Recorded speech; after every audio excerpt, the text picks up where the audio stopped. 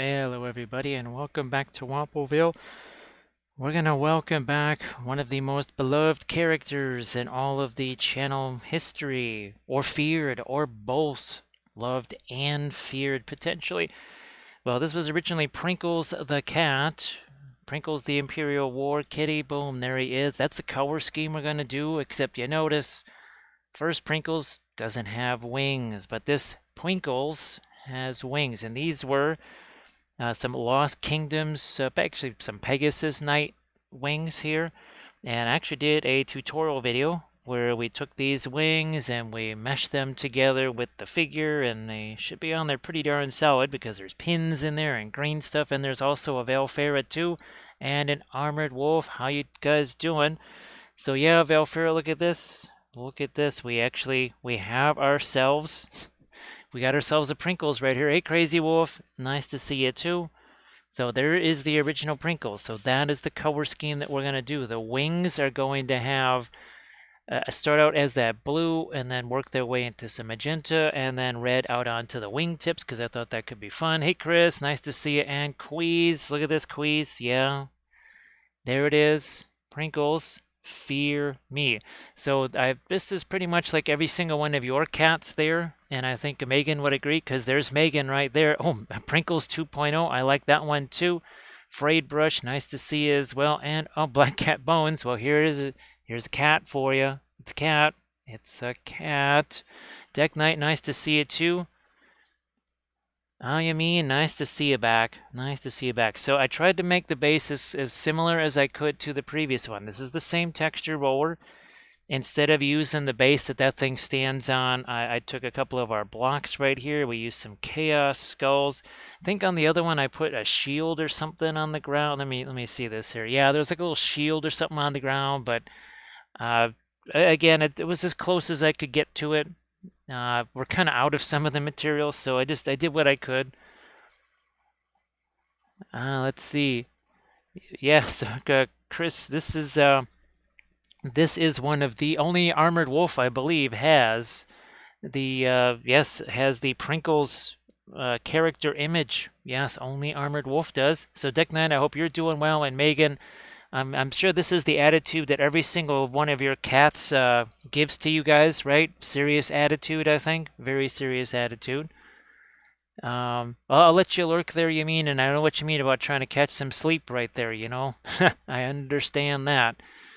Let's see. So let's get into our Now, we have some things here that were not around when we did the first one. So let's go over to the palette here. We didn't have any of the Radiants. We'll just talk about those real quick here. We got the Radiant Turquoise, Blue, Magenta, Violet, Yellow, and the Green. So we did not have those the first time. Didn't have those the first time around. Now we do have our Egyptian Violet. There's even some Cobalt Blue out here. It's been sitting out here for like a week. And thank you so much, Deck Knight, for that sub. We also have Prussian Blue. And I'm pretty sure, well, I know we had Prussian Blue because this was basically about a year ago. And thank you so much, Deck Knight. I appreciate that. So thank you so much. And of course, we're going to ride to ruin and the world's ending. It's like, I'll end your world for you because, you know, Imperial War Kitty and all that. It's like, you know, Morgoth, he was kind of weird, man. Maybe he was a cat lady. So, hey, Thousand Young, how you doing? And Thranuel, nice to see you. You too, Olive. And Ebenezer, how you doing? Nice to see you. So yes, Prinkles, 1 year, almost to the day later. It's like 1 year and a few days later. So Thousand Young, I hope that you're doing well. And your stuff is really looking great. Your stuff is really looking fantastic there. You want to post your Instagram link? That would be fantastic. And thank you so much, Frayed Brush, for the sub. So Frayed Brush Deck Knight, thank you so much. That's appreciated. So here is the old Prinkles. And again, we're going to be using this color scheme. You can see we've got the gold non-metallic going and his red socks. So there will be some fun times had, I'm pretty sure, with some film noirs, right? Pretty sure that we will. And there is Thousand Young's link to his Instagram post with all the fantastic sculpting that he's been doing. Now, as far as the rest of the stuff here, pretty standard fare. You got your indigo here, black spinel, Van Dyke brown. We didn't have Indian. Oh, did we have Indian yellow when we did the first Prinkles? Something tells me no. Maybe not long after, but I don't think we had that. So that's gonna be interesting in the golds. I don't think we had pearly. I don't think we had pearly and black either. I don't think so. Let's see. So, oh, you those arrived, Thranuel? Well, that'd be nice if they arrived. Now, I don't think we'll be using too much of the pearly and black. Can't really see that. We got, well, there's the Egyptian violet over there. We got the brown madder over here and some asphaltum terra rosa here.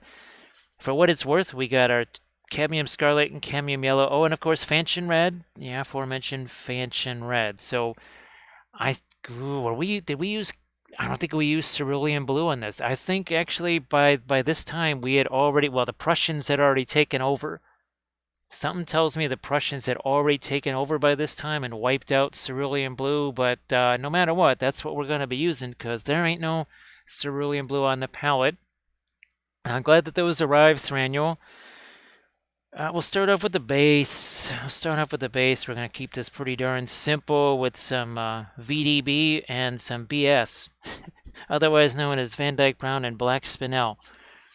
Look at me being all hip and abbreviating stuff. Yeah, we're just going to use letters from now on because that won't be confusing to anybody. Yeah, we're going to use some EV and PB out here. And then a little FR. Mix with a little RM and RV. Yeah, we'll just go in all initials this stream. Confuse the heck out of everybody. So Thranuel, let me take a look at it. I think it is from Gamlin. It is from Gamlin. I don't know if it really dries all that much faster. I mean, maybe it does. And thank you so much, Sammy, for the... Thank you very much for the bits is there. Oh, look, a shamrock shake. So, yeah. Oh, hey, Haki, nice to see you. I think, Thranuel, the best you could say is it doesn't dry as slowly. It's not fast drying or anything like that. It would have to have alkyds in it to be fast drying. So I would say that it just dries less slowly. Titanium white, I think, probably takes longer to dry, but it's not that quick dry white is a misnomer. Quick dry white, if it had alkyds in it, then it would be quick dry white. Otherwise, it's just less slow drying white. Let's see. So, Heki, nice to see you too. Nice to see you. Don't actually. Well, we'll just. Where did that go? Oh, there it is. We just want to make sure we have that. We have that around just in case it's needed. And I think some people know what that is already. So, yeah. So, Velfer, this should be very interesting here. We're going to need a lot of sponges. That's a good thing. Oh, actually, the other sponges did come in. So, all sponges are here. All the sponges are here.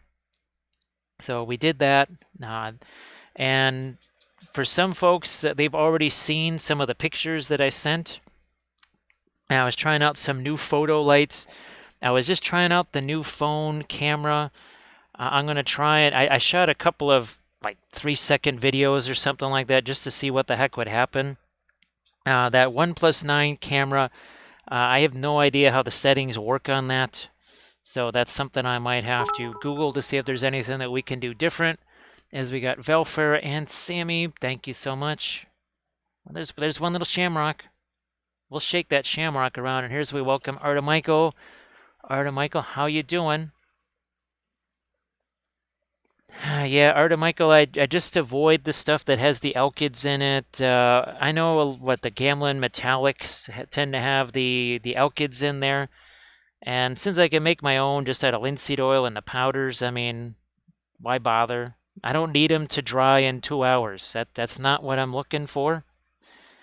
Because the other stuff that I'm using would not dry. It would just dry faster than everything else. And it would be kind of pointless. So here we'll just, speaking of sponges, look at this. Look at the bounty of sponges right there. Remember a couple streams ago, Valfair, there's like 2 sponges in there. Now there's more. Well, Thranuel, be sure to give yourself some leeway, right? Don't be too hard on yourself, and make sure you got yourself kind of a nice one with some easy surfaces to do as well. And thank you so much, Valfira. That is appreciated.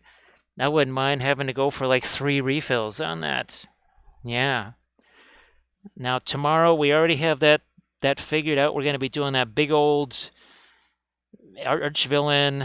I think he's just the Ice Troll King, or maybe he's just called the Troll King, but he's just the big old ice troll, and figured we would be working on him tomorrow at probably somewhere between 6 to 8 hours at least, maybe. Unfortunately, the snow is going to have to be sort of the painted snow. I can't use the crushed glass on that because, well, that's kind of already spoken for, and I have to match a different snow effect. Well, I'm glad you got a bunch of sisters there, Thranuel. Now, of course, I know you heard me say many times that I wish I had the Indian Yellow when I did the old Sisters of Battle. But never fear, I have more sisters. And I can assemble those, and I always do those supplementing your army videos anyways. I'm sorry, so I think what we'll do is we'll do some more sisters, and we will employ some of the new colors that we have. Hey, Preach, how you doing? Ultimate Olive, I think I have painted a couple of Cav mechs or something like that. It's not really my vibe right there. Not quite my thing. But I know I might have painted some kind of a Battletech figure in the past. Here, let's do some more. Let's do a little bit more. They tend to be a little bit too static, and you can't really do too much with the basing on them, which really just that makes them less fun for sure. All right, let's speaking of fun, let's start to have some fun here. Let's start to have some fun. Oh, thanks, Sammy. I appreciate that. We don't mind having a few more of those bitses.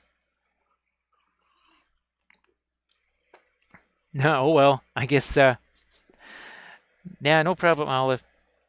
Also, too, it's just what might show up on camera and such as well, and those just wouldn't show up too well on camera. All right, why don't we go with more? Oh, geez, let's do our blues first here. So, Prussian blue.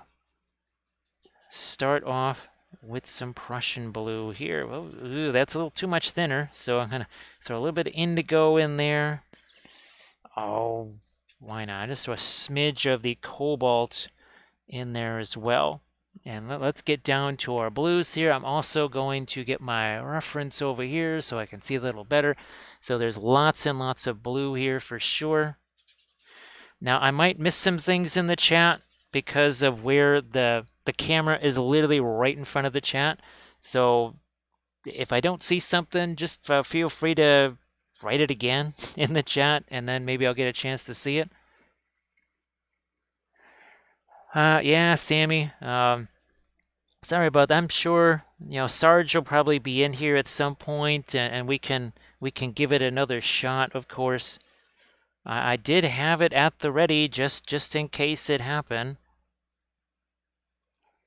I forget what it all. Maybe they even changed the requirements of what maybe more people had to do something or whatever. I don't know. I never quite understand what they want people to do with that. I won't be surprised if it changes too from time to time. All right, so Preach, this is mostly Prussian blue. There was a little bit of indigo that just got in there, and I'm just a tiny hint of cobalt blue as well. I don't think we're going to use too much of it, but I think, gosh, was this one of the places where Prussian blue started to wipe out things like Phthalo blue and cerulean blue? Boy, I wish Landrast was here because he's the one that printed out these wings. Well, get this. When I first got these wings, I wasn't even part of the Lost Kingdoms Patreon, and I didn't really even know how to print stuff like that. So yeah, that's how much things have changed in the course of a year. 1 year. That's pretty darn amazing. When I just think back to, it's only really been about a year since I was pretty sure of how to be doing the printing stuff.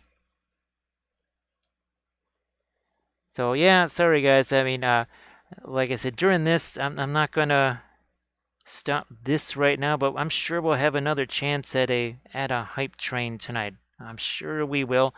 Do we need blue anywhere? Yeah, we need some more blue down here. We need some more blue. I'll let a little bit more of the indigo maybe start to work its way in down here too. Just reasons, whatever. Here's some more Prussian blue. Did we have some? No, that's mostly going to be Egyptian violet, I think, on his tail there. Sneak in some more of our blue. What about his chest? Actually, that's got a fair amount of blue on it. Here, let's go back to more of our Prussian blue, such as it is. I think his face is going to get some. I almost ended up using the wrong face. I actually had to pull the face off of here. Fortunately, plastic glue, right? That is the one nice thing about the plastic glue, of course, is you can go, ooh, yeah, not where that was supposed to go, and maybe make a little bit of a changeola right quick.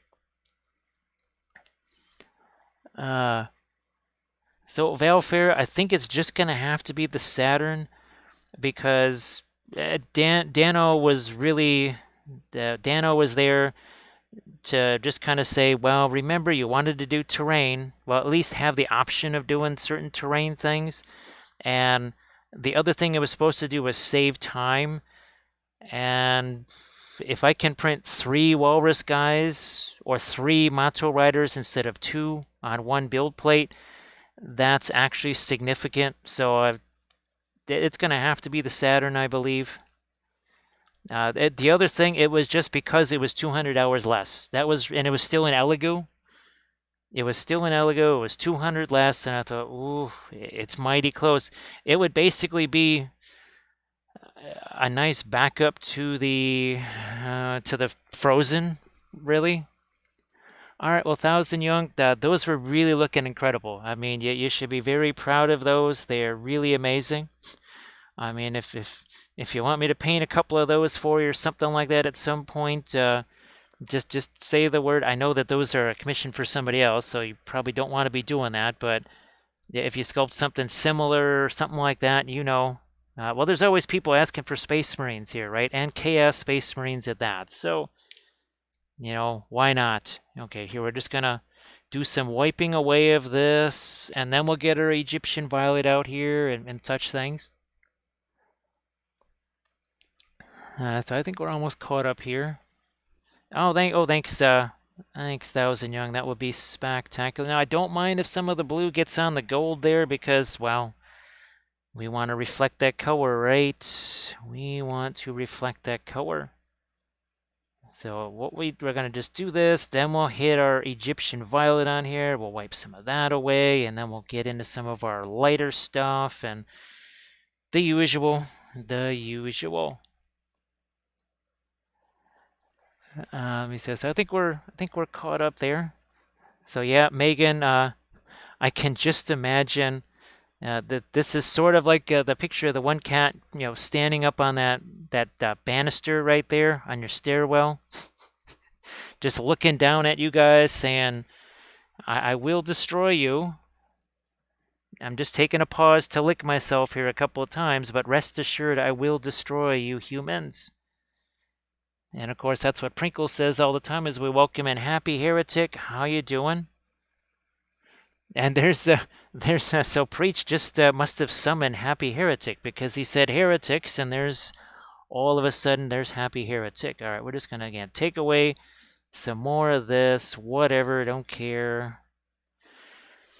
Egyptian Violet, that's around here somewhere. Oh, gee whiz, that is a stout color. My God, this is like took 2 little tiny drops of it, and bam! All of a sudden, kaboom! There goes Egyptian Violet. And there it goes. Do we want... Oh, what the heck. We'll just throw it here on the horns. I don't care if it just mixes with everything else. It really doesn't matter. Oh, yeah, you say heretics 3 times, and all of a sudden there's a Happy Heretic. I mean, really all it is just get the darks in there, get the primer out of the way. That's pretty much all we really need to do, right? It's all we need to do. And of course, this is nasty and messy and everything else. But you remember the last time we sort of had that start of Egyptian violet was here. And you could see what a warm red we were still able to get over the top of that Egyptian violet. Yes, indeed. So just because this is looking really dark and really violet, no problem. Not going to be a big deal. Especially, well, here on the wings, we're going to be wiping a lot of that away. I am going to go with a little bit of thinner on the wings because they got a lot of texture on them, I must say. There's a decent amount of texture on these buggers, so let's get a little bit of our thinner going on this. Then we'll wipe this away. Then we'll do the, maybe not that much thinner. Then we'll hit our fanchon red, the last thing we'll do. And then start to get down to some of the regular painting. And I don't even mind if the Egyptian violet gets over the gold because, well, we put purple on our golds all the time, don't we? Say Defiant, happy Friday to you. Happy Friday to everybody. Well, happy Saturday to some of our Euro friends and, of course, our Australian friends because if it's not already Saturday, it soon will be in just about every part of Europe there. And like I said, if I miss something in the chat or whatever, that's because the camera boom is quite literally in between me and the chat window. And I also have my Prinkles reference on the other monitor. So seeing the chat window is a difficult thing right now. So if you need to repeat something, don't feel bad about repeating something. So a little bit of 2:40 in the morning. Boy, Thranul, when I used to do the YouTube live sessions, they started at about 2:30 in the morning my time. I swear there's going to be one of these days where, I don't know, maybe Kathy's not sure, something's going on, and I stream during the middle of the day, like at Kathy time. And people are just not going to know what to do with themselves. They're going to be so shocked and stunned. They'll seize up. The world will just seize up and have no idea what to do with itself. So it's 1:40 in the morning for Preach there. Look at that. See how that's already blending into a little bit of a violet right there. It's a very bluish violet, but still blending nevertheless. Whoa, look at that Egyptian violet. That is a strong, strong color. Man. Gotta be careful on the wings here. Just don't want to be snapping off the ends of some feathers or something stupid like that. Because that could happen. Now, I got to remember, these are going to be more absorbent. This is more absorbent. This here is plastic. Because I was thinking, why am I getting some different finishes? Already, this is shinier than this. And that is pretty much entirely due to the fact that 3D printing resin is pretty darn absorbent. And the plastic is, well, it's kind of like metal. It is not absorbent. Cast resin, somewhat absorbent, certainly more absorbent than plastic and metal. But the plastic is on the low end of the scale when it comes to absorbency for paint and primer and that sort of thing. So it's another little thing we got to sort of keep in mind. I didn't want that much violet up there, whatever. It is, yes, we do. Yeah, Happy Heretic. We have called it Egyptian violet because it violently takes over pretty much everything. Yeah, it's a violent takeover by Egyptian violet. Oh, the heck with it. We'll just hit this again with some more of our. Where's our brush here? Does that have? Oh, that's got. Does that have our browns in it? I don't even know if it does. Don't even know if I care. Not even sure if I care. Boy, we're using up a hefty amount of sponges here, Valfera. It's a darn good thing that we got yours and the stuff from me that came in because I have a feeling we're going to be using a lot of them, especially given some of the tutorial videos that I'm working on. Hey, Jetman, how you doing? Yes, there is some Egyptian violet out here. Now, of course, we're about to dive into our Fanchon red. Which, what are we going to use on these things? No, we'll just grab one of these over here. Where the heck did you go? Yeah, we'll just grab one of our Royal Langnickels. Is that a 6? That is a 6. That is a 6. Let's hammer out some Fanchon Red. I think it might need a little bit thinner, though. Little smidge of thinner here, and poof, there it is on the wings. I don't know. I might let a little bit more of that Egyptian violet work its way in. Something else to consider, Fanchon Red, not a staining color. So if I go to wipe this away and we do a little too much of that, well, then we won't have any red. We'll have that little bit of Egyptian violet left behind, but yeah, the red not so much. So it's gonna be very fun with the red on the tips of the wings there. All right, well, Sammy's got to go. I too wish to have my food. I wish to be fed and my litter box cleaned. Thank you very much. Or else. Yeah, when Prinkles says or else, oof, you know what that means. That could mean a vengeance present somewhere around your house. And don't think that Prinkles won't leave a little vengeance present somewhere in your house, because I think Prinkles will do that. Well, we know Prinkles. We've been around Prinkles enough to know that Prinkles does not take no for an answer for anything. Not at all. It's going to be really interesting when we do a little bit of cursory film noir on this, and then you see the red disappear. But my guess is that the feet are also going to look really, really, really dark, because that's what happens with black and white. Red actually pretty much shows up as black, especially a really deep, warm red like the Fanchon Red. So Defiant, it's actually just the opposite. Opaque colors do not stain at all. The only possible exception to that is Terra Rosa. But opaque colors, they have white in them generally, so that means zero staining. Like zero staining. So yeah, opaque colors outside of Terra Rosa, you're pretty much going to get no staining whatsoever. Staining colors are things like Egyptian Violet, Prussian Blue, colors that are more on the transparent side of things. Because intense colors definitely are not opaque. Egyptian Violet, it sort of seems opaque when you sort of look at here, I'll show you the container of it.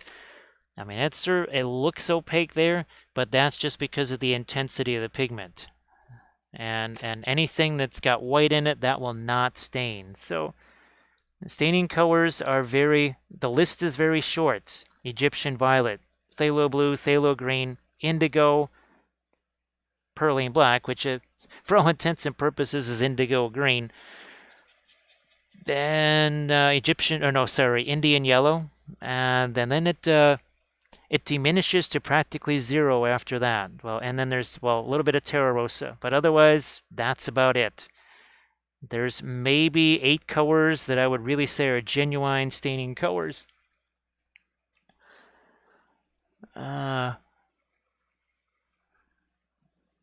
And the fun thing, Thranduil, just like this motto writer here, there was very little of the Egyptian Violet left by the end of the process, but it made a very nice deep shadow color here for our reds, especially given how warm the reds were. The Egyptian Violet was a little bit more of a bluish color. And, what the heck? I'm going to actually throw a little bit of my reds on there already onto the feetses, because reasons.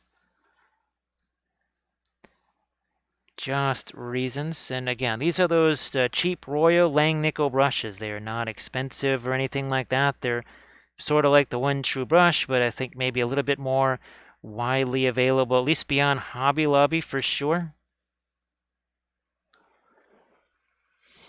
No problem there, Defiant. I'm glad that was kind of helpful for you. There are so few staining colors. Black Spinel can do some of that for you, but you kind of need to leave it on the miniature for a while.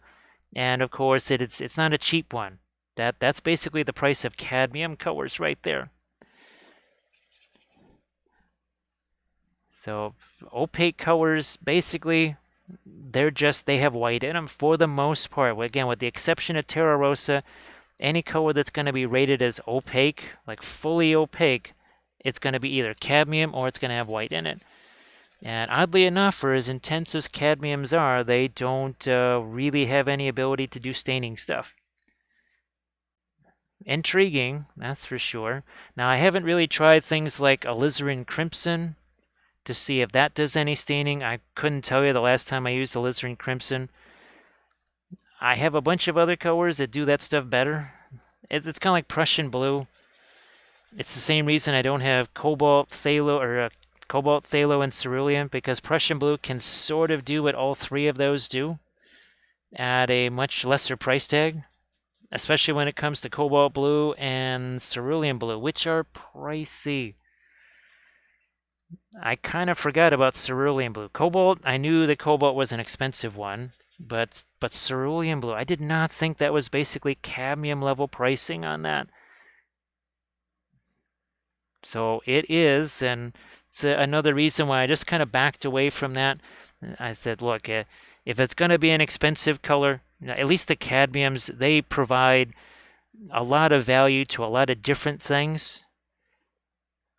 The cerulean blue was really just pure luxury, and it didn't really do very much either. It was a fantastic watercolor, not a great oil paint. And ironically enough, other people just kind of told me the same thing. And that's when I knew I was kind of onto something, when other people also said the same thing.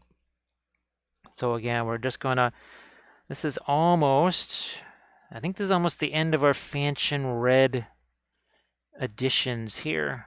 I think we're getting pretty close to the end of that. Now, I am not going to wipe this off just yet, because I think the longer I can leave this on here, the better chance that something's going to be left behind.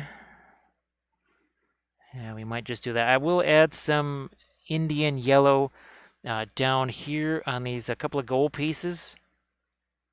It's really pretty wild what the heck the Indian yellow does. Now you can actually like almost throw an additional pre-glaze over the top of some pre-glaze with the Indian yellow, and it does some pretty nifty things. I'm just trying to get my Fanchon Red back in here. I don't even know how much of those will really bother even trying to paint over the course of this, because this is not actually a, the other one was a commission thing. That's why Prinkles had to eventually go away. But hopefully this Prinkles is around for always and does not have to go away. All right, let's play around here with some Indian yellow here. We're just gonna look at all these. This is only part of the sponges here that we've used, and we're gonna need some more. So yeah, now you see why I was glad that I got some new sponges, because them's getting thrown away.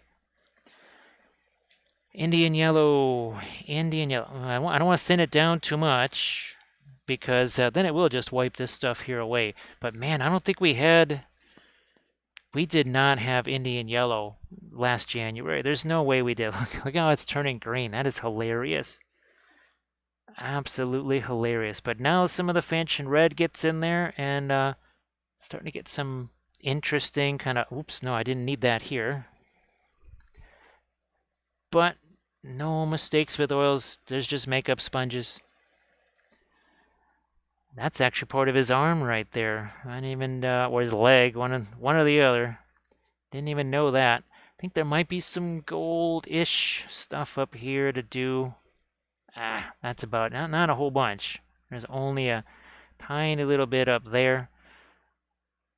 Thought there was more, but that's about, oh, we also don't have that little strap that he's wearing here, so that kind of got covered up by the wings and all the additional sculpted stuff. We just have this over here on his tail, and beyond that I think that's it. And we got some skelly friends down here. So okay, we're gonna leave this stuff sit.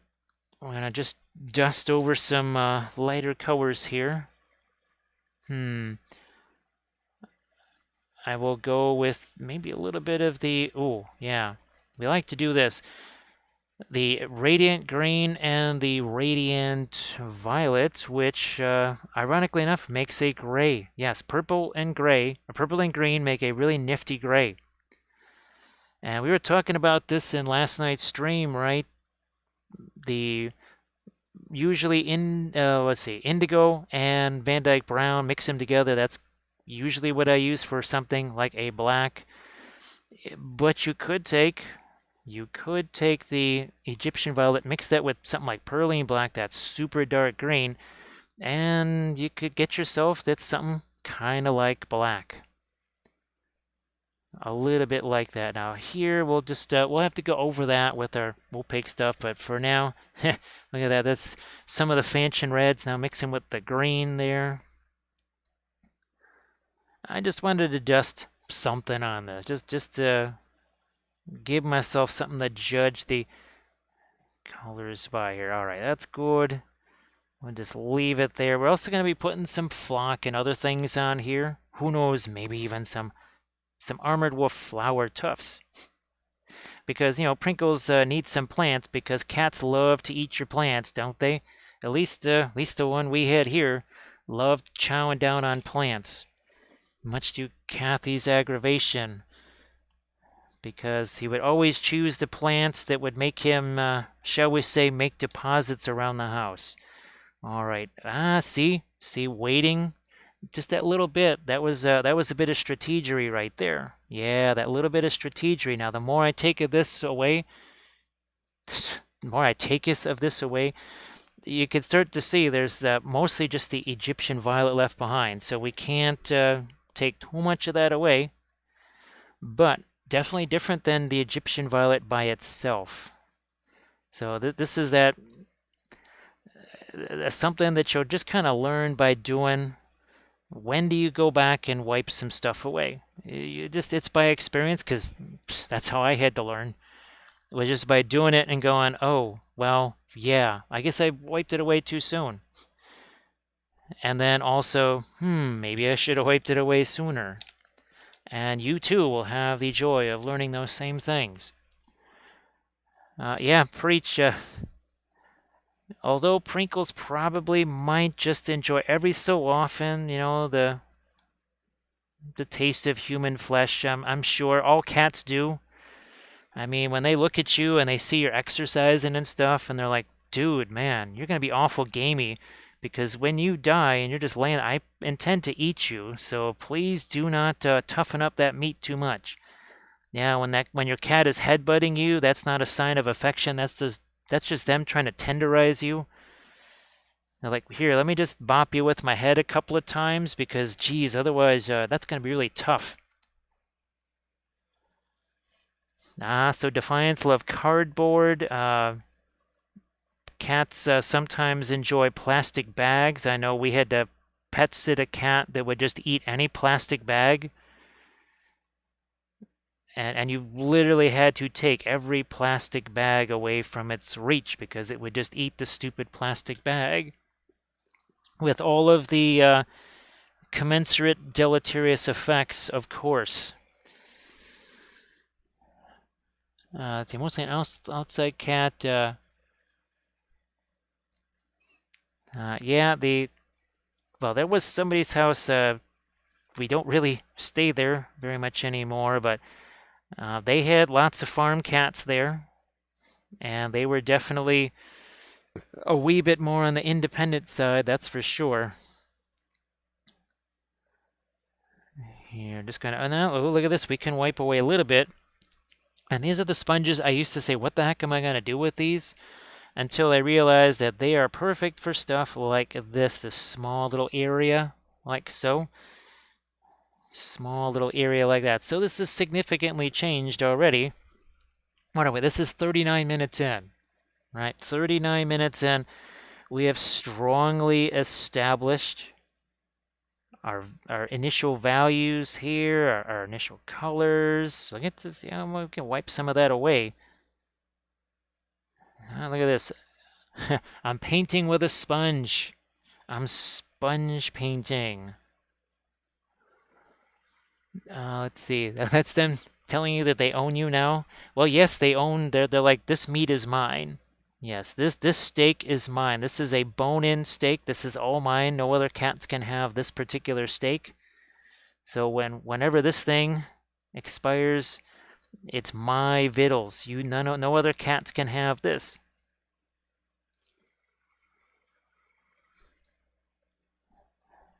All right, let's do a little more there. I think we're good to go. Now, where's a smaller little blending brush? I'm gonna take the turquoise here. Let's go some turquoise. Let's go with the little Prussian blue. Let's see what the heck happens with some dry brushy stuff. And I mean dry brushy stuff. Very much a dry brush here. Now, we don't want to lighten this too much. I just want to figure out what's going on where. And look at that. See that red mixing in there already? Doesn't take long, does it? Does not take very long. And this is the benefit of the oils. This is where, okay, you could try and, I guess, zenithal this with an airbrush or something, but then you'd have to mask all this stuff off. You have to mask this stuff off. I mean, why bother dealing with all that when you could just, and of course you can't mix any of that, right? Like here, this is all, we're mixing with all this. Of course, a little bit of Indian yellow just popped into that. We don't need that. Here, let's go back over here to some turquoise again. Let's get some of this on his shoulder. Look at all that just blending together by itself. That is the sweet part of it. Because it's not just some dead dry brush or whatever. There's more at work there. Oh, what the heck? Let's just throw some of that over here. Again, look at, see how all that purple color is mixed into it? This is the fun part here, and this is nowhere near the lightest we can go. This is barely a mid-tone right here. This is maybe value 5. That value scale of 1 to 10 we're always talking about, yeah, this somewhere in the 5 range. On the lightest end, maybe a 4. See that purple up there?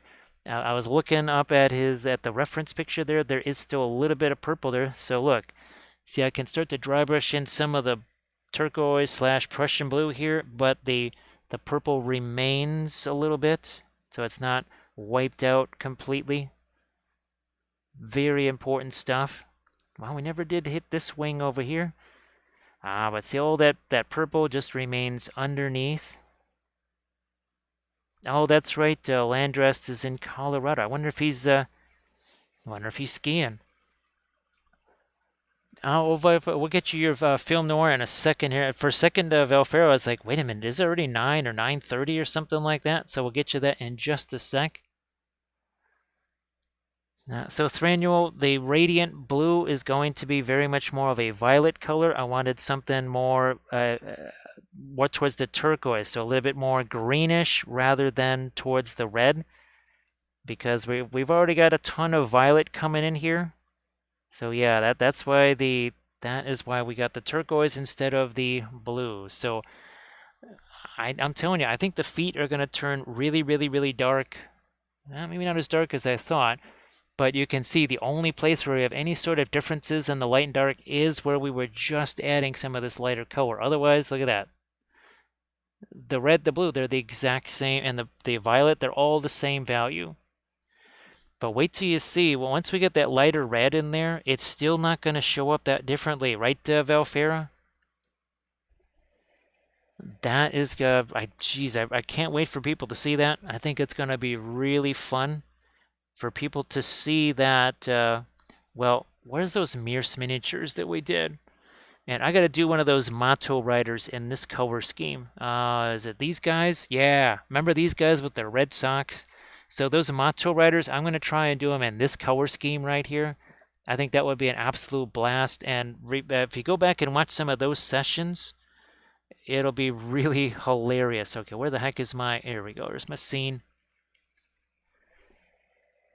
So yeah, wait till you see what happens Not like here's the thranduil. Maybe this is where we might mix a bit more of the, say, the radiant blue in there, because we would want more of a transition. Same thing out here, maybe more of the radiant blue as opposed to the turquoise. Now here, we almost forgot about this here. I'm just going to take this, and I'm just going to go blammo.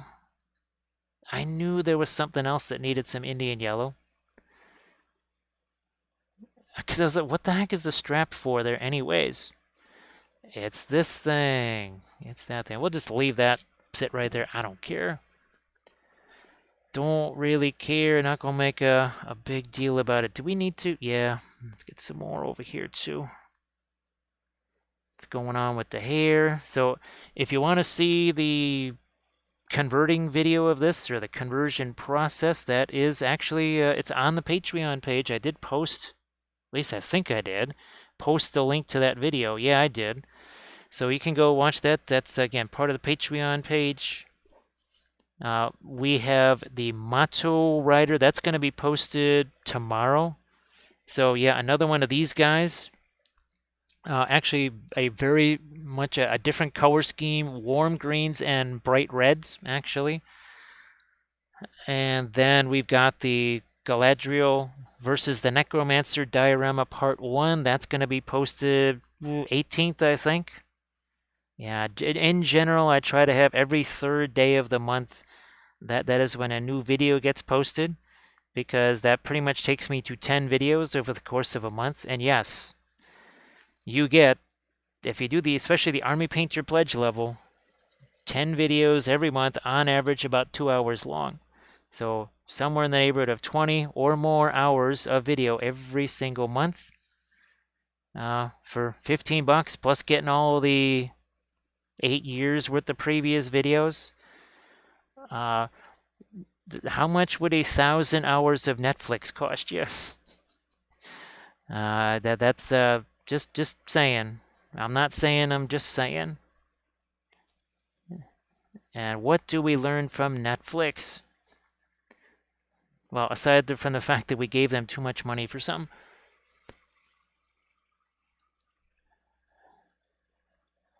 Yeah, there's is that, are we going to have some pasta with that Motto Rider? Or some olive oil? Or a Motto named Olive? And he says, what's the motto with you? There you go. Yeah, even the yellow is the same. Now, it's going to be interesting when we hit our lighter color over the top of that. Speaking of which, wait a minute, let me run these smaller. So again, this is, I used to almost just toss these things away. In fact, I remember tossing those away thinking there's nothing I can use those for. Yeah, well, think long, think wrong, and I certainly thought wrong there. Here, let's grab some of our radiant yellow with a little bit of the Indian yellow. And let's get down to a little bit of dry brushy stuff right here. I just need to start to have some comparisons, right? I need some context here. How light can this be? I need to see how light this is going to be first. Because we would certainly like some of our bright highlights on our golds, wouldn't we? I mean, shiny stuff. Wanted to be bright highlights. So Megan, well, I don't know. I know you wrote me this morning. Any improvements over the course of the day, or still feeling about the same? I was hoping maybe you were feeling a little bit better by now. Hopefully, maybe, possibly. See what that's doing right there. Dark Elf, nice to see you. Happy Friday. Well, happy Saturday too for some. I was wondering, Olive, if I looked up there just to see. I wonder if Olive heard that. Looks like you did. Yeah, the Olive, that the speed watching challenge or the binge watching challenge. There you go. It's watch the most hours in a month, win a prize of knowledge. Yeah, you'll have no sleep. You'll have no sleep, but at what price knowledge? Yes, at what price is knowledge? No sleep required. Oh, look at that. See, this is just so... It's so darn easy. It's almost as easy as Dark Elf James providing a little bit of a sip right there. Look at that. We'll just let that splash in there. Look at all them shamrocks popping around. Thank you so much, Dark Elf James. I appreciate that. I hope that you are doing well. This has been basically a little over a year in the making. I'm kind of glad that, well, I didn't actually misplace this miniature. I actually had it in my hand several times, like the box in my hand several times, looked at it and said, somehow that's not the War Sphinx. I don't know how that happened, but I looked at it several times and went, nope, not the right box, not the one I'm looking for. So it must have done some kind of weird Jedi thing. It's like, I did a Jedi thing on that dude. Don't tell him, but I Jedi'd that sucker. So I don't know. I thought I heard Prinkles say something about Jedi stuff, some kind of Jedi mind trick. He says, no, man, would I Jedi you? I mean, look, you're putting paint on me. I wouldn't Jedi you or nothing like that. I don't know. It's a cat. It's a cat. You put nothing past a cat because it's a cat. Cats would sell you and everything else in the house for anything because they're a cat. So Dark Elf James, how are you doing?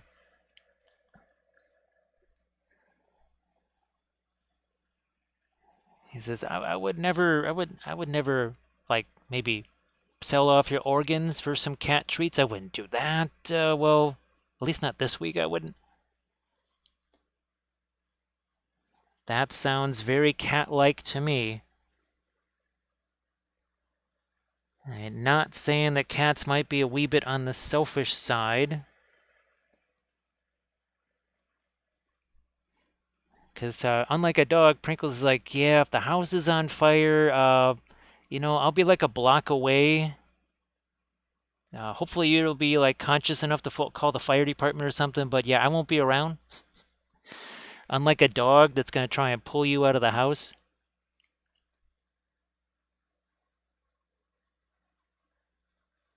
Look at this. Look at that.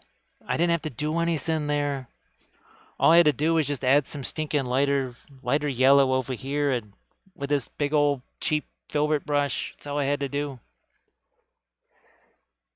Boy, Dark Elf James, sorry to hear about that, but man, oh man, that is a common refrain. I mean, I don't think there's been like an hour over the last 3 weeks that I haven't heard someone say, "Man, we are all kind of getting nuked over here."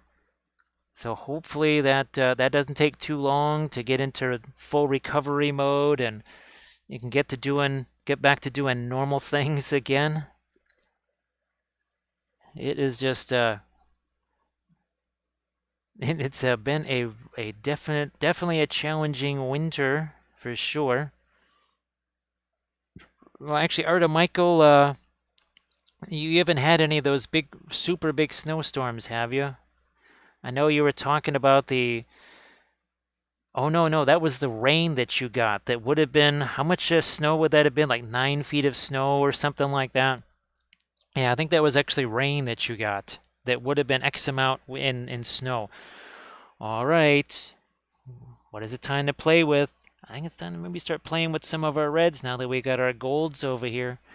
Hey, Grim, how you doing? So, Grim, yes, meet Prinkles. Meet Prinkles, the Imperial War Kitty.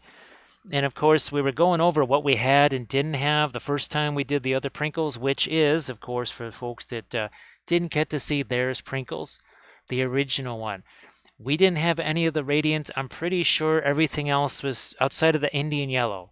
So Indian Yellow and the Radiance, I believe we didn't have. We might have had the Indian Yellow a year ago, but I don't think so, Grim, right? We wouldn't have had that.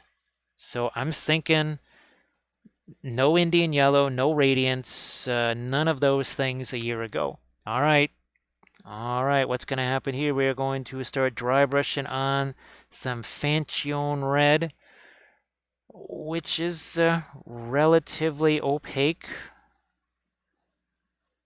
relatively opaque. I certainly prefer this over the cadmium reds and such. Yeah, Grim. So that's what I was thinking. There's no way. Oh, Grim, how has the printer been going too? That's now that is this day 2 with the printer, I believe. Hopefully the printer is behaving itself. Last snowfall around 10 inches. All right, so yeah, you got nuked right after we did, didn't you? Yeah, you got nuked after we did. And actually, I think you got nuked worse than, well, I think in actual maybe rain amounts, you got nuked more than we did.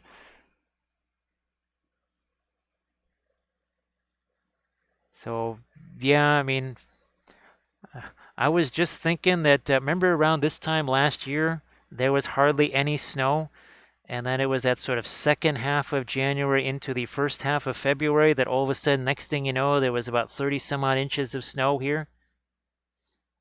Yeah, so it can still get crazy here, that's for sure.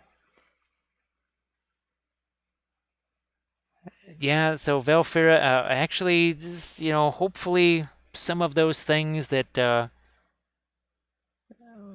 have kind of put this year at a bad start, hopefully maybe those start to clear up a little bit here in the coming weeks. I don't know if there's any sign of that happening, but here's hoping it does. Let's look at this. He's starting to get some of the reds in there. So Olive, the wingtips will be the same as everything else. The feet, the tail, that sort of thing. So we'll be digging into at least our cadmium scarlet, possibly the cadmium orange for those final highlights. And thank you so much, Defiant. We don't mind having a little sub right there. Thank you so much. I appreciate that. So a few days now. Oh, it's like a jet engine. Well,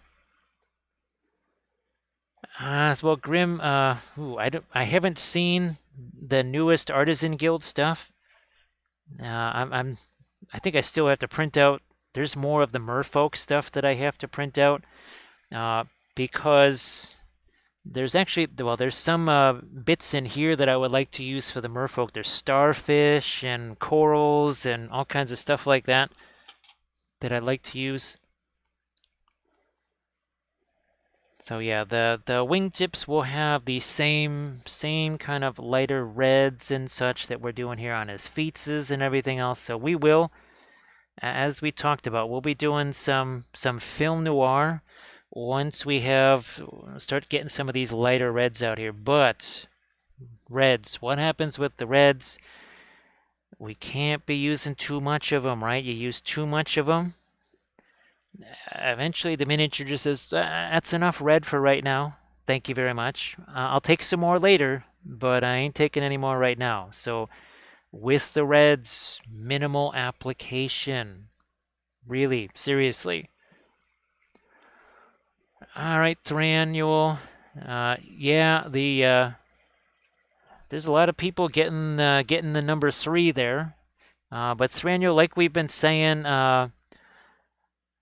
the lots of protein, lots of water, ibuprofens, and put the ice on the arm immediately. Put the ice on the arm straight away. Armored Wolf kind of gave me the heads up on those things, and boy, I mean, it was like I didn't even have the thing. Never even noticed it. So on either one of the doses. So hopefully that maybe helps you a little bit as well. It was I don't know. When Armored Wolf gives me advice on something, I do what Armored Wolf says. Oh, Dark Elf has the Mars too. Yeah, actually, I think the friend of mine, who had never printed anything before, never owned a printer, never wanted one. He wanted to print Lord of the Rings stuff, and I'm pretty sure he got himself a Mars 2 Pro, and he just uses the water washable resin, and he has never had a problem with it. It has worked pretty much from day one.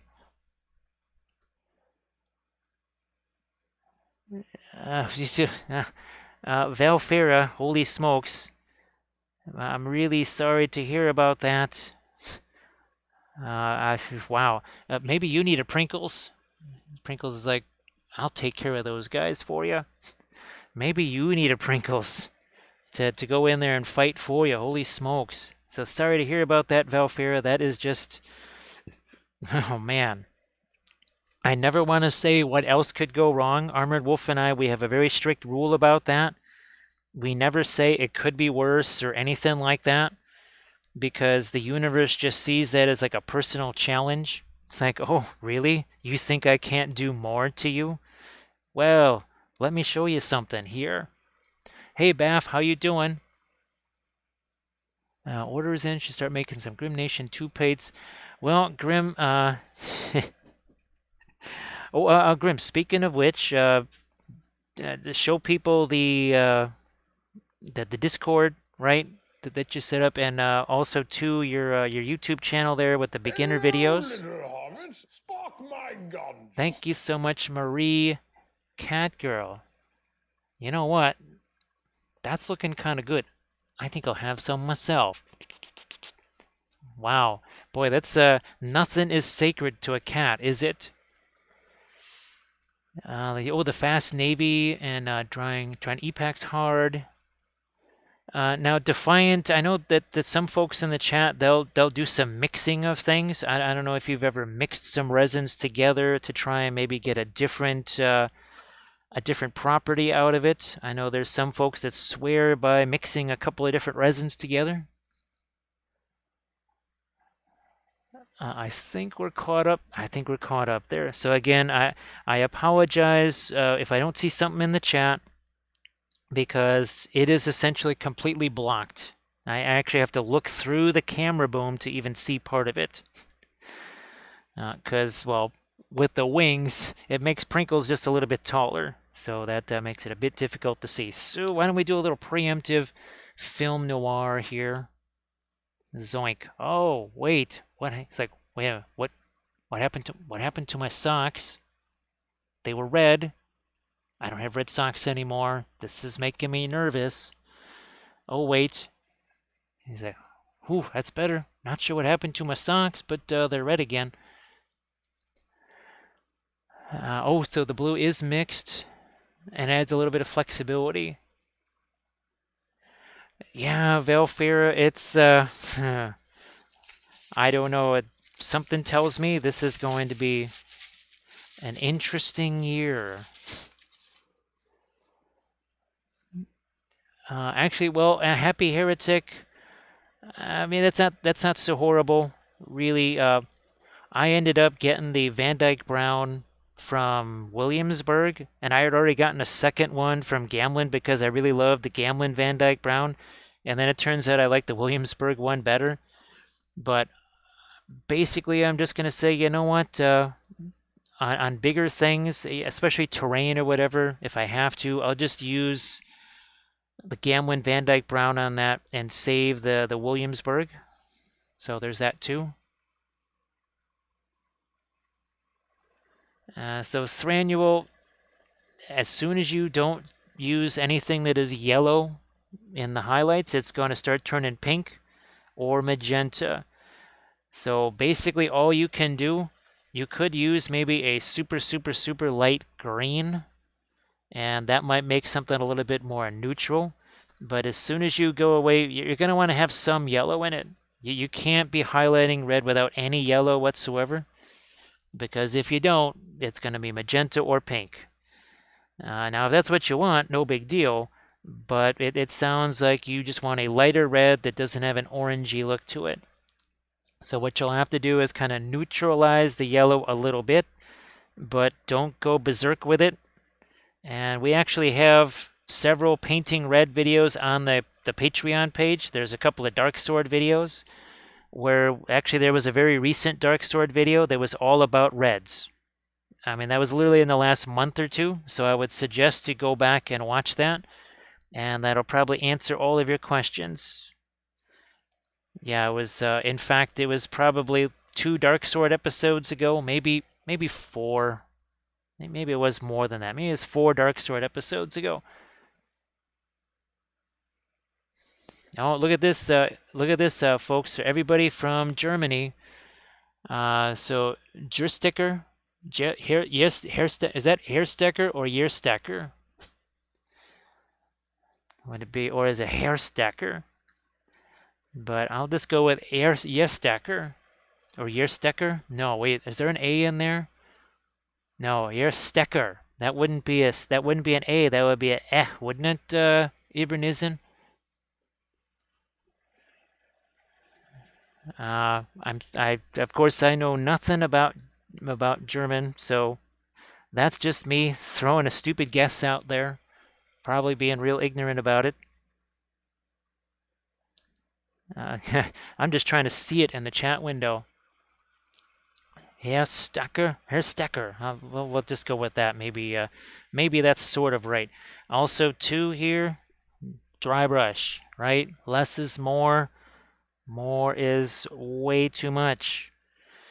When you think you don't have enough paint on the brush, take away half of it. If you think you have no paint on the brush, use less. That's how extreme we're talking here. Less is more. More will always be too much. And even here, see the red is kind of like, seriously, dude, you think I'm gonna take more red paint on this thing? Think again. So we're gonna have to step away from working on the red, and we're gonna have to shift elsewhere and let this stuff have a good 20 minutes, half hour-ish to set. I mean, we're an hour in, right? We got time. We got the time. We don't have to be rushing around. Don't be hasty, little hobbitses. Don't be hasty. I will get a little bit of my warmer red on a couple of surfaces here for right now. Hey, Aaron Brinkerhoff, how you doing? Thank you very much. That is appreciated. Ooh, we never really did get the. Again, this is, well, it's as much the cadmium scarlet as anything else because we never really did. And of course, we didn't clean off the brush, right? We didn't put a bunch of liquid on there because it's kind of hard to be doing this here dry brush when you got a ton of liquid on the brush, right? So we'll just do something like this here. We're just going to take this paper towel, well, actually a cheap old napkin from Giordano's, no less. And we're just going to wipe some of that paint away there. And of course, original Prinkles from a little over a year ago. There he is. And we're going to be following that particular color scheme as close as we can here. Close as we can.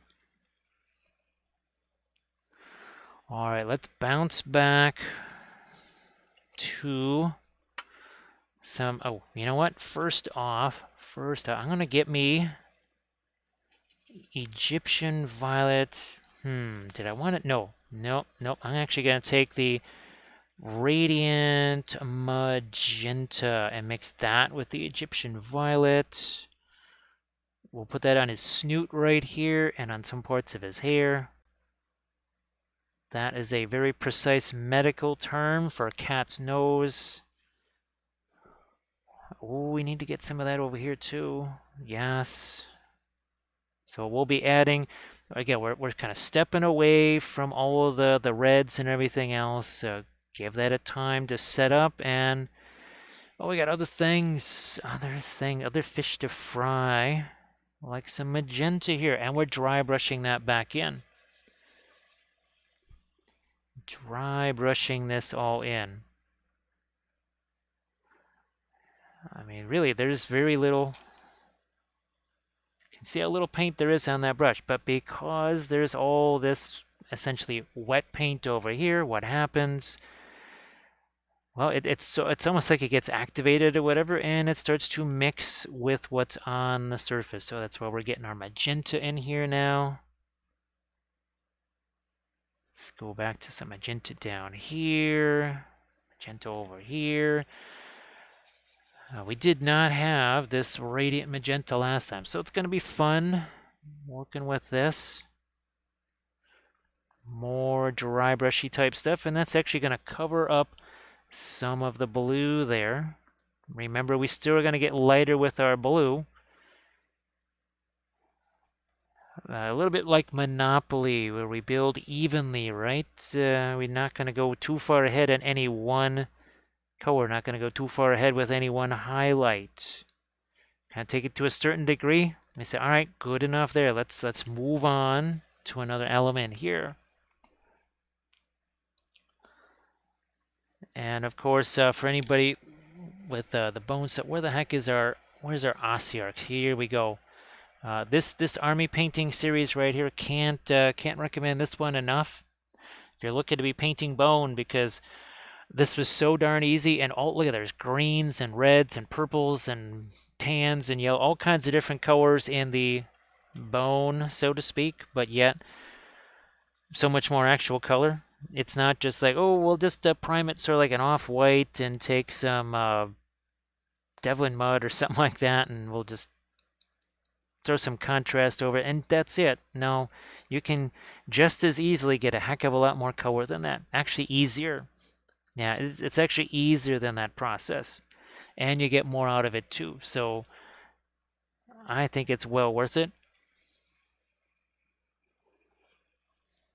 Aaron, yeah, we've done a whole bunch of the Ossiarchs, having been Tomb Kinged back at the start of Sigmar.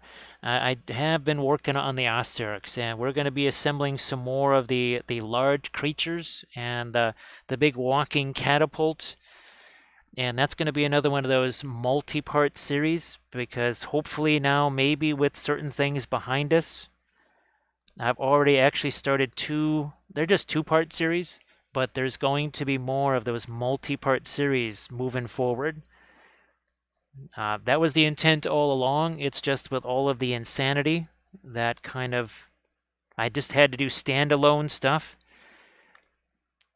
And now it's time to start getting into multi-part things.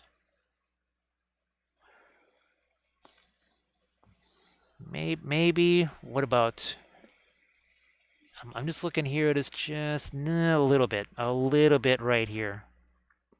Not too much of the magenta. All right, let's see if we can start to do some stuff here with our, what do we got on here? That's just Indian yellow there. I'm going to take me some Perline black. That's that dark green. And we're going to start getting some of our, we need some darker shading here. I think we went with, I do have some phthalo green out on the palette, which is good because I think all the little gemstone type things, we went with the phthalo on those. We need to start getting some actual darks here on these armor pieces. We've got dark-ish, not actual darks. We need actual darks. So Megan and Quiz, I get sorry that there's some lingering cold things going on there. That's never fun. It's like, well, the kids, of course, being the walking biological weapons that they are, just, man, oh man. Telling you, that is my plan. If I want to conquer entire nations, I'm going to do it with a school bus full of kids on a field trip. We'll have them go to whatever, the capital of whatever country I wish to conquer. We'll have them touch everything, lick everything, and in about 4 to 6 days, that country should be ripe for conquering. So that is my plan. I'm going to throw a little bit of the phthalo green out here. Phthalo green. Let's do that. Just in a couple of spots right here. There's another. I knew there was one over here. And I think there's one on the other side here. Is that it for the little gemstones? There were a couple over here, but there's now wings on top of those. None over here, because those are his eyes, which are not going to be phthalo green. So we'll say that's good enough there.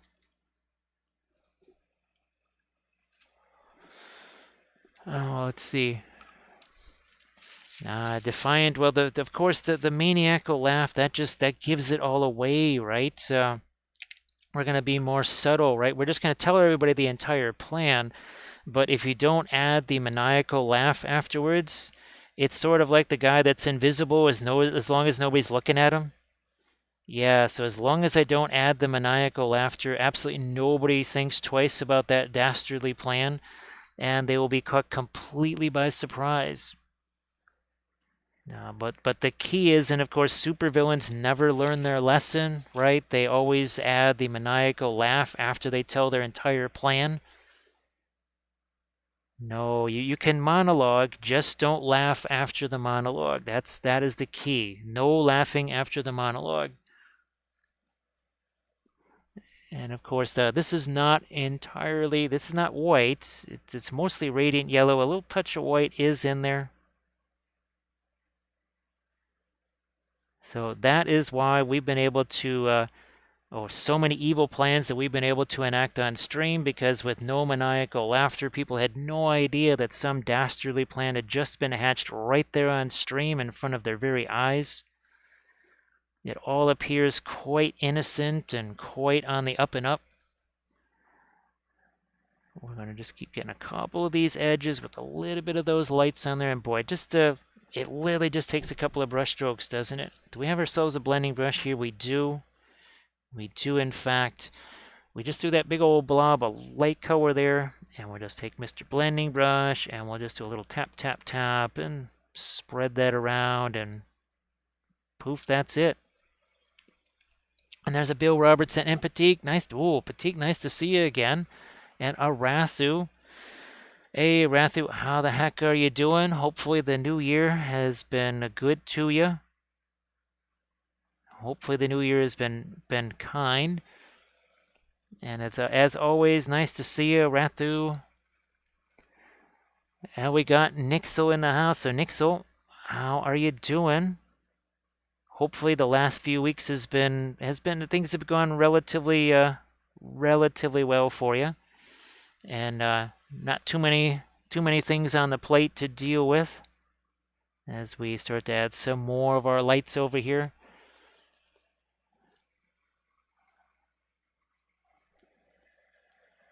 So yes, this is Prinkles the War Kitty.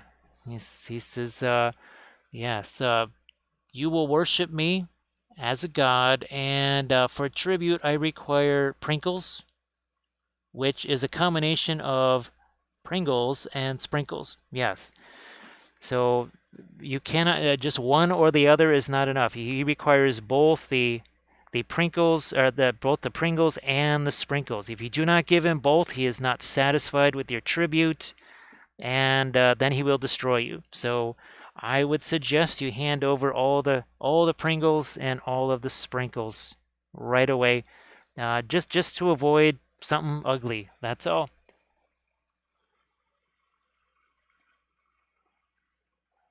Well, Nick, so I think the last time we saw you, you said it was a bit crazy, but not the bad sort of crazy. It was it's crazy, but that's not actually a bad thing crazy. So I'm glad that that's kind of continuing there, and well, hopefully it does. I mean, if it's good crazy, hopefully the good crazy just continues all the time.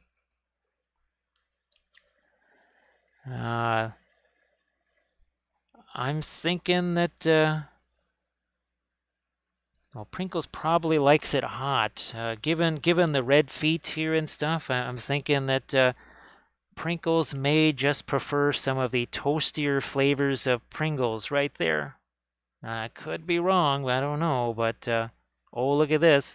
Starting to add some reflections in there, some shiny shinies. Oh, by the way, this is a little bit thinner here, because we're pretty much working over either dry brushed on color or color that's been wiped away with the blending brush or with our sponges. Well, that is very cool, Nixel. I'm really glad. It's just because for so many folks, they'll say, "Yeah, man, it's absolutely crazy," but it ain't the good kind of crazy. So it's definitely nice to hear that is not the hideous type of crazy. And Ratu, hopefully everything has been pretty mellow for you so far this year. Not too many adjust. I know you've been doing some different things now, so probably some adjustments being made there. Oh, we're gonna have to get some greens into this too, by the way. Don't think I forgot about that. We have not. Ah, hey Dano. Ooh, Dano. Yeah, we were just talking about the printer, and I was telling folks that you had reminded me. You said stay focused, stay focused. You could print 3 Mato riders or 3 of the Walrus guys on the Saturn, and just and possible terrain pieces. So stay focused. Don't be distracted by other shiny things. Stay focused on that and get that one. Let me see. Well, that's actually. Oh yeah, Nixel. I seem to remember that was one of the things you were kind of bummed about. I think is with all the restrictions on things and not being able to necessarily hang around with them was a little bit of a bummer. So I seem to remember that. Ah, look at that. Look at that. Just getting some of our little gold things in there. Now, of course, we haven't forgotten. We got to, engineer some greens and oranges, but because of the pre-glaze, we did manage to get some of those in there already. Hey, Indio, how you doing? Nice to see you. And again, if I miss anything in the chat, don't feel weird about saying it again, because again, the camera boom is right in front of the chat window, and I have a reference on the other monitor. So it is really difficult for me to see that stuff, and I have to pretty much look through the camera boom to be able to see anything in the chat. So if I miss something important, don't feel bad about typing it in there again. Here, let's get a little bit more of our light color down there too. Yeah. Oh, actually, Nixel, that sounds, wow. Geez, it's funny, Nixel, because as you said that, oh yeah, that would be great for some of the buildings that I would have loved to print as a kid, but man, the actual trains themselves, those trains are not cheap. That would be, good grief, one decent model train set. You could buy a really fancy large format printer for the cost of one stinking model train set. Well, maybe an S scale, or I mean, HO is probably not the most expensive scale, but gee whiz, yeah, that's I like that idea for sure. Hi, Keffa, nice to see you again.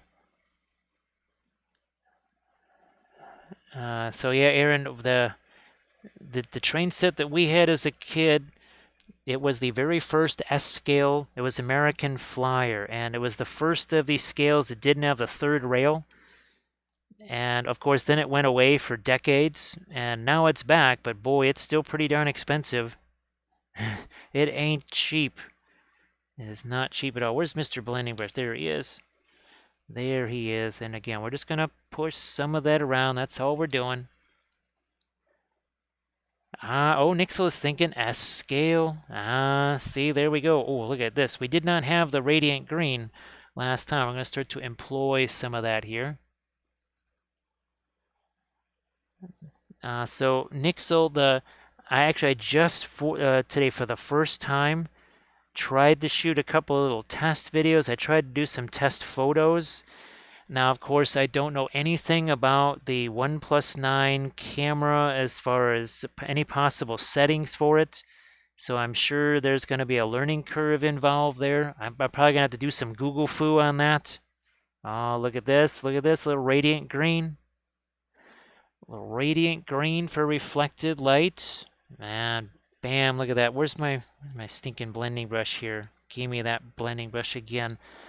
And we'll take some of those rough edges on that, and we're just going to smooth those out, and poof, right? Look at that, shiny gold.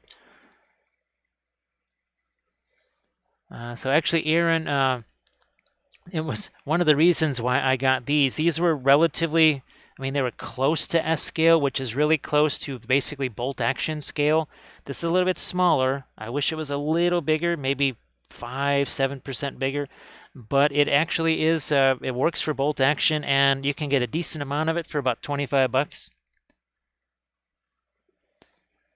So the OnePlus 9, I just did take some pictures. I took some little short videos. That was more to see if I could actually bring it into my editing software and actually use the darn MP4 files or whatever that it creates, because that was the thing about the other phone.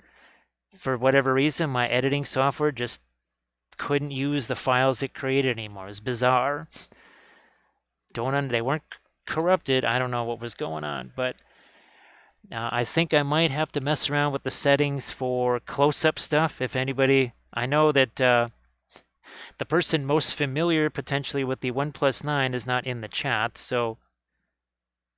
But yeah, it's the OnePlus 9 phone. And of course, we were very lucky there that I guess because they were forcing everybody to buy a new phone, they relented and they said, well, here, just pay the tax for it. You don't actually have to buy the phone. So that was a bit of a relief, as we had a little more reflected light over there. So yeah, right now just using some radiant green on there because, what is blue and yellow together? It's going to be some green. Now over here, we're going to switchy that around. We're going to take some of the scarlet. It's a cadmium scarlet here. I was just looking at my reference. There we go. A little bit of the orange over here. We haven't really changed the value on that at all, but we did throw a little bit of our orange there. I think we need to do the same on this side. Let's just maybe go with the cadmium orange instead of just the cadmium scarlet. So I just threw those on there. Blending brush again. We'll just have all these guys blend together in one little happy family. Same over here. Even you. All together now. Yeah. Where's that cadmium? Whoops, that's probably a little too much thinner, but whatever. Because the red of his feet right there, right? So I want to make sure I get at least some of that spread into the golds nearby. Hey, Wolf Parable, how you doing? So Wolf Parable, this is Prinkles. This is the much tougher version of Prinkles, the original War Kitty. So this is, that's Prinkles. This is Prinkles because he has wings now. Now, Aaron, that's, I'm really looking forward to seeing some of that, because especially at S scale. And now I'm going to have to start looking around for S scale files. Holy smokes. Because I could be printing some of my bolt action train pieces, huh? See what I did there? It's not just a train piece, it's a train piece. Also terrain. So yes, we'll have to look into doing that. I think that'll be very fun. So yeah, we did a little bit of the radiant green now. Now I'm going to start to see what happens here with some of that cadmium orange in a couple of places here. Maybe even on the eyes. Before we start messing around with the wings here, I'm going to throw a little bit of the cadmium orange onto the eyes, and then we'll get the darks around those too.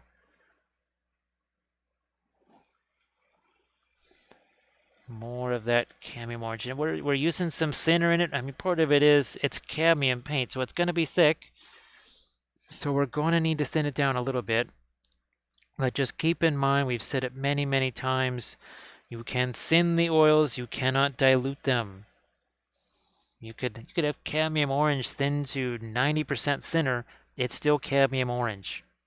It's not going to be lessened at all. Just something to keep in mind. Because I think that is not something that people can quite necessarily, at least initially, wrap their heads around, because they're so used to the acrylics, where you can basically take some water, throw it in there, and now your color is very much diluted. That's not going to happen with the oils. They'll be thinner, but that's about it. More of our light. Actually, I see we got to go into his claws right here and make those darker. Let's see what we got here. That's our blending brush there. That's a bit of magenta. This is darker. I don't even know what's on there. We're just gonna take some indigo here, I think. Whatever the heck is on this brush, don't even know. But we'll just darken down the claws right here. Get those off of the red. And we might try and blast in some dark. Yeah, we'll try and get some darks in a couple other places. Even on the base, I think we need to throw some on there too. Let's get to that.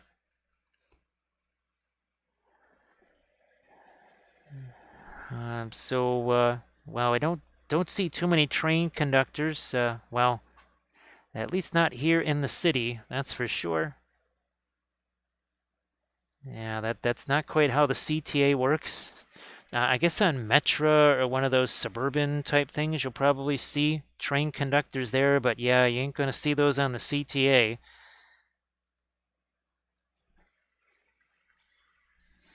We're using some of the brown matter, by the way. We're just looking to get some darks here on our stones and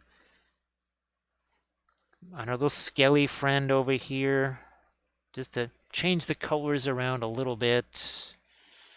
And I think we'll make the ends of the horns darker here because that'll contrast with the base a little. Don't want to forget the little skelly friends here.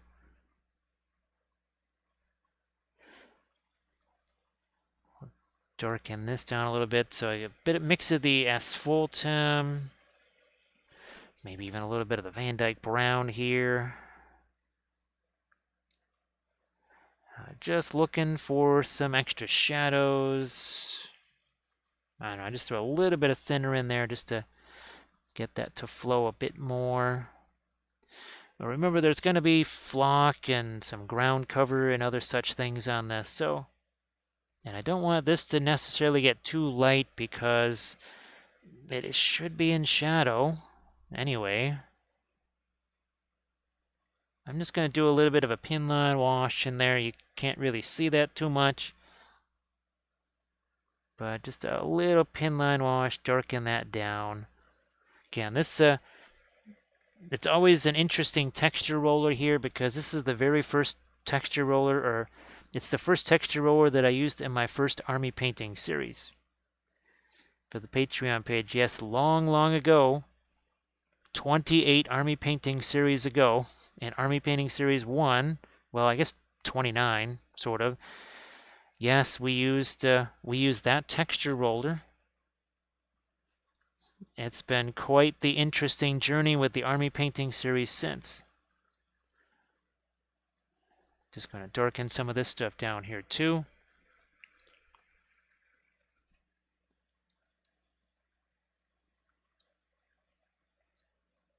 All right, yeah, let's darken this down underneath here.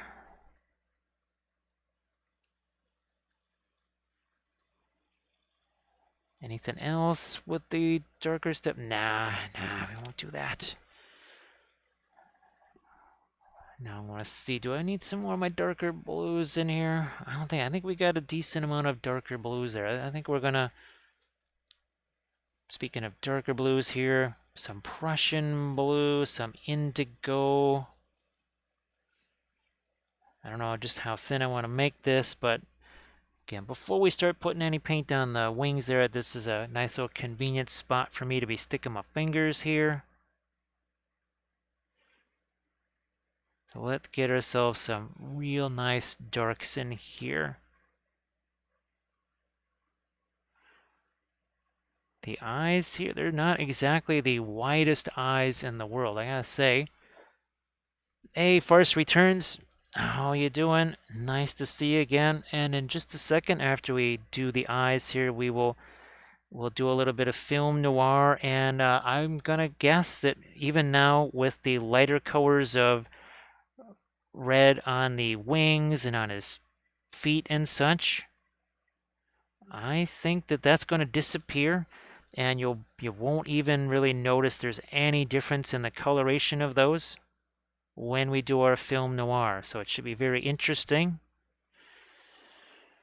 And also the gold probably, well, I think that's going to blend in a bit too. Yeah. Once we get our lighter blues in here, this is going to disappear when we get the highlight colors in the reds. But yeah, look at that. Red's gone. It has completely vanished. There's no red, there's no magenta. There's some values, especially here where we have put more value right there. However, bring the color back, zoom, look what you got.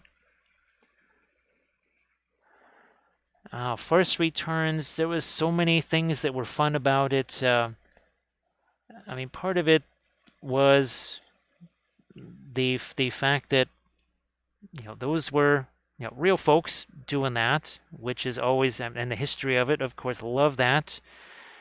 And then there's just some great stories, like when we did the sausage wars between the Finns and the Soviets. That was the Winter War of '39. And we had a special scenario where we actually made the sausage kitchen that the Finns had. And of course, the Russians, they had no idea what they were doing. It was the Red Army had been completely purged of all leadership, and they, of course, attacked in winter time, so they're all freezing and starving.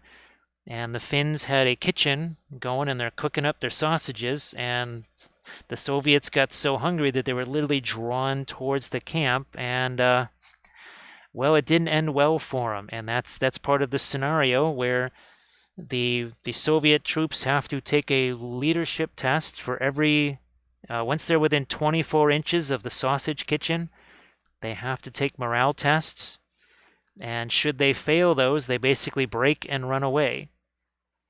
And that is actually based on a real event there, which is kind of fun. So we'll head to Moria in just a second. We will terrorize Gandalf because Gandalf knows what lurks in Moria.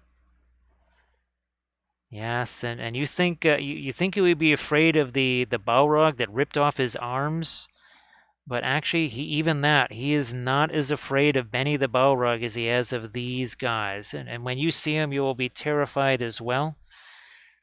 You may never actually recover from seeing that, because once you have seen these guys, you cannot unsee them. It's a kind of a bit of a rule. We're also going to have to get some of our darks back in here as well.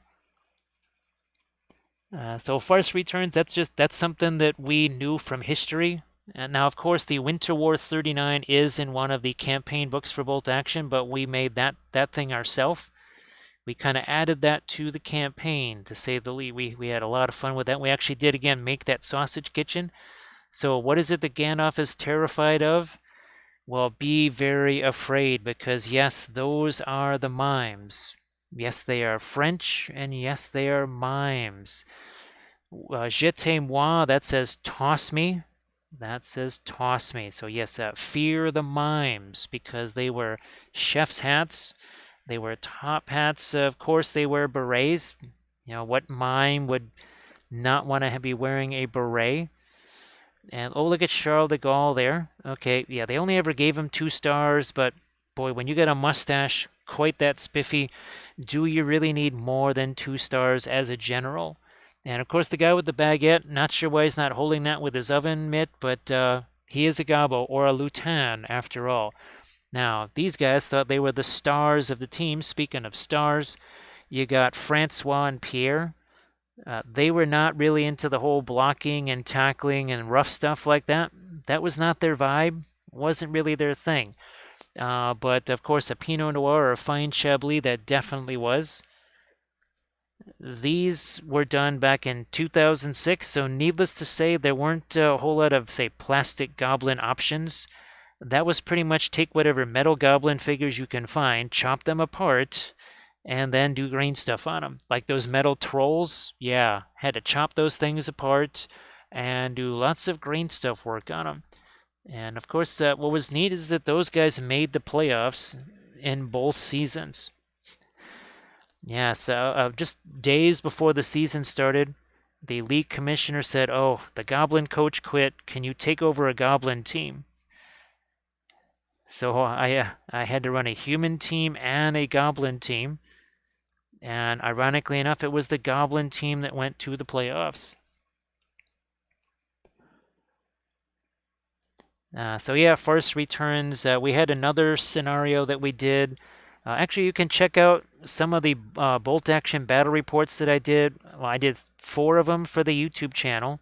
Those are video battle reports, and then you can see some some of them on the blog. Yeah, I think I did 3 or 4 battle reports on the blog too, so you can check out some bolt action battle reports there. I really, really, really enjoyed doing the bolt action stuff. I wish I could still be doing some of that. It's just circumstances dictate other things.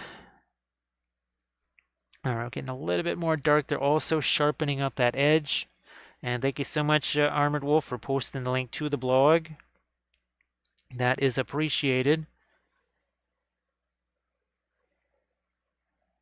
So let's throw a couple more darks over here, shall we? We're kind of missing out on some darks right there. Where's my blending brush? I'll just use that, and we're just going to scatter some of this around here. Like so. And I think we're all caught up, right? Yep, I think we're caught up. Again, if I missed something in the chat, I do apologize. It is extremely difficult to see anything in the chat, actually, at least at this point. All right, no, I won't bother with the greens out there. Let's try to get some of my lighter blues over here. On his hair, on his face, if possible. And we'll go more with the radiant turquoise for that. On his the tips of his ears. Again, the hair over here, I think that really, well, his mane, I guess that is. I see we'll need maybe some more magenta on his horns, which go all the way. I didn't realize they came all the way over here. We do actually have some more golds to do here. I just saw that. Hey, Grey Wolf Studio, nice to see ya.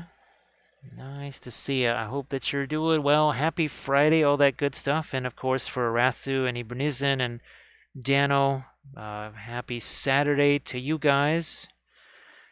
We actually have a figure that's way more complicated than this to do tomorrow on stream. So Saturday is going to be a very involved stream, to say the least.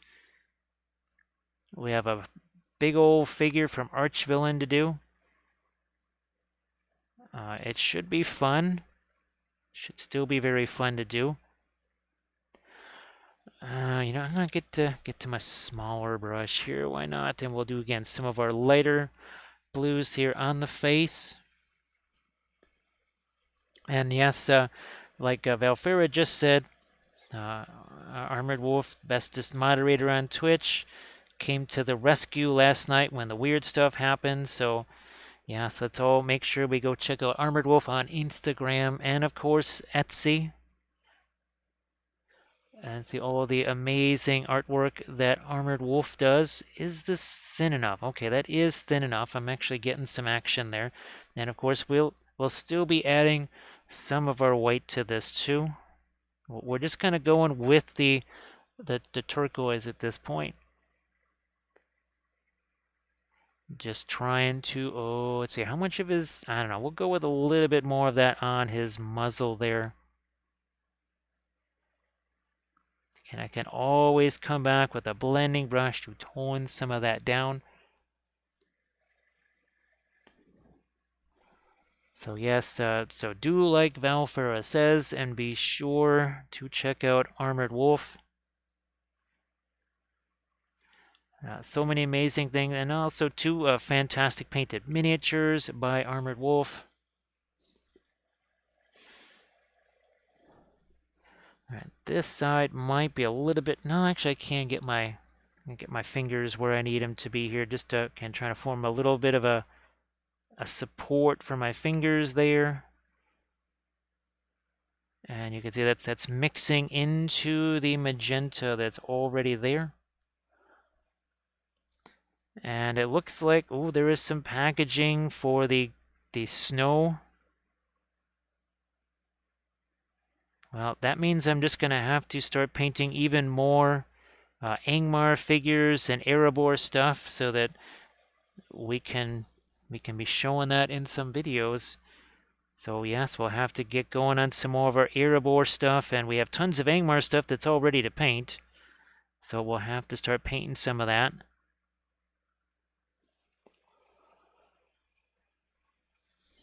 So Patik, there's very little thinner. When you consider that this is 2-3 days worth of thinner, that is all there is. So there's very little of it. When we say we're adding thinner to something, again, it's just enough to maybe make the paint flow a little bit more or change the consistency of it so that it will stick to the thicker colors. But at a certain point, if you keep thinning the paint, it will become a pinline wash, and we don't want that. And pinline wash can be handy, but that is not what we want in this situation. We want to have a little bit more. We don't want it flowing everywhere. So not quite a pinline wash. That's a little bit of a balance that you just kind of learn as you go along with the oils. It's a little bit of a touch that you kind of get after a while. You just sort of learn a little bit. You know what? I think, where's some of that Prussian blue here? I don't want that to be all just the thinner. Now we should have his lower jaw there. Okay, get a little bit here. Same on the other side. Don't want to have just too much of the magenta there. And then I think we'll also start to lighten this up a bit too. Let's do that too. Hey, Lady B, how you doing?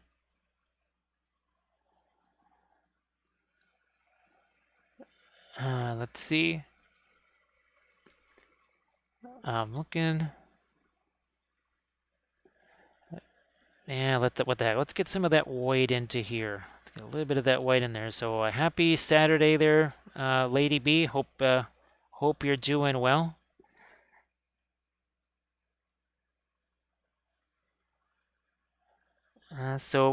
Patik, again, even with oils that don't really have much thinner in them at all, this brush will still work with it. This is it's not a sable brush or anything like that. I've given up on sables for quite a while now. The quality on those just got so hideous. They were not worth the expense anymore, so we ditched these sables and just maybe actually like $4.30. It is just a synthetic liner brush. And well, the liner brushes just in general have a lot of nice kind of a snap to them.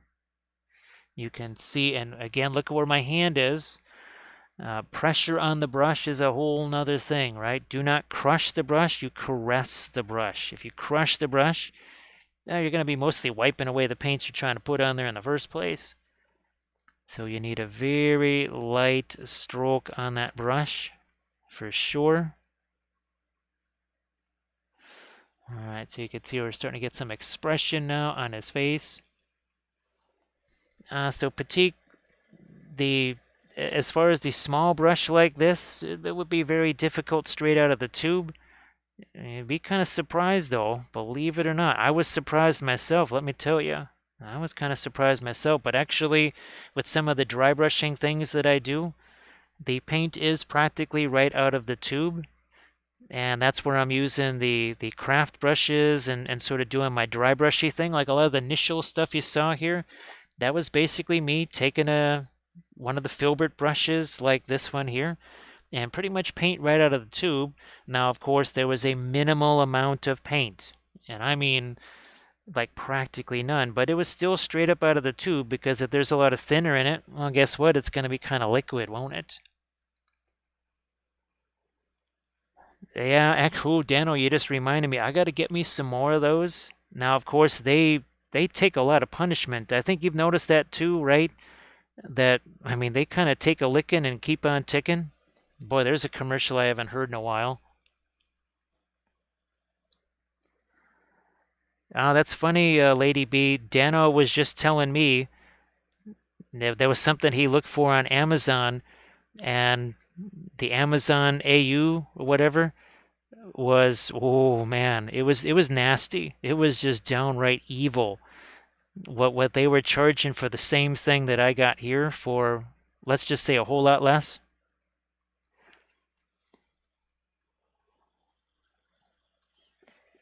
Nah, so yeah, Patik, there's a lot. You can actually see it here on the palette. See the cadmium's up here, and then actually even the Egyptian violet down here. There's been actually a lot of those that, for all intents and purposes, they've practically been used right out of the tube. But that is with the much larger filbert brushes doing the dry brushy stuff. And that has worked pretty darn well, I gotta say. All right, let me see if I can. He's got actually quite the little frowny face on him here. My goodness. It's a frowny little kitty right there. Where'd that other one go? Ah, here it is. Yeah, we'll just let that do a little bit of blending for itself. And even this is not terribly thinned down. This is, gosh, maybe send about 30% from straight out of the tube that I'm working with here. And it's going to plop this on here. We're going to grab well, this blending brush has a little bit of a color in it. But we'll just do, again, a little bit of our blending right there. Patik, don't be too hard on yourself, because there's things that I've, even just in the last month, where it's just kind of a weird breakthrough, maybe something that I never even thought of doing before, or just on accident. It's like, wow, okay, I never really thought I could do something like that with the oils before. And definitely let yourself have that chance to kind of grow into them, right? And just sort of find things at your own pace. Of course, we would like to find everything at a much faster pace. That's what I would like to do with the 3D printing, is not keep running across all these lessons like, boy, I wish I knew that, or gee, I wish I knew that in advance.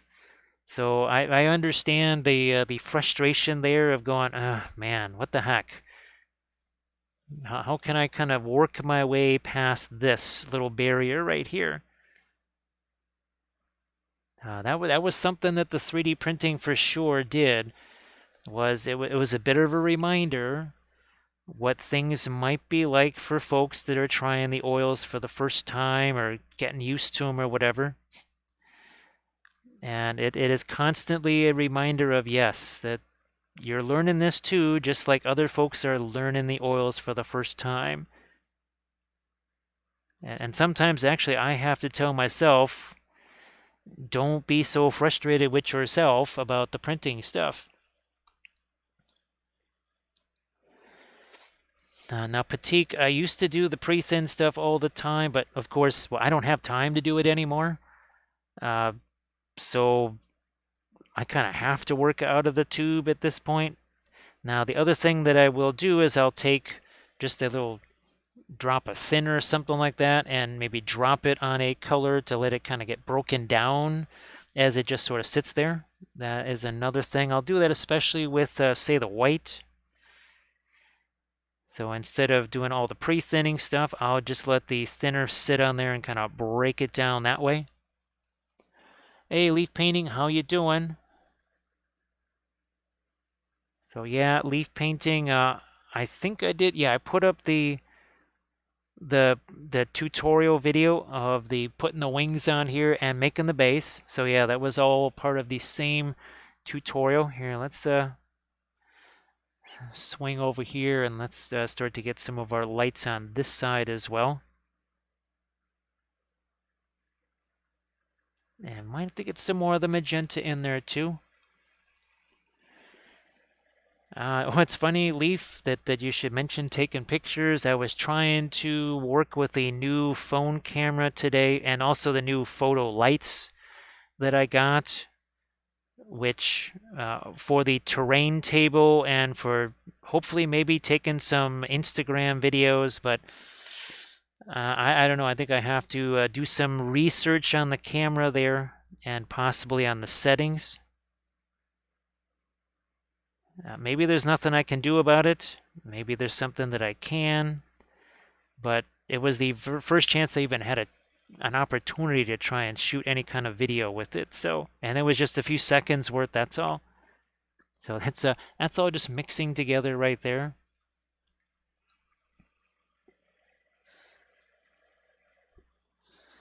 Let's see if we can get. Yeah, let's get some lights over here too on our bits of fur. So a lot of this is stuff that was sculpted on. Again, that was part of the video. I mean, in addition to kind of blending the two surfaces together, well, the wings with the body, it also lends a little extra stability, a little extra structure there. So the mag plate, the magnetic plate arrives. Now, I guess, so this is probably for Grim and Dano. Dano, you got a magnetic plate for your Saturn too. I think Sarge, I think he really swears by a magnetic plate for his Saturn, doesn't he? I could be wrong. Remind me to ask him if he shows up here. I'm sure he will later on in the evening. It's only 9:15 right now. So actually, who knows? Maybe Megan might have passed out there. Hopefully not with the phone on the face or something like that. I've done that. Been so darn tired. I'm sitting there with the phone. Next thing I know, the phone is pretty much laying on top of my head.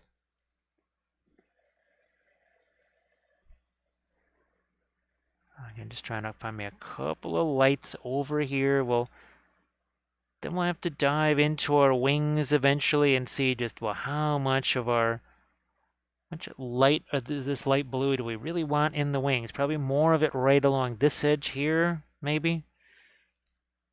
Now, really won't be able to do that as a dry brush, and even this is not the lightest blue that we can put in there. We can still go lighter than this if we needed to.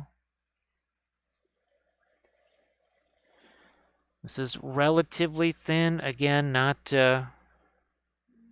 it's not super thin down. These Velvet Touch Princeton brushes, it's pretty wild. They have quite the snap to them for sure. They're not a smushy brush. And again, look at where my hand is. It's closer to the end of the brush than it is to the front of the brush.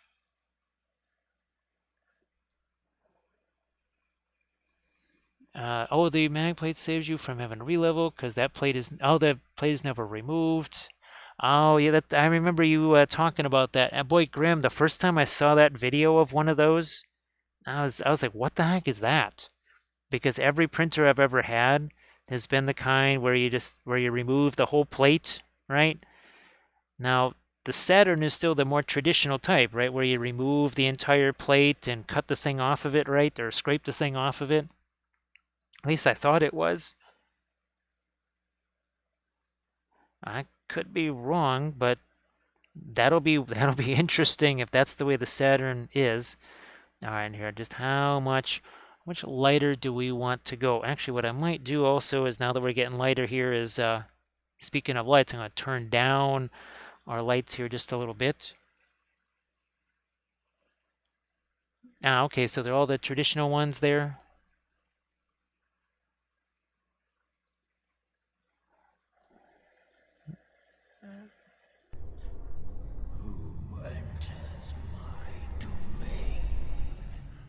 Lyndon Art, thank you so much for that raid.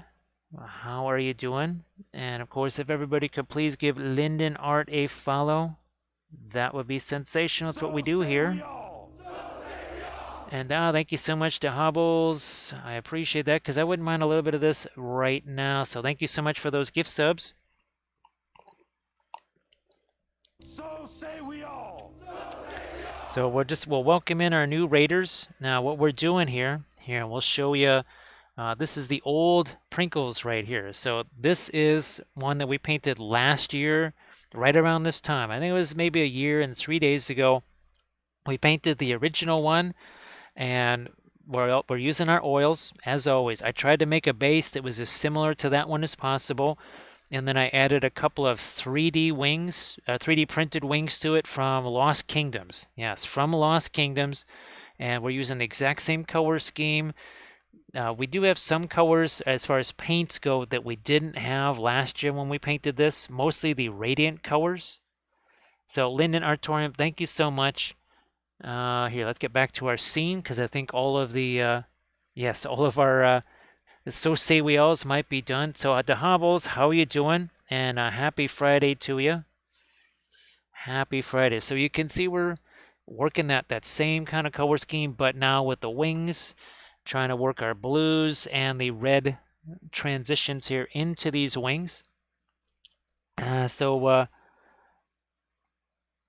Well, Lyndon, how did you like the Egyptian violet? Because as we know, Egyptian violet is the one true violet. Everything else is just purple, right? So hopefully you liked it. We used a ton of it here. Well, by ton of it, it's like the tiniest little amount is a ton. And I'm sure you noticed that when you went, holy smokes, this little bit really goes a long way. So also too, I know you just finished your stream, so you don't have any pictures of what you were doing right now. But if you've got any work in progresses, or if you're going to be running over to the photo area and taking some pics of it, and you want to drop those into the chat or something, feel free to do that too. Let's see. Yeah, and just like Bill was saying that Egyptian violet, I mean, wow, it is the staining of staining colors, isn't it? Now let's see. Yeah, the Hobbles. Of course, this does mean that all of your Pringles are in jeopardy and your Sprinkles. So yes, he demands tribute of Pringles and Sprinkles, of course. I think we're all caught up there.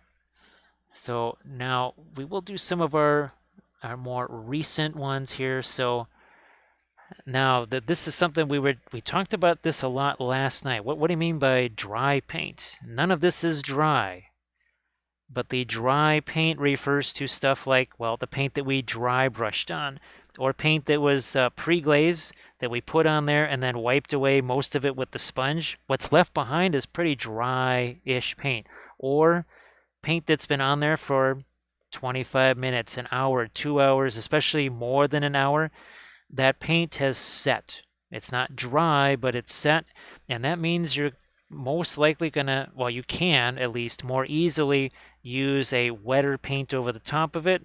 Doesn't necessarily mean a pin line wash or a heavily liquefied type of a brush stroke.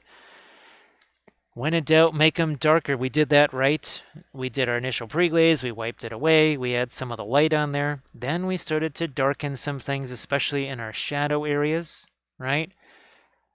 And then, of course, contrast is more than just light versus dark. And color temperature and intensity. We'll show that right here. This is the perfect figure for showing this. All right, look what we got here. See all that red? See all that gold? Watch what happens when we do this. Oh, wait a minute. What happened to his socks? So, wait, what? I lost my socks again? This is like the second time this has happened. Geez, what's going on? Now we'll bring back that color so that Prinkles is not so upset about his socks being gone. Oh, look. The red has returned.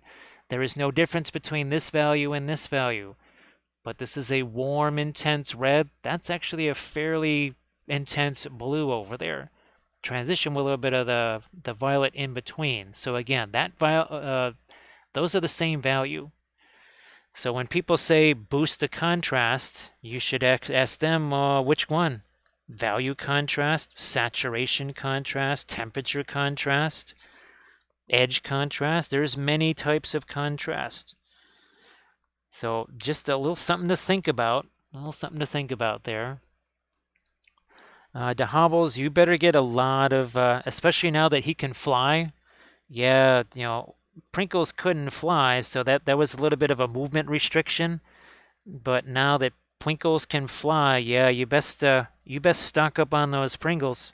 Oh, and of course his favorite sprinkles are the glitter kind. So yes, this one likes the glitter sprinkles instead of just the candy ones. Hey Deuce, how you doing? Ah, so you used it as a wash. But the color was stunning. So actually, we use blue tack here a lot. It will, especially if you get a lot of the thinner in there, it will maybe interact with the blue tack a bit. So this is one that we just painted on stream a few days ago. This is a 3D print right here. And actually, Egyptian violet was pretty much the entire pre-glaze on the Mato. That's the lizard here. But then we started going over with those warmer cadmium colors, and you can see the difference that made. Big difference there, right? So yeah, that was with the warm cadmium colors over the much cooler Egyptian violet. So say we all. And thank you so much, Ben. We don't mind having a little bit of a sip of this. Thank you so much, Ben. That is appreciated. Thank you very much.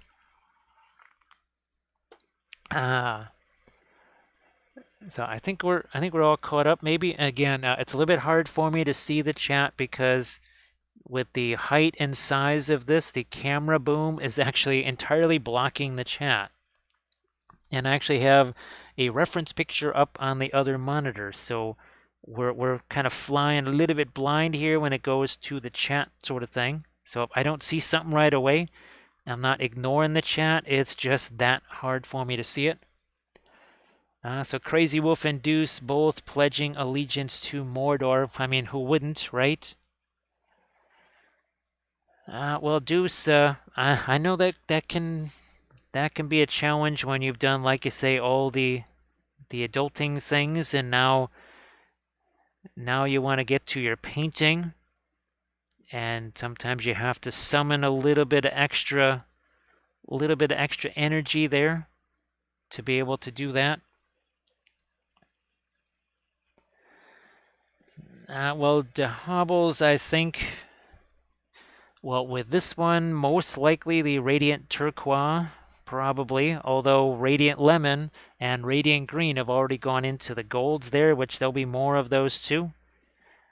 But I think of all the Radiant colors, the ones that'll probably be used the most would be the turquoise. So that might just be the one that Prinkles chooses of all the Radiants. Of course, Prinkles would say I should be able to have all the Radiants. And of course, we will welcome ourselves out. Oh, this Fjord Gamers, thank you so much for that. And of course, we welcome in. Hello, little hobbits. He's like, oh, what manner of foul beast is this? Wait a minute, foul beast? I used my litter box, dude. Looks like you could use one. Thank you so much for that follow. That is appreciated, Fjord Gamers. So yes, this is. I'm just imagining something like this. So instead, wait a minute, wait a second, time out here. It's like, oh man, dude, next time he shows up, you let me know because he and we got some issues.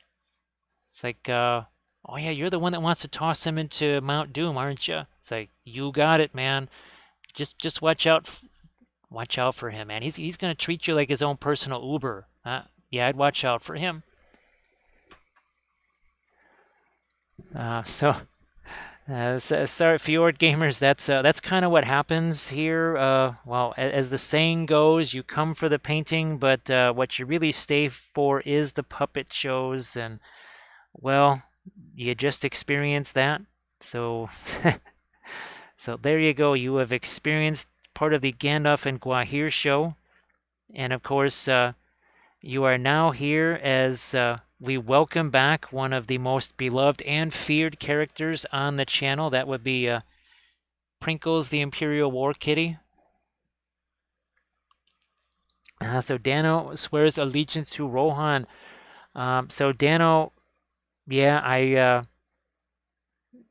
I tried taking a couple of quick videos of that setup that I sent you the pictures of, and it was weird because I never used that camera, and those lights, those are something that I just got last week. This was the first chance I even had an opportunity to turn them on, but they're super adjustable. I can change the colors of them. So if I want to have a red day, a sword day, as a certain guy might say, I could actually do that and actually have just this whole red tint across the entire board. Oh, the hobbles, yes, we actually did use so far, and we're going to be using it more. The Egyptian Violet and Radiant Magenta combo. That was really nice. We will certainly be using that some more. Actually, the Radiant Blue mixed with the Egyptian Violet also is very, very interesting. And of course, we found out the other day that just when Cobalt Blue thought it was safe to go back on the palette, a dreaded alliance between Prussian Blue and Radiant Blue sort of created Cobalt Blue again. I'm glad, Dano. I'm really glad because that is how I'm hoping to do the battle reports is with that camera and maybe some Instagram videos too. So we'll see how that works out. I really hope it does. Now, I did actually try to film something in vertical format because that's kind of how Instagram wants things. Ah ha ha. So Bill throws out some linguistic gold right there. Yes, it's Lift, or as they might say in some places, Lufthansa. Yes, that's well, I don't know how you would say uh, Plinkles in Deutsch there, but maybe there is some way. Yeah, I'm just gonna throw some of this lighter blue out. I'm also gonna just tone down some of the edges on these guys. Don't want those to get too pronounced there.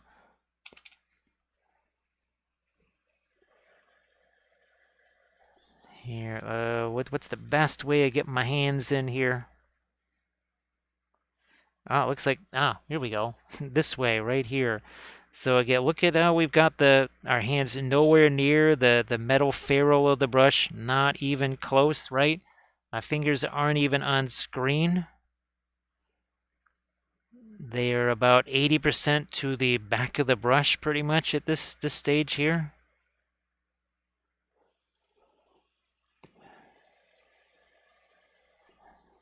Yeah, let's go with some more of our, again, our lighter radiant turquoise. There's still some of the Prussian blue mixed in with this, and of course with each brushstroke that I do here, the color that's already on there, because yes, that is wet paint that's on there.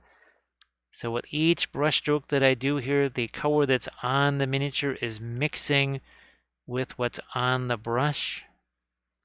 And then of course we have, where'd my blending brush go? Here it is. This is like blending brush plus because it actually has a little bit of paint on it. But you can see we kind of take the edge off a little bit there.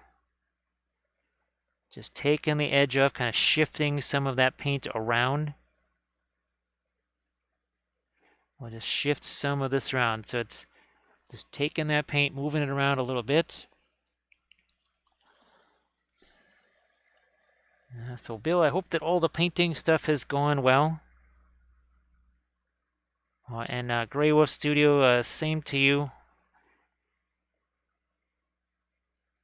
I think we need to lighten up some of these. So yeah, these are 3D printed wings. The original files for these, I think, they were Pegasus Knights from Lost Kingdoms. Pegasus Knights from Lost Kingdoms. I never actually, I didn't, that was, I think, the month before I subscribed to Lost Kingdoms.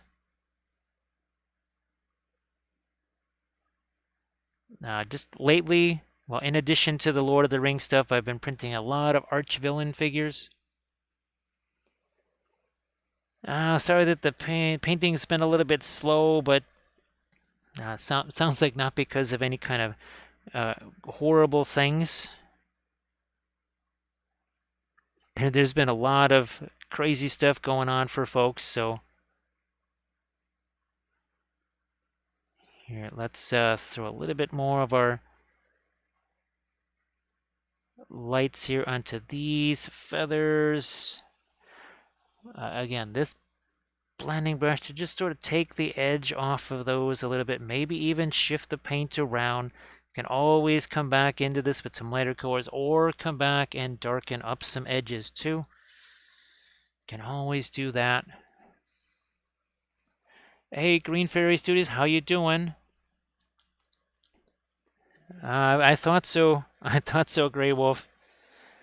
Those have really been looking fantastic, and of course that's going to be a really nice collection to see out on the table. Now all you'll have to do start doing is doing some 3D terrain for your Zombicide games. It's kind of like what we did for our games of Memoir 44. Instead of using the hex things, we actually built some hex terrain pieces. All right, that's got a little Prussian blue mixed with the turquoise. Look at that. I'm just going to slap that on there. Boom. I'm going to take literally a blending brush that actually has a bunch of paint on it here. And we're just going to take this. See that big old nasty brush stroke? See how we're just kind of tapping at the edges of it there? And you can see how that's getting blended in there real nice. Did I have to just do a whole bunch of layers there to do that? No, didn't have to do a whole bunch of layers. That's what the acrylics do. That's fine.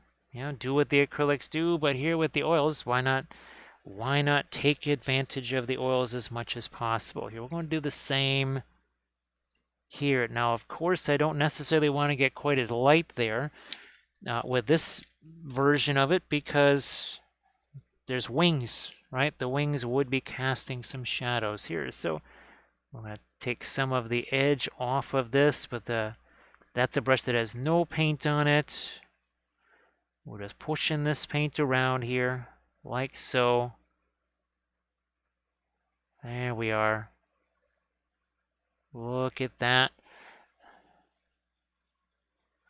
It can just be that easy. It really can be.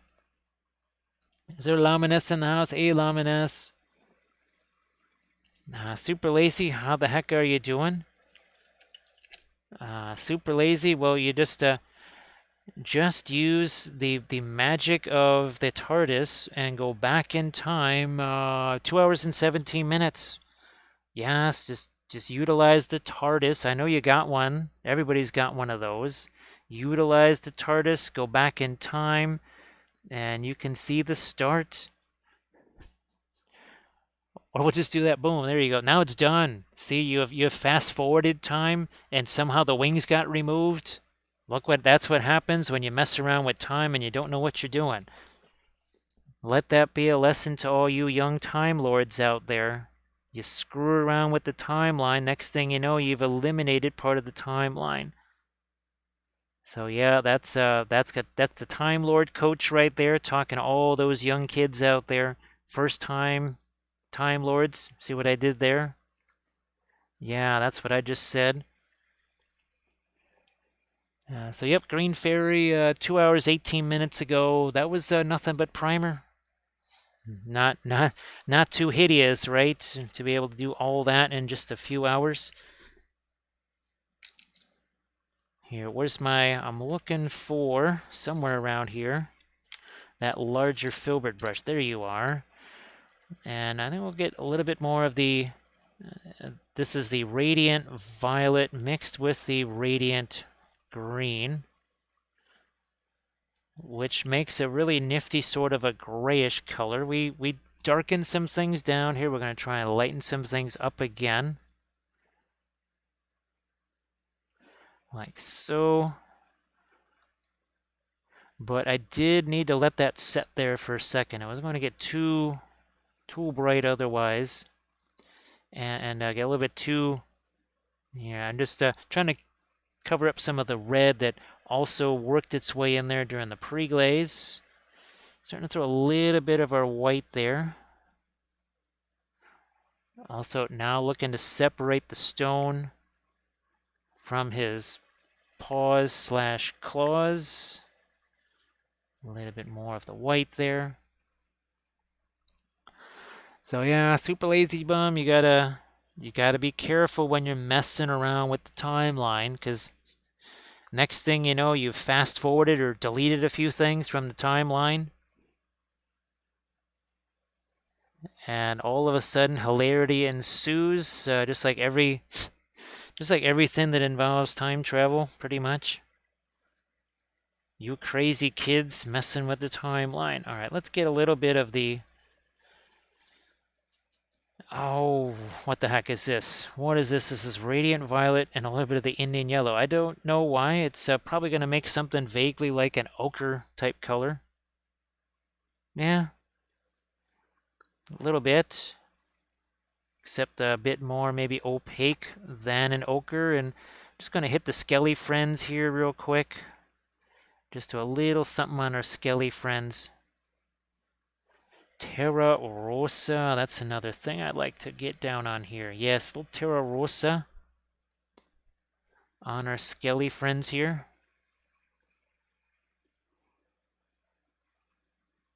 Yeah, Lamines, I think, messing with the timeline, that should be for the experienced folks there. Clearly it should be. Here, we'll mess around with a little bit more of our Skelly friend. We have another one on the other side, of course. Right over here. We don't want it to blend in too much with our base. And again, that was using the Green Stuff World texture roller right there. I'm just going to shift this over this way. I just realized the wing, where there's a wing, it's in the way. See what I did there? Look at that. That's like triple gold right there. Yeah, that's what I just said. I just laid that one down on you. You don't find that kind of linguistic gold just everywhere. Hey, J-Wedge, how you doing?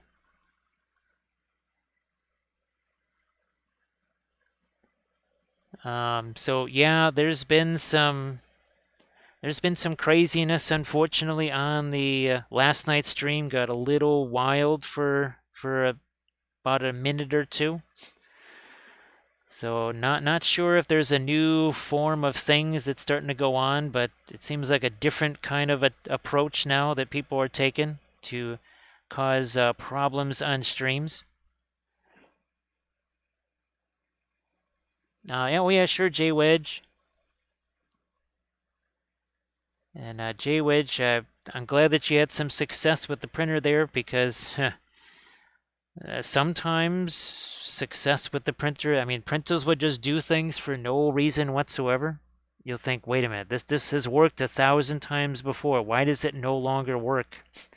Or why does it work with everything else but this? What is going on? So, of all channels, this one understands the joy of successful printing. See what we just did there? Again, more word genius. So yeah, Dano, it was not a bot thing. It was an actual person that came in to unfortunately create mischief.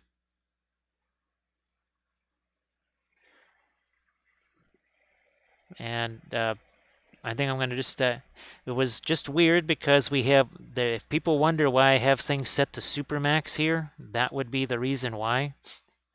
And even that was not enough. So we're going to actually go from Ultramax to Ultra Max now. All right, so there. Now we feel like I got that Skelly friend standing out. Let's do this Skelly friend over here. So there's actually a little bit of the, there's a little bit of the violet in there. And a little bit of the yellow just to kind of neutralize it. We don't want it to look too purple.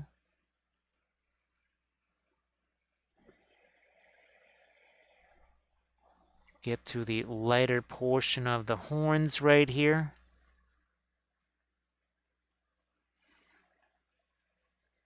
And I think let's get the lower part of our skelly friend here.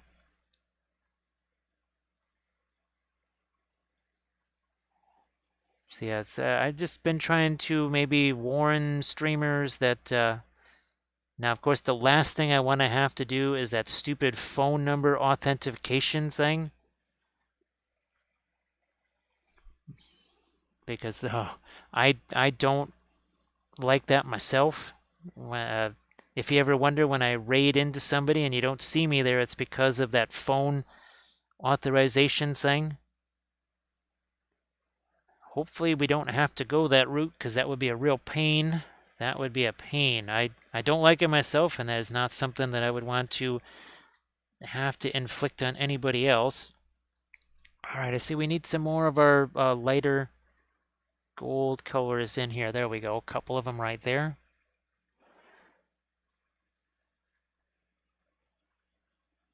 Yeah, Bill, let's put it this way, that's, on the side of somebody who is an actual person and not looking to do anything weird.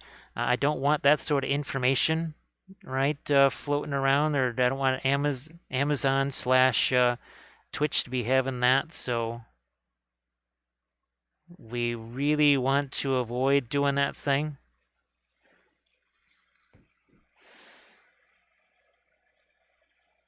Here now, we haven't really done the lightest of lights on the gold, and we're going to try and do that here.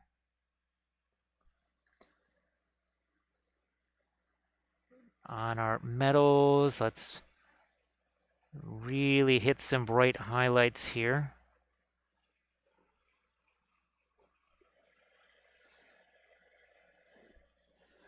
And oops, got a little bit of a hair stuck on there.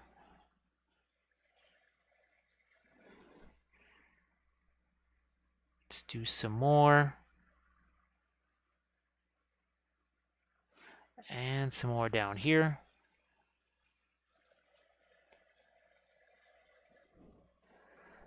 Yeah, let's get some lighter stuff down here too. This needs to be lighter. This needs to be lighter. All of this needs some lighter highlights down here. Hey, Paintwater, how you doing? So unfortunately, Paintwater, these are not bots. These are actual people. And they basically, they come in, they follow, they act like just a regular person, and then mayhem happens. And we'll drop in some more of our lights right here.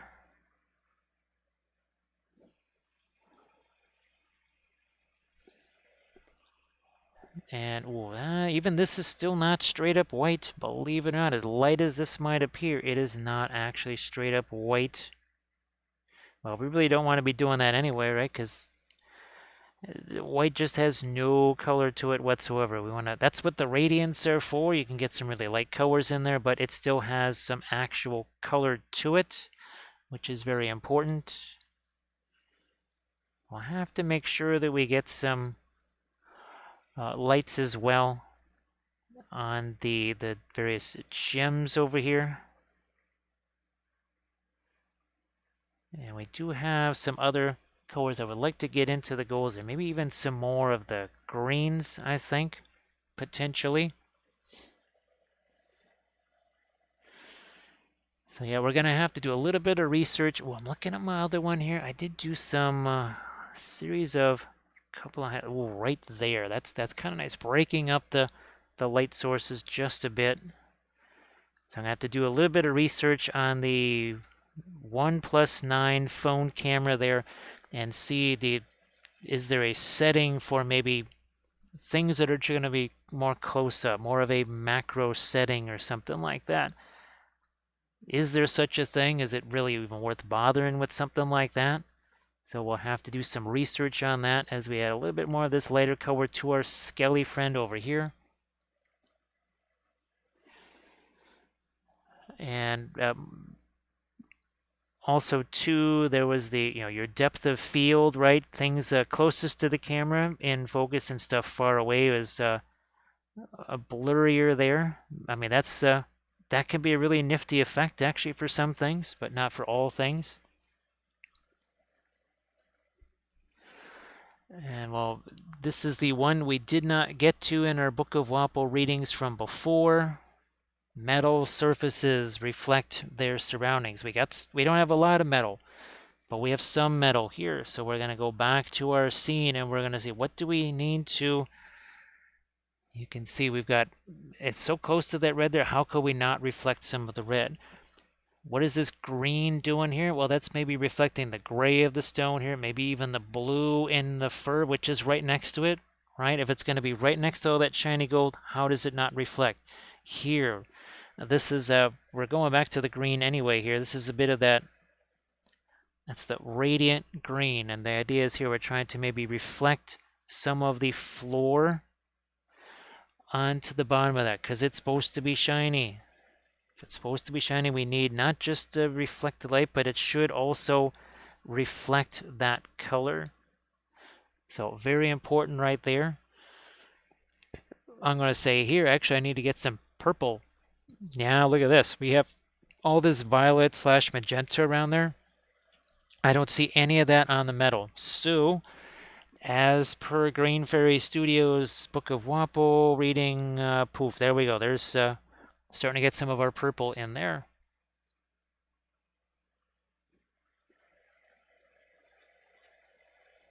And we'll maybe lighten that up a smidge. Well, we're going to get some lighter stuff in here. We're taking the radiant magenta, mixing it with the Egyptian violet to lighten this up a little here and there.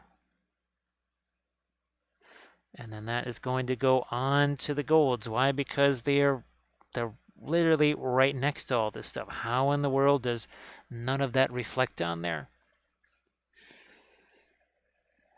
So yeah, Arto Michael, I just figure I'll do the Google Foo on the OnePlus 9 and see what's out there tutorial wise or just little tidbits of info. There must be something out there. I mean, it's not anything super heavy duty that I'm looking to do straight off the bat.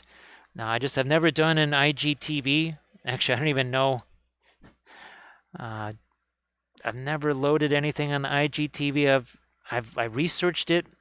Gosh, probably about a year and a half, well, maybe a little over a year ago, and then just never. Well, Twitch kind of took over, and most of the focus was on Twitch and not quite the IGTV. Yeah, Green Fairy Studios. So let's see. We have even here, right? On this, how do we not? We'll have the object source lighting reflecting on there, but then also too, if there's any skin or whatever on the other side of that sword, it should be reflected. We've got this here. You can see how anything that's out towards the ground has a bit more green to it. And then up here, these upper surfaces, a little bit more of an orangey look. And then again, if it's facing towards the ground, which is bound to be a cooler, grayer color anyways, you want to reflect that. So you just basically look at the figure. The figure will tell you what you need to do in terms of, let's get a little bit of the magenta out here. The reflections and stuff, just look at the miniature. Just do the observation thing. Look at this. Look at who's in the house. Well, hopefully there's a Kathy in the house. There's a Kathy in the house. Look at that, everybody. Everybody say hi to Kathy.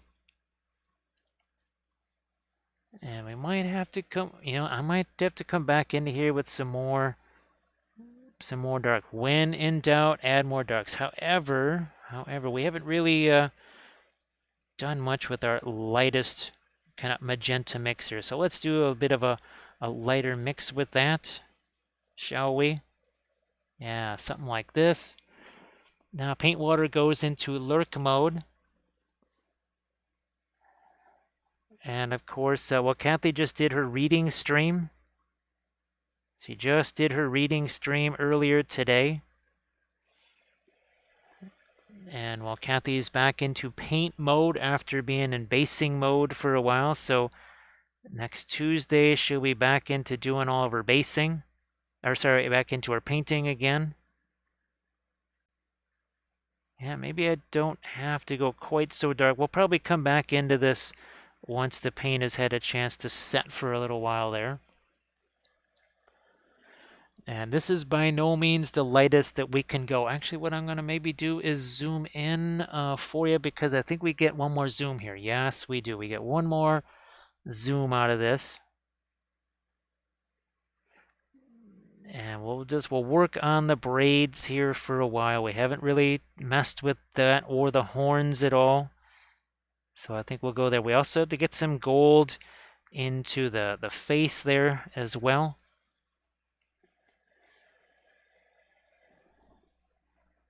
And let's get a little bit of our light on the other side. We got a little piece of fuzz on the brush. Let's see if we can just get rid of that just by going towards the palette. That seems to have done the trick.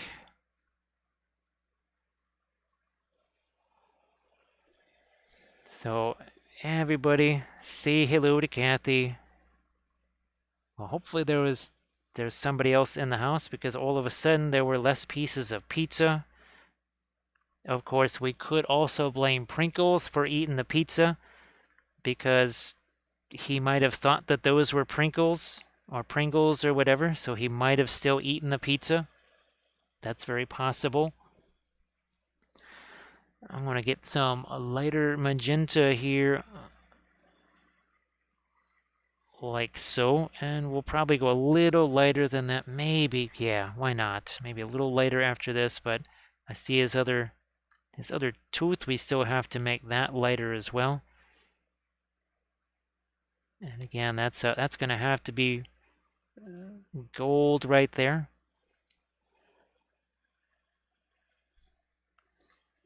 Let's go again, more of our magenta over here. We'll have to get some on the hair. We're going to have to get some, of course, on the wings as well. So you can see the difference that starts to make here. We can really see that on where the blue is. We don't want to do too much here. We don't want to start losing the blue. Don't want to lose that. Here, I'm just going to do some of this and figure out, okay, how much do we want of this magenta this close to our blue? It's just, we can make that change back and forth. That's the nice thing about the oils. All right, you can always make changes.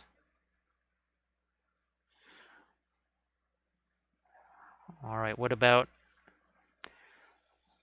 maybe along the edge here of our... He's got lots of braids, so Prinkle certainly has somebody to braid his hair. Of course, that's every cat has their human slave, of course. So I'm sure there was several humans that sat there and did all of the braiding of Prinkles' hair. Because, of course, the humans have worshipped him as a god for thousands of years, right?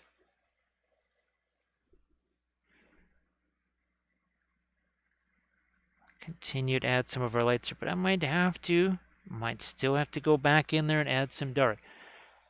Now, here is, of course, Thranduil is probably not around here anymore, but we will be adding some cooler reds here, so not necessarily all the warm reds. In fact, this is going to be more of the magenta here to lighten this. And you can see that's got mixing in with the red here. Look at this. So this again is that's more of our magenta color right here. You can see the difference between this set of horns and the horns over there. And of course, we're working on the whole thing all at once, right? We're not just painting the face or painting one wing and nothing else. We're painting the whole miniature at once. We're not just paint one little part of it. Don't really care what the primer color is as long as it's something that's relatively light. Kind of in between light and dark. Somewhat neutral. It doesn't have to be anything particularly specific, but just something not too out there. That's all. Yeah, Yugli, how you doing? So Bill insists that Prinkles' hair is just grows this way. That Prinkles has no need for such assistance from the humans. Actually, I don't think that Prinkles does need the assistance. He just does that just to show the humans who's boss. I think that's it. I think that is actually what it is. Yeah, that sounds more like it. Prinkles just does that to let him know who is actually boss. Oh, thanks, J-Widge. Appreciate that. It's kind of wild. I thought it was much longer ago that we painted Prinkles before, but it was actually not quite so long ago. It was only like a couple of days and a year ago that we did the original Prinkles here. So, and of course that was a commission. So we said we would one day have the character, the most beloved and feared character. Of course, I'm not quite sure how Prinkles is going to get along with our Dark Queen Galadriel, because of course she is terrible as the storm, and all will love her in despair. So I'm not quite sure how these two are going to get along. Who knows? Maybe Prinkles might even take the ring away from her. So yeah, you thought that Galadriel fought the Necromancer at Dol Guldur. It could be Dark Queen Galadriel versus Prinkles. That would be an epic showdown in Middle-earth. Again, Morgoth probably just took some poor idiot's house cat or something like that and turned it into Prinkles here because, of course, Morgoth couldn't create anything. He could only corrupt things. So somehow he was able to take a house cat and turn it into this. And yeah, I like it. Maybe I won't go back in and really go super dark. I might still do that though, with maybe Egyptian Violet and some of the deepest recesses here, but that time is not right now. Oh, that's right, Yugli. Yeah, you had the. That's right, you were reacting to that. So hopefully that's. It sounds like maybe it's getting a little bit better. Hopefully that improves a lot for you.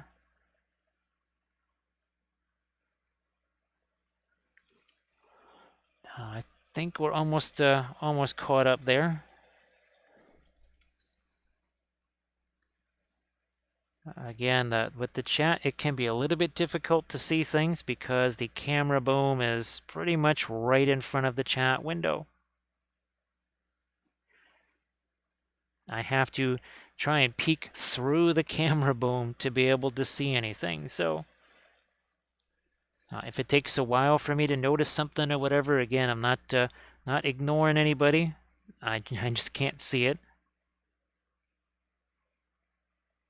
Especially if the chat moves fast.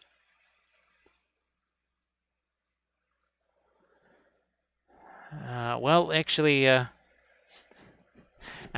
think Mr. Bigglesworth almost sounds more like Mr. Giggles. And why is he called Mr. Giggles? Because he's a very fun guy. Boom. Yeah, Mr. Giggles. Boy, if Sarge were here, I think Sarge has... That's right, Sarge has a Mr. Giggles icon. Yes, he does, for all the cheering and stuff. All right, we'll just, get a little bit of our lighter magenta out there. So, not sure if Valfera is still with us or not, because we never did get a chance to get Valfera, the parting film noir. Ooh, nope, I'm going to actually go over here to the orange. Yeah, this is going to be our cadmium orange here. And I want to start to get some of the lighter colors on these horns, such as they are. Yeah, and then, but I don't want it all to be just the warm-ish highlights. I like the warm right here because that'll be a nice little contrast to the face. So we'll go ahead with the warmer oranges here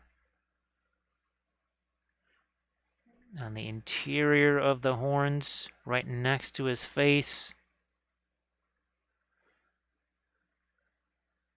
like that. Is there a V in there? There is a V. V, how you doing? If everybody could please give Leaguer Dragon a follow, that would be fantastic. V does the piano streams on her channel. And of course, V was just with the Pyro Club doing the Friday Night Pyro Club thing. So V, I assume that everybody is still alive and there was no successful TPK or anything like that. And of course, V gets to meet Prinkles the Imperial War Kitty here for the very first time. Yes, you will worship me like a god because, you know, kitty. That's how it goes. Ah, so they are still all alive. Okay. Well, at least for the time being, for the moment, they're still alive. Anyway, there's always time for a TPK. It's never too late. Even a PPK. Maybe it's not a full-on celebration, but even a partial celebration is better than none.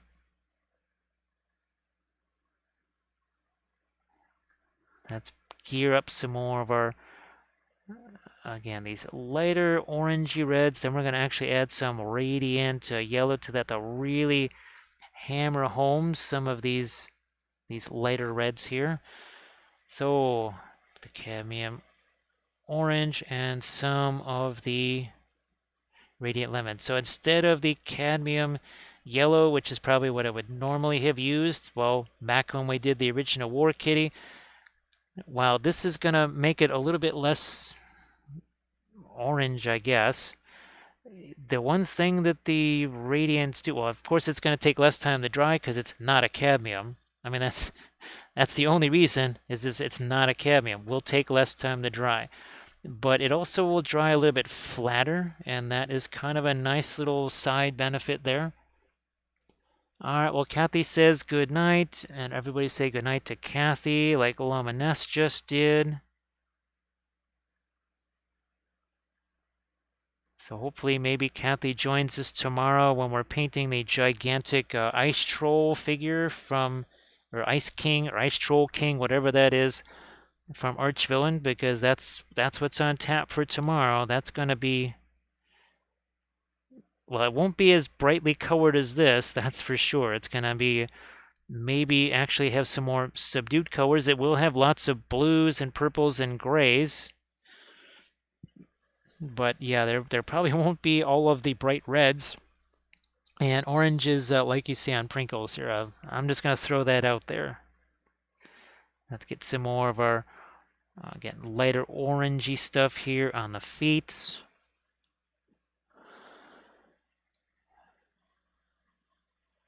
So super lazy, they're essentially, well, imagine things, it's kind of very simplistic, but an Egyptian violet mixed with some white, or a phthalo blue mixed with some white. But it's a little bit more than that. It's not just a, I don't know, a Prussian blue mixed with white, or a phthalo green mixed with white. There's a little bit more to it in the formulation because it's not enough to just have a pigment color in there or a pigment in there. It's also the way things are ground. Is it cooked or not? So there's some factors that go into oils that have nothing to do with pigments. That's why we don't really look at pigment numbers, because they are tricksy and they are false and they will mislead you. They will mislead you. Case in point, the Terra Rosa and burnt sienna, which are both pigment red 101. They couldn't be more different in consistency. One is shiny and translucent, the other one is super opaque and super flat. One is darker than the other. They Again, you would not believe that pigment red 101 can make two such different colors, but obviously one is raw and wriggling and the other one has been cooked somehow. And I'm not quite sure what the difference is. That's not quite what my pay grade is, but it does make a big difference.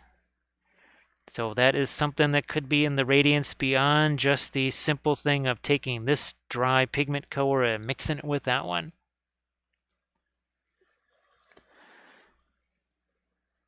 Which is why things like this idea that they dry flatter than other colors, that's why I think there's something a little bit extra in the formulation or the preparation of those paints. They don't necessarily take super long to dry either, which is interesting because, again, anything that has usually white in there is going to make that tend to take longer to dry.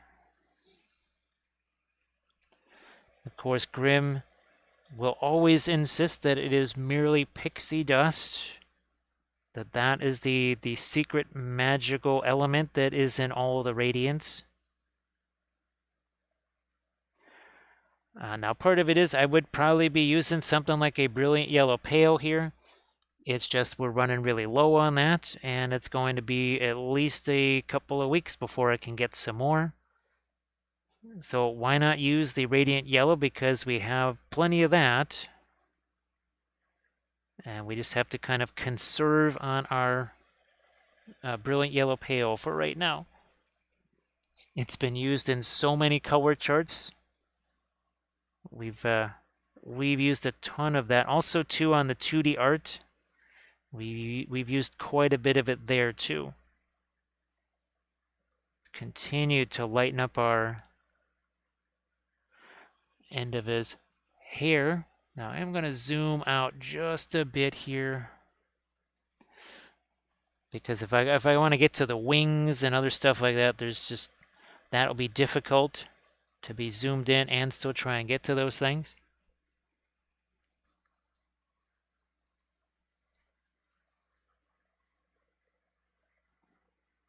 Okay, let's get to our lights over here on the end of his tail.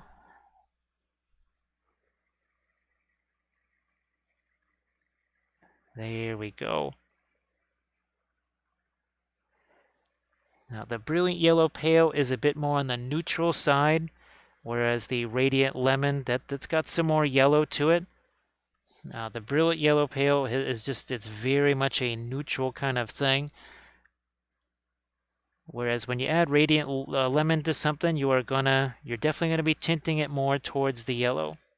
And also too, I mean, obviously Williamsburg, it is a very finely ground paint, which is I liked the Gamblin Van Dyke Brown, but I like the Williamsburg Van Dyke Brown more. It just has it has more staining ability. It must have more charred animal bones in it than the Gamblin version. It's also a little bit less, it's got a little more of a tint to it, whereas the Gamblin version is kind of more neutral. Continuing to add more of our lighter orange here. This is for right now, basically the cadmium orange. We may go back to some of the scarlet too. But with the red, well, like we said, you only get so many bites at that, especially at any one particular time.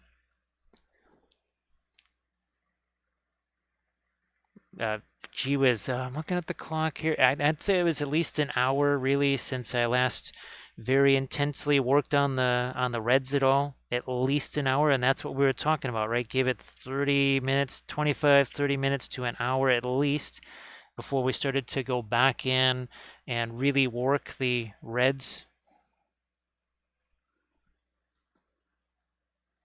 Yes, the charred animal bones, which it's really hilarious when That's what I like about the Dick Blick website, is that it'll tell you what's in the paint, and it will also give you some of the history of it. That is why we ended up getting things like the Perline Black, because when I heard that for the longest time, for, well, many, many, many years, was a printer's ink, I was intrigued by that, and that's why we ended up getting the Perline Black, and that sort of became an instant favorite. Essentially indigo green. Boy, see, I almost, as I look at my little reference thing, I see we didn't actually go that orange up here on the back of his leg, so we'll stick with maybe nothing more than the cadmium scarlet down here. Yeah, we won't go super, super, super orangey here. Might just stick with the Fanchon red here. So we're gonna backtrack a bit to the Fanchon red.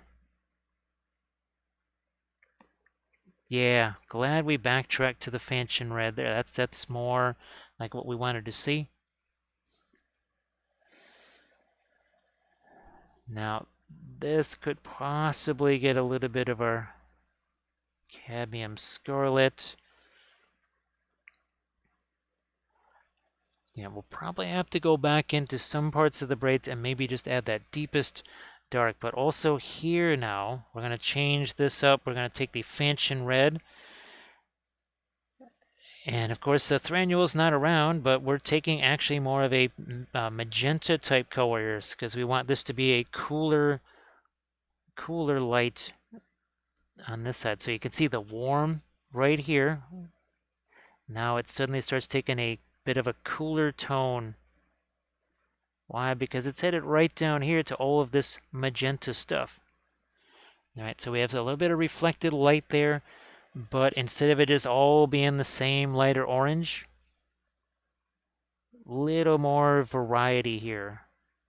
I mean, if we're going to be going with all these, the crazy splashes of color, why not make sure we have some variety in his horns here?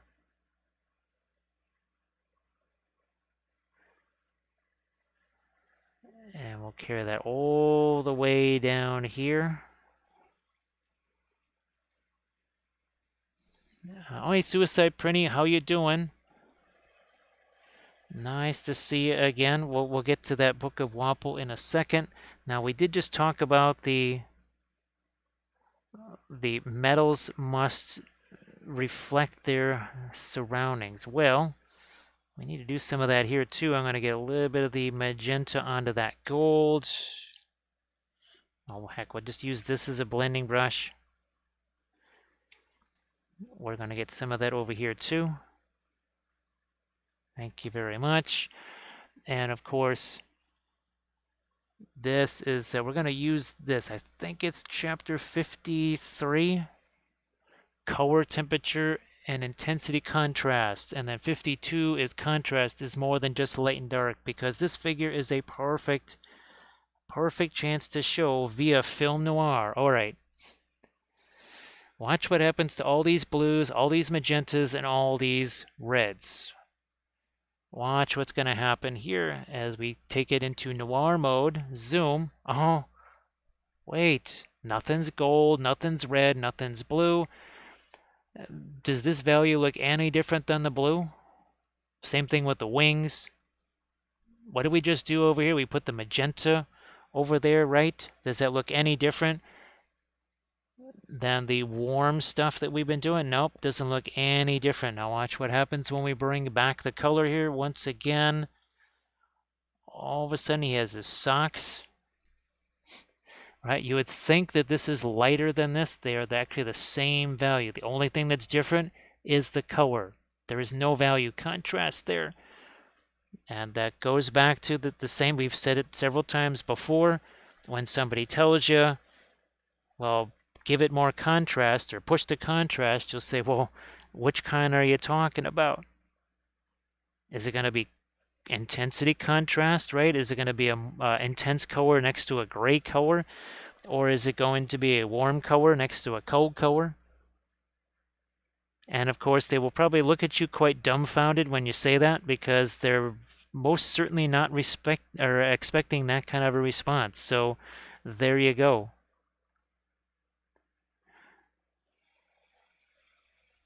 Uh, yeah, Grim, it is it's practically like a reading stream. Well, I see. Then we definitely have to have the Book of Wappel stickers that can be merchandised, so that people can get those stickers and just put them all over their house. Maybe have their kids wear them too, so that they never forget those little tidbits right there. I think that's a very important thing. Share it with the whole family. So suicide printing, I hope that things are going okay there. And again, nice to see you, of course, as always. We're just going to throw a little bit more of our dark there. Or mid-tone, sorry, a little bit more of a mid-tone. This also too is a little bit on the cooler side. We have those warmer lights up there. This is Fanchon Red mixed with a little bit of that magenta, which keeps it much cooler. Oh, Grey Wolf Studio, thank you so much. I'm glad things are going good there, Suicide Printy.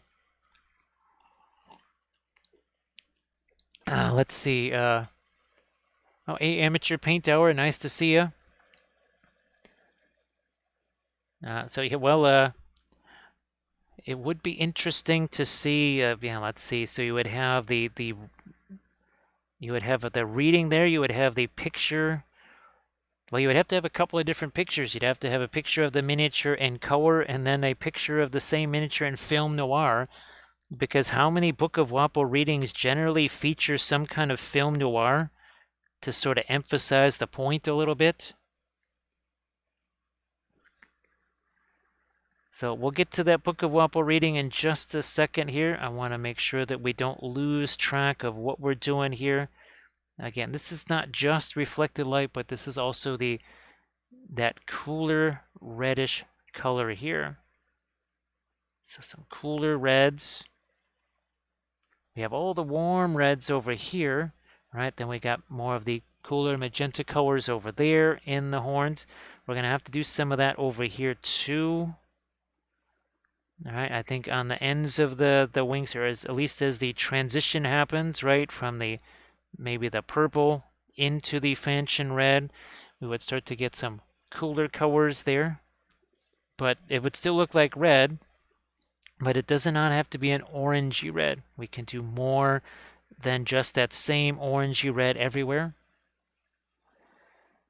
So I think now what we had gone back into the 30s, I think. Yeah, let's go back into the 30s, because I know we also had readings that involved sprinkles, like Respect the Sprinkles. And of course, I know there's been a couple of people that have said things like, oh, I'm afraid of messing up with the oils. Well, I mean, if you're really worried about it, just maybe primer some sprues. Primer pieces on sprues that you're never going to use for something, and just try out the oils there if you're that worried. But if you never try them, you'll never, ever know. And what have we talked about with the oils? Less is more. More is way too much. If you think you don't have enough paint on your brush, take half the paint off of the brush that you got on there. Seriously, I'm not kidding. I'm not kidding. Less is more. More is definitely going to be too much. And what do we talk about? The pressure of the brush, right? We've been showing that all night here. Don't have a death grip on the brush. You want to caress the brush. You don't want to crush it. And I do believe we have ourselves a, yes, right? Ask not what you can do for the oils, but what they can do for you, because this is supposed to make your whole hobby time chill. Nice and chill, and the knowledge that you don't have to race against the clock. Hey, Tukale, how you doing? And then, of course, what did we do for about the first half an hour? Didn't we pretty much just dry brush the first half an hour? At least, maybe even the first 35, 40 minutes-ish or something like that. Oh, yeah, de hobbles. And of course, I mean, after a while, I use way less paint now, heck, than I did 3 months ago. And I was using less paint 3 months ago than I was 6 months ago. And it'll be the same for you. You'll just be using less and less and less. But just as you get familiar with it. Hey, Sean Allen, nice to see you again. Nice to see you, Sean. Hopefully the new year has been treating you well, or at least not being too crazy, at least to start with. And of course, this is the old original Prinkles that we did just a tiny bit over a year ago. And of course, we do have some colors here that we did not have before. That's especially the Radiance, and I would say the Indian Yellow. There's no way we had the Indian Yellow a year ago. Grim sort of reminded me, he's like, yep, there's no way you could have had that a year ago. So there was no Indian Yellow and certainly no Radiant colors. As we get a little bit of our magenta into the fur right there. And just like Bill was saying, well, of course, the 3D printing, right? I mean, so you just print yourself another one, or you got yourself a bunch of Reaper bones. I have painted tons of Reaper bones and oils. In fact, we got one sitting over here. Where did you go? You're sitting over here somewhere. There you are. Let's see if we can get him out of here with not out knocking everything over. This is just Reaper bones. There. Painted him with oils on stream. You can go back and check him out too. And then, of course, where's our Moria dragon? That's a bones dragon right there. That was painted with oils entirely. So grab yourself some bones. I mean, didn't Reaper just do 6 more bones Kickstarters in the last, I don't know, 3 days? I think they're on like bones 17 now. Yeah, I guess you guys didn't realize that it had already been happened and they're fulfilling them now. So yeah, Reaper did about, actually they just did 2 Kickstarters since we started this this stream right here, all for bones. So if you missed those, I guess the pledge manager will be open in about 5 minutes because they're going to be starting another bones Kickstarter 2 minutes after that. Oh, sorry, you just missed out on that one. But there's another Bones Kickstarter coming up. Give it about 3 minutes and there'll be another Bones Kickstarter. I think they're actually reaching the point where they might just run 2 or 3 Bones Kickstarters simultaneously. That way they'll get to like Bones 250 that much sooner. So Suicide Prinny sadly spent too much on Bones 163 and maybe a little bit short for these latest 2 or 3 Bones Kickstarters that just happened. Oh man, you just missed them. Yeah, while we were doing the readings of the Book of Wappel, there were 2 more Bones Kickstarters. But that's okay. Give it 3 minutes, there will be another Bones Kickstarter.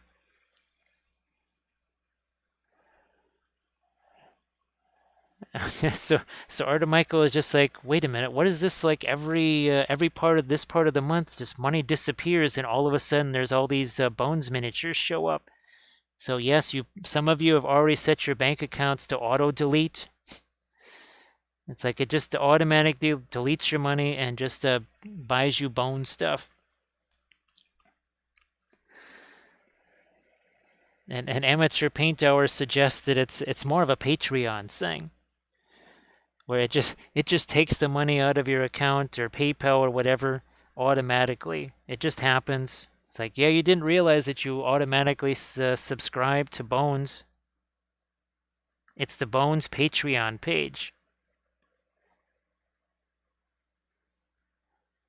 It would have been neat to have the Bones pirate ship, that's for sure. And of course, the Bones dragons are handy because, well, they're virtually indestructible. And now I haven't seen what the new material is like, especially when it comes to dragons. I'm sure it's pretty nifty.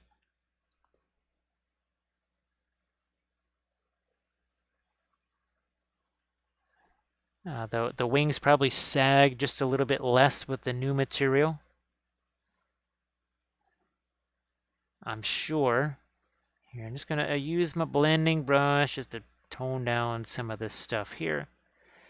So Sean and Prinny, what kind of stuff have you guys been painting of late? Hopefully life hasn't kind of gotten in the way of painting, because that's happened for a few folks that we know. Life's kind of gotten a little crazy and the painting has had to maybe take a bit of a back seat, which is understandable.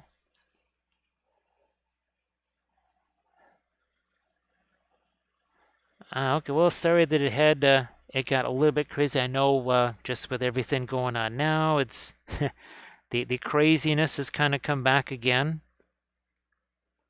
Where, as they might say in Australia, there's some folks that are on holiday, so to speak, of the involuntary variety. Just take a little bit of that, and again, the cooler red, pushing that around. Now we got to do the same thing on this side here. Same thing on this side of the horn. So this is the Fanchon red. It's got a little bit of that magenta in there. And as you can see here, I just threw that on there, right? Because we're going to be taking this here blending brush, and what we're going to do is we're just going to take that and push that over this way. We don't do much mixing on the palette, right? Do you see that many color mixed together? I mean, there's a little bit, maybe we lighten something up or whatever, but for the most part, we take color here, we put it over here. This is our palette. The miniature is your palette. And that's something I've been trying to emphasize as much as possible here, that this is also, remember we talked about the less is more and more is way too much. Well, one of the ways to make sure it's less is by using this as your palette, right? Instead of mixing a bunch of colors and having tons of layers. And that's fine for acrylics, no problem. But with the oils, you don't need those layers, right? We're not layering anything here. As you can see, this is clearly a much lighter color than what's already here. Why? Because as you can see, I can just grab me whatever brush here. I think you can see it, yeah. And all I have to do, whoops, that's not the blending brush side, this is. All I need to do is just take this and fade it. So that's where the time savings comes in as well. Because you don't have to do 3, 4, 5 layers. You basically do one layer. You push it around and then you're done. That's it. Art and Michael. Well, hopefully, hopefully there's no crazy incidents like what happened with the person that does 50% of the work and expects 100% of the score. So yeah, hopefully there's none of that kind of stuff in your new semester there. That was one of the more mind-boggling things I'd ever heard of. That could even be a thing. It does not matter. You didn't do the stuff. That's you didn't do it. You live with the consequence of not doing it. Now, I'm glad that the Bones, the new Bones USA stuff is kind of a more of a solid material there, especially when it comes to the wings, because boy, those wings at times, they would kind of shift over time, especially if they were kind of stretched out wings. Yeah, they would get a little saggy. Now here we're taking a little bit more of the radiant magenta. Look where my hand is on this brush. Seriously, it's closer to the end of the brush than the front of the brush. Poof. Otherwise, how the heck am I supposed to do this? If my hand is on that metal ferrule, how am I supposed to get the brush in here exactly? I can't. My left arm is resting on one of those, oh gosh, what would you call them? The keyboard things that your wrists are normally on to keep yourself from getting the carpal tunnel or whatever. And then my right arm is on my thumb. And that lets me do a nice little That's some Van Dyke brown there just to restore the edges here, like so. So again, if my hands are on the metal, yeah, until unless I like rip this wing off or something, there's no way I can get in there. So very important. The students said their group project failed because they weren't the one in charge. Wow. Actually, Arda, Michael, I would. who do you who do you think hears more creative excuses, a police officer or a teacher? Like the most, who gets the most bizarre excuses? Would it be from a teacher hearing bizarre excuses from a student, or would it be a police officer? I think that might be a close competition right there. As that now we've gone kind of really heavy on that magenta. Look at this. My hand is even closer to the end of the brush.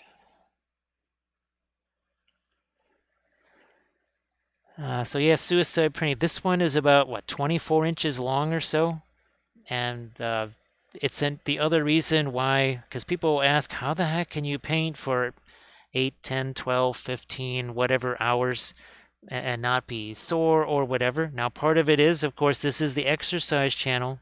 Remember, we have a whole regime of stretching and exercising that we also do, but keeping your my left arm, the reason why it's not going anywhere, the reason why it's not shaking or anything like that, is because it's resting firmly on the table on one of those pads. It's unless someone comes in here and shakes the table, it ain't going anywheres.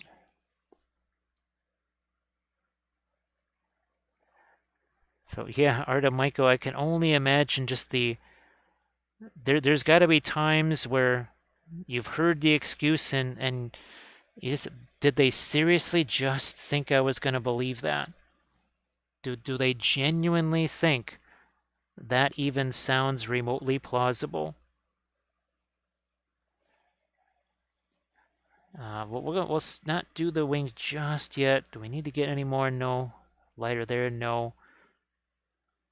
I'm going to get some of my golds in here. I was just kind of waiting for the moment to strike. So we got our Indian yellow, some of the radiant lemon here.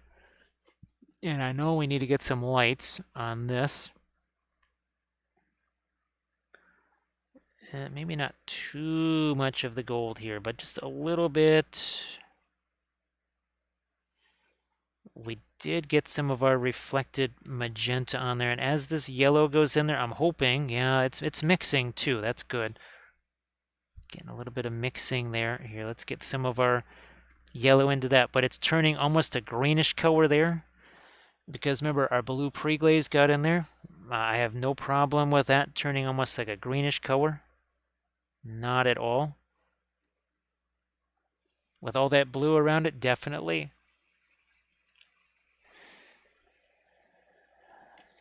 Now, well, let's just say back at the old St. Lawrence days. Yeah, well, you didn't want to give excuses just for laughs because, well, teacher might entertain themselves. And yeah, you wouldn't want to do that. Not when we were at St. Lawrence there. Here, let's get some more of our lighter golds up there. I think we need to make, no, that's going to be his skin. So this is where we'll end it with the gold. Well, it's been over a year since I last painted Prinkles here, so we are still sort of re-familiarizing ourselves with some aspects of the sculpt here. I think we might play around with some of our latest light. I will actually get a drop of thinner on there just to start breaking that down again. Might have to throw some more white.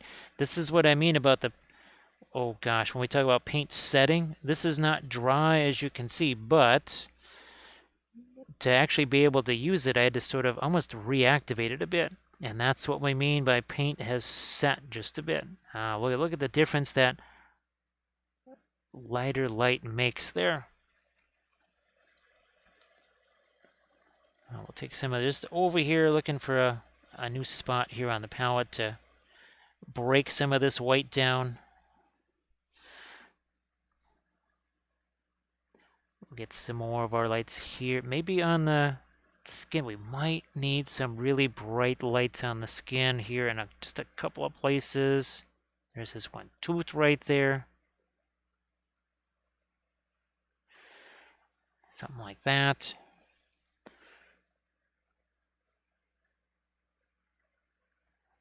Do we need to go any lighter up there? I don't know. We also have to put our little cat's eye in there as well.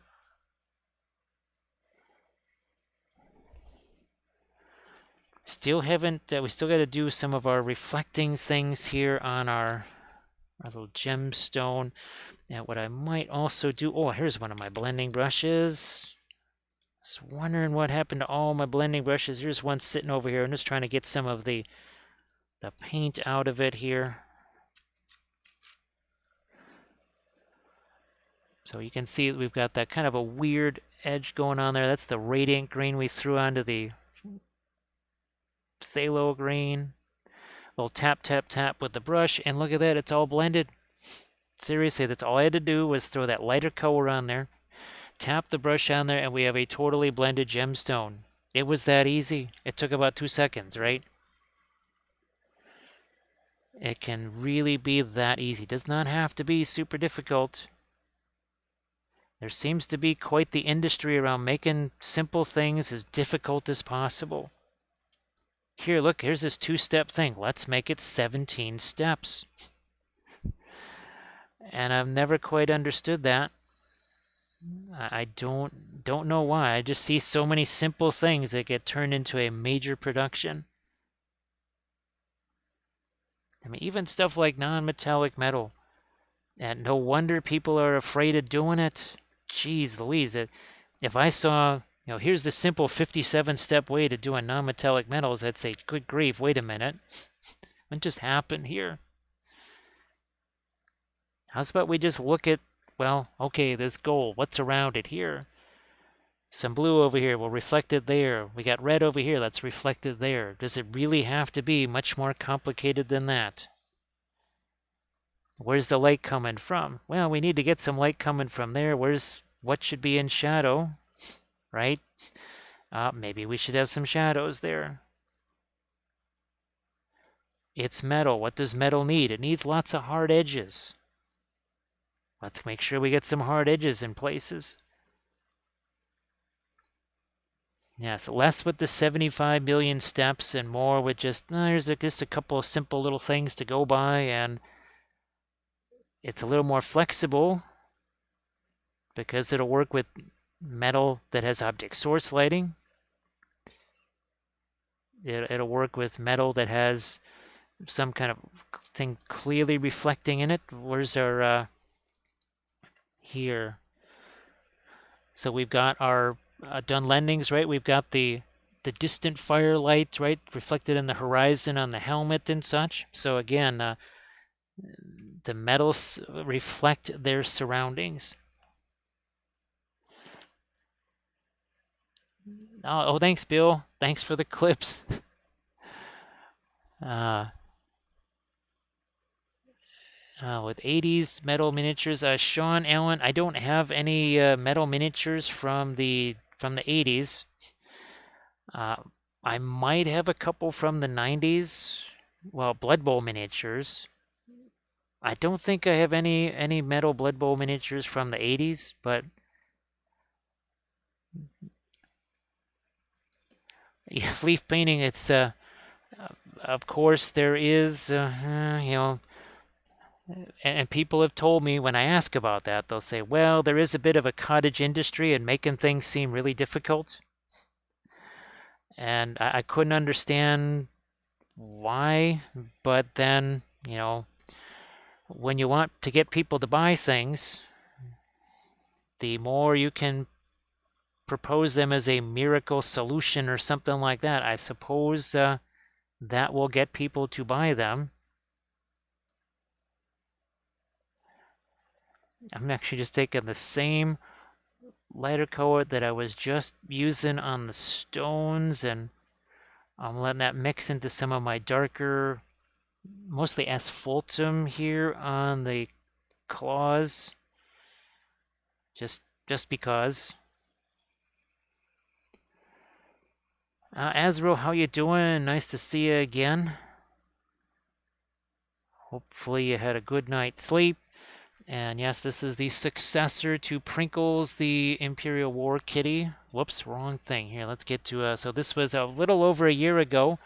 I want to say that was about a year and 3-4 days ago that we painted that one. And now I did a video. And again, that's on the Patreon page where you can see where we added the wings. We kind of redid a new base for it to try and get it kind of as close to the old one as we could. And now we're hitting them up with the same very fun color scheme because, well, reasons, right?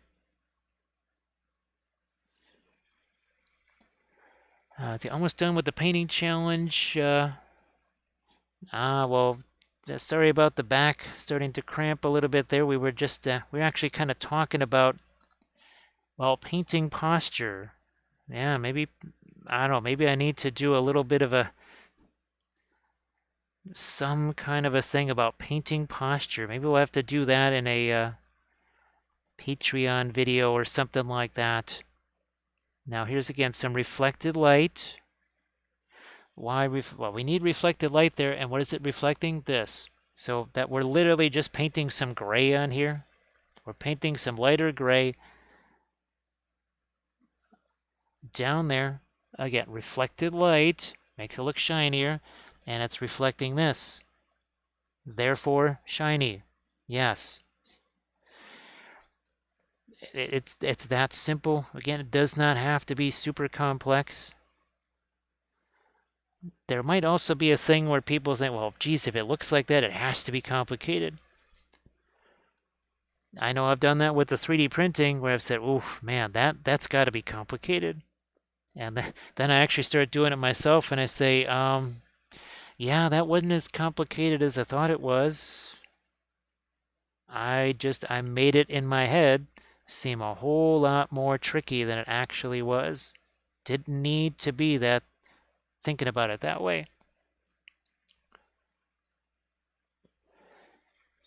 Yeah, Dano, I guess because we've been at this for so long and we had to figure out some way because, of the amount of hours that I spent doing this, you just sort of take that for granted. Yeah, you just kind of go, all right, well, whatever. I just do this all the time. Now, of course, part of the reason it's not terribly photogenic because it's covered in tape, it's covered in paint. It looks hideous. My entire paint, if Landrast were here, he could confirm what a disaster area this is perpetually. I'm pretty sure that 99% of the people in the stream would jump out of a window or leap off of a tall building if they saw just how horrendously messed up this whole painting area is. And it always will be that way because essentially I'm working almost 24 hours a day in this area. So there is no cleaning up. There's just making it messier. There is no such thing as tidying up the area. All there is removing the shards from the last video or whatever and moving in the new shards. Landrest is there. Well, Landrest is there, but in a different state. So Landrest has crossed state lines to listen to this Twitch session.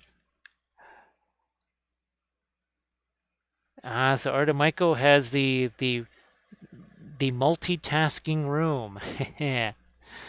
Yes. So Landrest can attest that if you have any kind of a thing where you need to have orderly work areas or something like that, and if seeing disorder is going to cause a little bit of angst. Oh, you don't want to be around here because this will cause extreme angst. So Sean Allen has some miniatures going back to, looks like almost the 1970s there.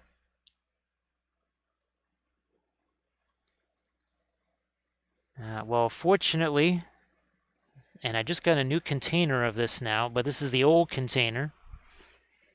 You know, if you need to take paint off of stuff, this really works well. Seriously. He'll take paint off of your brush handle too, but the nice thing is it is non-hazardous and no vapor. But if I need to take paint off of me, fortunately all I need is Dawn dish soap, right? Because it cuts through the grease. So Landrest getting in some painting there in the hotel. So Landrest, I told him that you were doing some death-defying snowboarding there in Colorado. That you were snowboarding while you were also prepping a miniature. So not sure how you were able to manage to do that, but yes, you were snowboarding and prepping miniatures at the same time. Those miniatures might be in bad shape unless they were probably Bones plastic or something like that.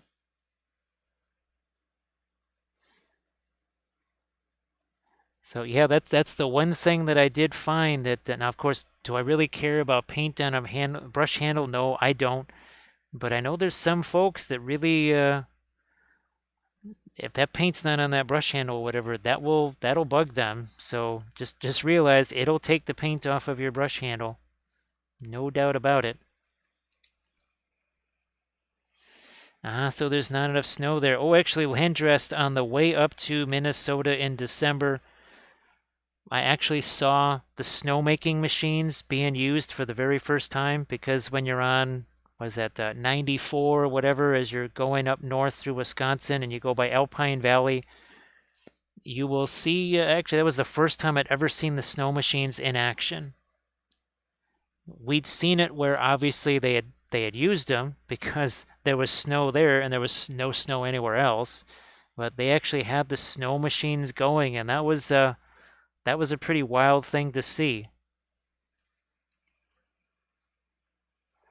Yeah, Azrael, it'll make let's say some of that cleaner, and you have something, it'll actually practically fuse these together because of the paint. Again, it's more entertaining to me than anything else, but that could definitely cause some consternation for folks, no doubt about it. So, can you see? Oh yeah, you can't see what I'm doing there. I wasn't quite sure if the wing was in the way, because where the wing, it could be in the way. So yeah, that was the very first time I ever got to actually see the snow in being made. I didn't realize those snow machines really would. I thought they came from a much lower angle and shot the snow up in the air, but it was more the opposite. That was the thing that surprised me, was those snowmaking machines were halfway up the tree and they were shooting the snow downwards. I suppose I could see that giving a little bit more control over the type of snow. All right, so reason why we added the lighter colors here is because this is the one area where he's not casting a shadow. So the lighter we can make this, the more we look like this is in shadow without having to make a whole bunch of extra darks, right? You must have dark to show light. Well, it can work the other way too. If you have light, you can make things that became darker just because that's lighter. I didn't do anything to this here. Didn't touch it, didn't have to. That's another a little secret way of saving yourself some time. I mean, it had nothing to do with the oils. That'd be the same with acrylics too. Wouldn't matter. But that is another way potentially maybe to save yourself some time. Is just instead of going, oh my gosh, I need a shadow over here, I need to glaze a bunch of stuff. Clover, how you doing? So this is the return of one of the most beloved and feared characters. Of course, Dark Queen Schmeladro might say otherwise. She says, no, I am the Dark Queen. Like, you're just a cat lady. Thank you so much, Crazy Wolf. It's like, wait, you call me a crazy cat lady? Well, I only have like 24 of them. It's like, yeah, I can smell it on you. So thanks so much for that sub there, Crazy Wolf. We could use one of these right now. Thank you so much. Let's go back to our... maybe we need to get a couple of more lights on our gold up here. Then do I need to go any lighter on the skin? I might just do that. So we're taking some of our white here, a little bit of the radiant turquoise. See, we never did do that. Okay. Never did. I think maybe we had a raid or something just as I was about to do that lighter. So, oh yeah, I'm looking at it right here. Yes, indeed. We need to make that lighter. Just trying to bring the focus up here onto his face by maybe having some even stronger contrasts up here. Of the old-fashioned kind, maybe, of light versus dark. All right, well, Crazy Wolf, thanks so much. I appreciate that. And of course, tomorrow we've got a very large piece that we're going to be working on tomorrow. That's going to be the very large arch-villain print there. Well, I think they just call it the Troll King, but he's more like the Ice Troll King. So that should be pretty neat. Yeah, we never really did do his snoot here, so I'm going to also try and get some of our lightest color here on his nose. We never really did make that lighter. Maybe I don't want to go too heavy on the nostrils there. That I think there's a little too much paint on that brush. I'm going to take some of that away. So here now my elbow is on that pad. My hand is actually sitting on the table. And you see thumb, hand on that thumb. And now we're just going to throw a little bit of that right here.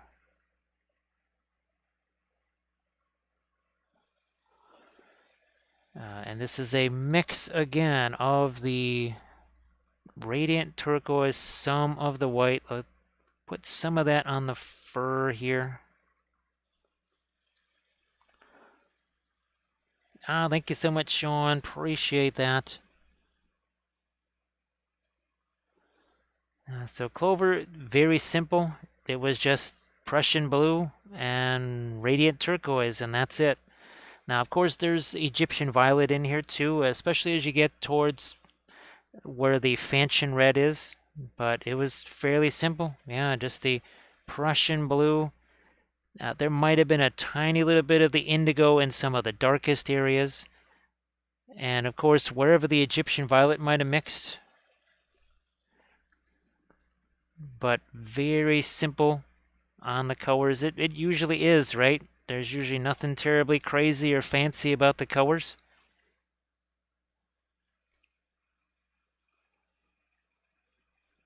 Oh, hey, Elfie. Nice to see you again. And remember with the wing, we said we can still go lighter on the wings if we feel the need to in some areas. So we never even got close to our lighter highlights here on the wings. Because just like Monopoly, you have to build evenly, right? We're not building a hotel till we have houses everywhere. And we might have to start thinking about our magenta, maybe. That's going to have to go in here on the wings. We'll have to start to think how much of this orange do we want out there. However, until I'm all done in here, not going to mess with the wings. Why? Because that's me sticking my finger on those wings. So that's another little bit of strategery with the oils.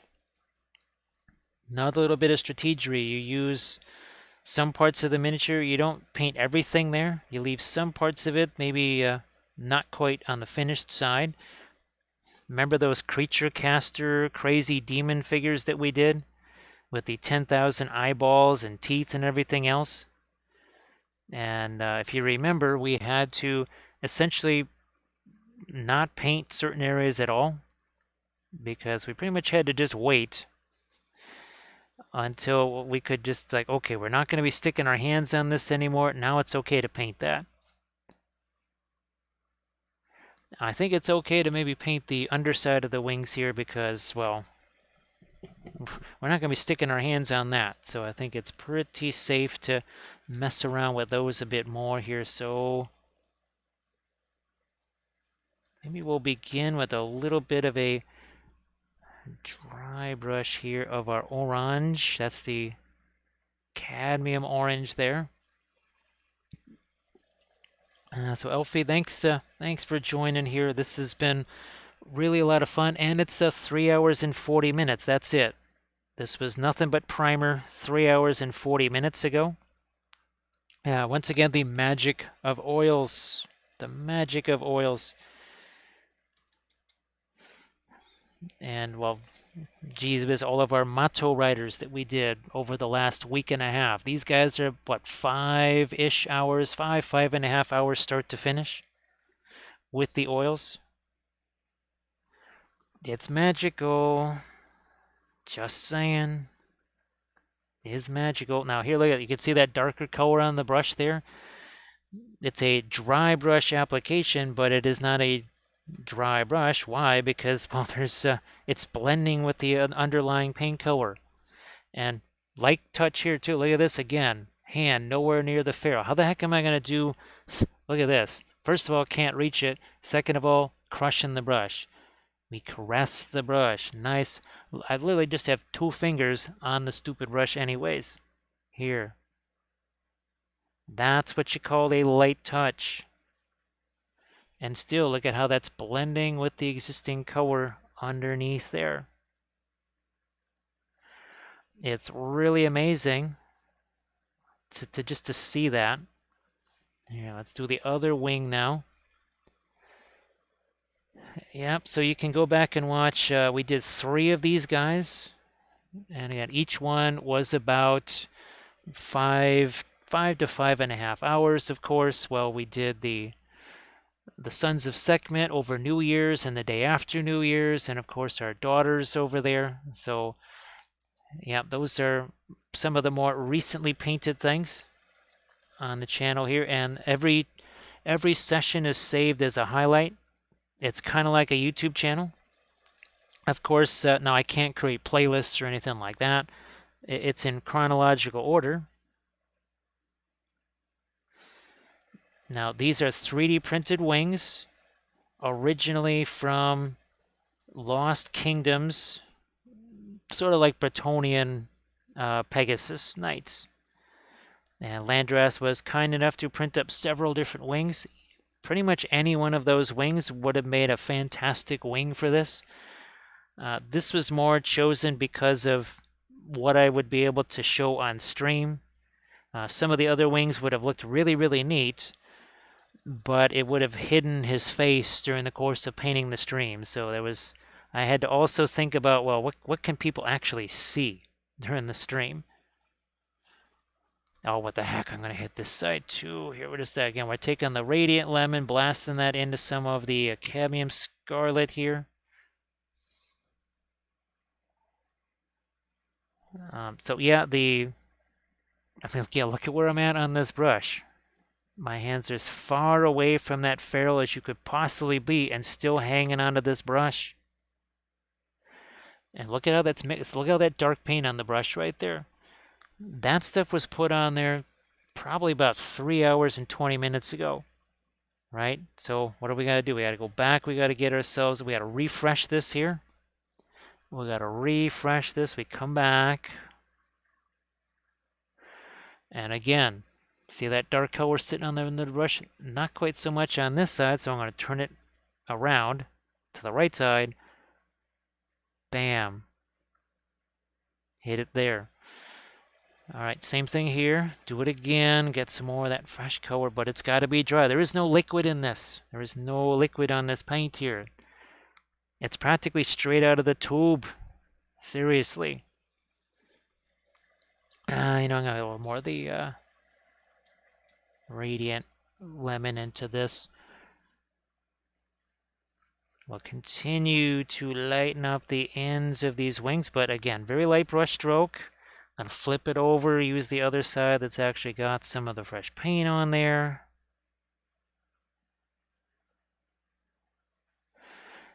And we're gonna get some of this. Remember this warmer magenta stuff? That's probably what's gonna go in here to create a little transition zone between the two.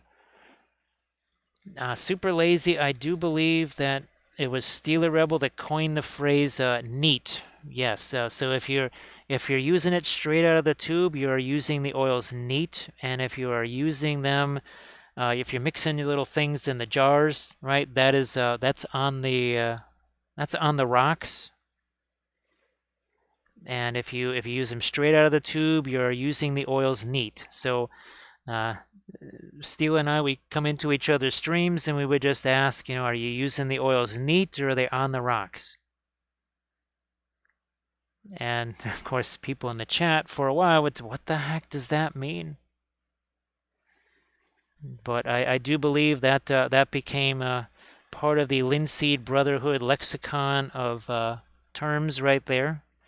And yes, anybody can join the Linseed Brotherhood. You don't need much. You could even just get one of those either Winton or Gamlin starter sets. A couple of colors you might want to add to that straight away, but they are very cheap colors for the most part, so not a big deal. So again, here, no liquid, right? What am I doing? I'm taking this paper towel here and I'm just squeezing some of the paint out of there. And this is just a cheap old craft brush right here. That's all it is. All right, where's some of that magenta? How's about we do radiant magenta into the Egyptian violet? Oof, that is a potent mix. Well, you can see it doesn't take much of the Egyptian violet to really change that color around. All right, let's have at it here. Let's have at it again. Light touch on the brush. Light as can be. And what are we picking up? A whole bunch of the, well, Egyptian violet that's already there. I'm going to get rid of some of these brushes so they're not getting in the line of sight there. I'm going to start here with this. Now let's try and get some of these feathers too. And this is what I love about the oils, right? Well, of course, 3D printing helps because we've got a lot of detail in this. There's a ton of detail here, nice and sharp. No mold lines or anything crazy going through this. Little magenta right in there too. Little magenta there. Let's turn this over. Let's do that same thing down here. Again, some of our magenta Egyptian violet mix. Yeah, the Linseed Brotherhood, you drink all the Kool-Aid, you wear your robe, but you gotta drink all of the Kool-Aid. You drink it all. Drink your Kool-Aid. No drinking half the Kool-Aid. Drink all the Kool-Aid. And wear your robe. Drink too much of the Kool-Aid, maybe you won't be wearing the robe either. I don't know. Hey, Terry, thank you so much. I appreciate that. And welcome to the chat. Appreciate that. And Super Lazy, I think you'll enjoy that. Now, of course, the quinacridone golden. Oh, you got the traditional set. Okay. I was going to say, if you got the modern color set, boy, and you got that quinacridone golden brown, you want to conserve that. Thank you so much, Green Fairy Studios. I appreciate that. Speaking of which, we may need some more of that. It's just medicine, of course. It's purely medicinal for the voice. It's just for the good of the channel. We never enjoy it. Why would we ever enjoy something like that? It's only for the good of the channel. Now, did we do this? We did not do these yet. I think we're pretty solid on these for right now. So let's hit these guys right here. So actually, let's do a quick little film noir now that we've done some more on the wings. Film noir says no reds, no magentas, no blues, no golds. There's shading, but as you can see, there's not really a whole lot of shading there, is there? Where's the contrast coming from? Not really from the lights and the darks. Here's where the contrast is coming from. Bam. Intense blues, intense yellows, intense reds, intense everything. Sitting on top of a very muted gray. So poor base, it gets all the muted colors and all the snazzo stuff goes up here on Prinkles, of course, because it's Prinkles. Prinkles, the Imperial War Kitty. Now, light grip on that brush. Very light grip. Look, that's turned red. See the difference from this side? I can maybe get about 4 or 5 before, oh look, that is also turned red. Which means we go back over here, we get some more of our color. Did we not say that the miniature becomes your palette? Is this not another example of that? Because, look at this, it's already red. So, back to some magenta, back to some Egyptian violet. We do a few more strokes, just turned red. Do we have the other side? We have enough on the other side to utilize here. We use a little bit from the other side until, oh, that also turns red. So we come back, Egyptian violet. I mean, how the heck am I supposed to even get to this wing unless, look at this, there was a time someone saw me painting a tiny little Flames of War tank holding the brush like this. And they actually said, wait a minute, what are you doing? They said, come on, you're just trying to mess with me now? What's the deal with that? I said, with what? And they said, look how you're holding the stinking brush. And I went, I needed a light brush stroke. Speaking of light, oh, look what we just did there. That's not just some value. We also have some magenta, so kind of lending a little bit of a bridge here between some of the blues to the Fanchon red. Underneath it is a healthy dose of Egyptian violet, actually, yeah. Which, of course, a healthy dose of Egyptian violet is not much. Too much of that is like eating too many prunes in one sitting. Bad things will happen afterwards. Yes, indeed. Accidents happen. All right, do we need to do some more over here? Yeah, let's get some more of the... That's more of the lighter magenta. Gonna pop that into this area here. Like so, and again, it is now turned red. As everyone learns with Egyptian violet and Indian yellow as well, less is more, and what is way too much? More. What is less? More. All right, now in here, I might actually, I'm tempted to almost go back in with maybe with some darks here. You know what? I'm going to do this, and I'm going to, what do we got on the end of this here? I may come back in with Prussian blue. Tempted to throw a little Egyptian violet in there, but we'll stick with our Prussian blue. Maybe a bit of an indigo chaser on the end of that, but let's see what happens here. Nope, that is not nearly going to be enough of a pinline wash. So let's see here. Let me move this back. There we go. All right, new build plate and start another print. Well, Luminous, I hope that the printing has been successful and the weather hasn't played too much of a role in maybe making things difficult. Hopefully not. And I know, oh, Laminessa, Dano was trying to get that tape. And that turned out to be kind of pricey in Australia. Oh, look at that. See, just a little tiny bit there. Oh, so you're doing the flex plate thing. Oh, you're going to have to let me know, Laminess, how that goes for you. You'll have to let me know how that goes. Now here, this is also telling me just how dark that color is. It's the other reason why I wanted to do this. Because what I'm putting on here is fairly dark, and if it doesn't have a whole lot of impact, that's telling me I could actually still maybe go a little bit lighter in some of these areas. It's, sort of like what we did here on the horns, something like that. Which means maybe we'll do that. Oh, what the heck? I'm just going to grab some of this magenta here. This is the radiant magenta. And now we got thinned down a little bit. We just remember the Book of Wappel reading from a little while ago where we talked about wet paint sticks over dry. Now, this here is not dry paint, but it was dry brushed, which means I can actually take a paint that has been thinned down more with the liquid, and it's going to stick there. Again, look at how far away my hand is on this brush. Hand is down on the table. That's the left hand. My one finger is on my thumb.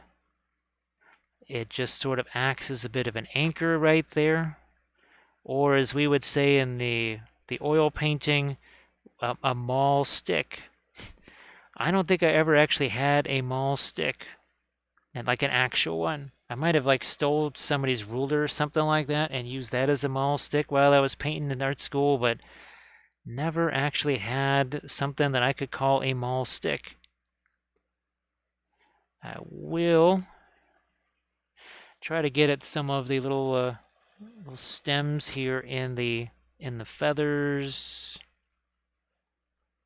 Maybe try and get at some lights here on the end of these feathers. Because as I saw, there's only so much more dark that we can add to those before that gets to be too much.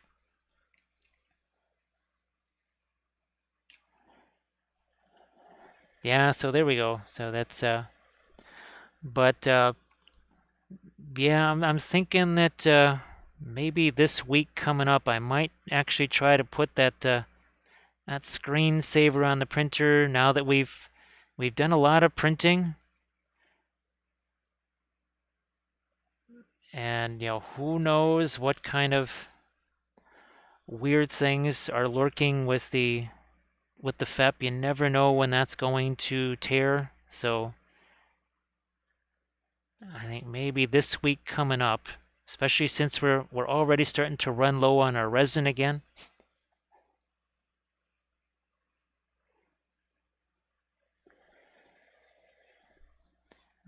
If it wasn't for other costs that I have going on right now, I would be trying to see if I can get another sweet Soraya smoky black deal like I was able to with the, was it buy one, get one 30% off with no shipping, free shipping, and they didn't even charge sales tax.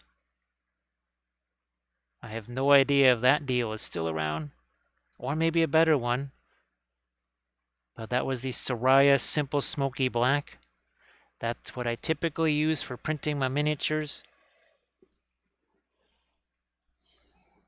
It's not because of any super detail or anything like that. It's just it is more reliable. Even when I looked at the Soraya website, it confirmed what I found out the hard way. Had I known, it actually says that it's more of was it a temperature resistant resin or a temperature tolerant resin. So I found out the hard way that in a climate such as this, you need a resin that can pretty much take any kind of weird temperature, especially temperature changes. And the Soraya Smoky Black Simple just happened to suit that. It can be a little bit of a bugger getting rid of the supports. I pretty much just have to stick the thing in hot water, like really hot water, and pull off the supports right away while they're still warm like that. I'm just going to throw a couple little highlights there. So we did the dry brushy thing, right? But now you see we've done some more targeted stuff here with our little Again, this is not a sable brush or anything like that. It is just an artificial hairbrush. It's one of those Princeton brushes. Cotman, you could probably use their liner. I mean, we used Cotman liner brushes for many years. Those would be not too bad. All right, Elfie, thanks so much for hanging out. And I will be streaming again tomorrow. Let's see if we can get this guy out here. So we will be painting this guy tomorrow. Speaking of 3D printing, this is from Archvillain. So this is what we're painting tomorrow. So that should be very fun. We'll be hitting that, of course, with the oils. And here's, this has been very, very fun working on this one for sure. But that wants a temp, yeah. And Art and Michael, I've had some really good success just, kind of taking that little bit of a heater, making sure the general vicinity of that is relatively warm, definitely warmer than maybe the rest of the basement.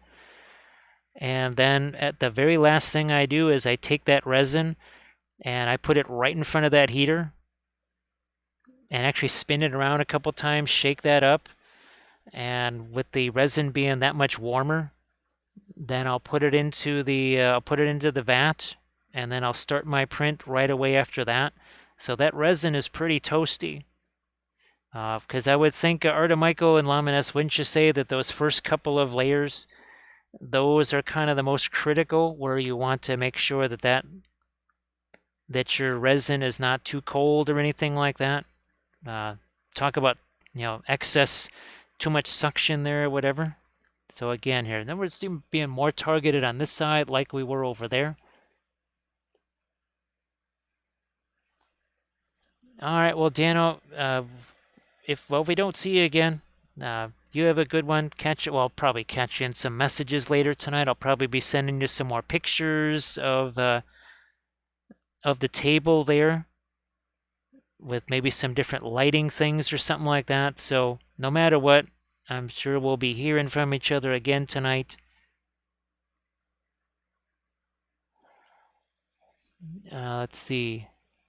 That's what I thought, Artemike. I think Lamines, yeah, you told me that as well. That as long as you can just kind of get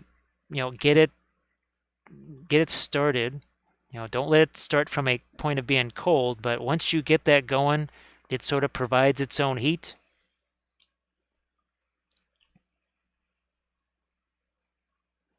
With the extra time for the base layers, so yeah, I just figured that doing that little bit of warming up in advance can't hurt. It's really not that much trouble, because essentially in the time it takes me to pull the stuff off of there and then get the thing ready for the next one, it's pretty well warmed up. And we're going to welcome in a new little hobbit. We have Marlo Stanfield, and thank you so much for that follow. He says, hey, what's that ganja stuff? I know a couple of guys that are interested in that ganja. What the heck is his name? Birdie and the other guys. I think Jeeves is his name. It's like, oh good grief, not those guys. Whoa, there goes Gandalf. There goes Gandalf. He's running away. Why is he running away? Because hey, wait. Where did the old guy go? He's like, I don't know. I told him that you were looking for him. He's like, this is a very serious painting stream. Why aren't you taking this seriously? Seriously, man, where's the old guy with the ganja? So this is another, speaking of 3D prints, this was also done with the oils. And this whole monstrous thing, this was done in one sitting. Jeeves, look at all the transitions here, warmer greens, cooler greens. Look at this. You got like a magenta to indigo transition there. I think this is about 9 hours or so. Yeah, it's about a 9-hour stream. This right here, we just passed the 4-hour mark. This entire thing painted in 4 hours and 3 minutes. Oh, thanks. Yeah, Dan, I hope that I really hope that camera is going to work out. Filming for the battle reports, really not worried so much, at least especially at first. I'm just hoping that we can get even more detail focus for the still images, I think. Those were really the first images of any importance that I took with the camera. Everything else was just like, oh look, it's a, it's us at the one stop there in Wisconsin with the orange moose, and I'm just taking some pictures of Kathy at the orange moose. That was nothing that I needed to worry about image quality on.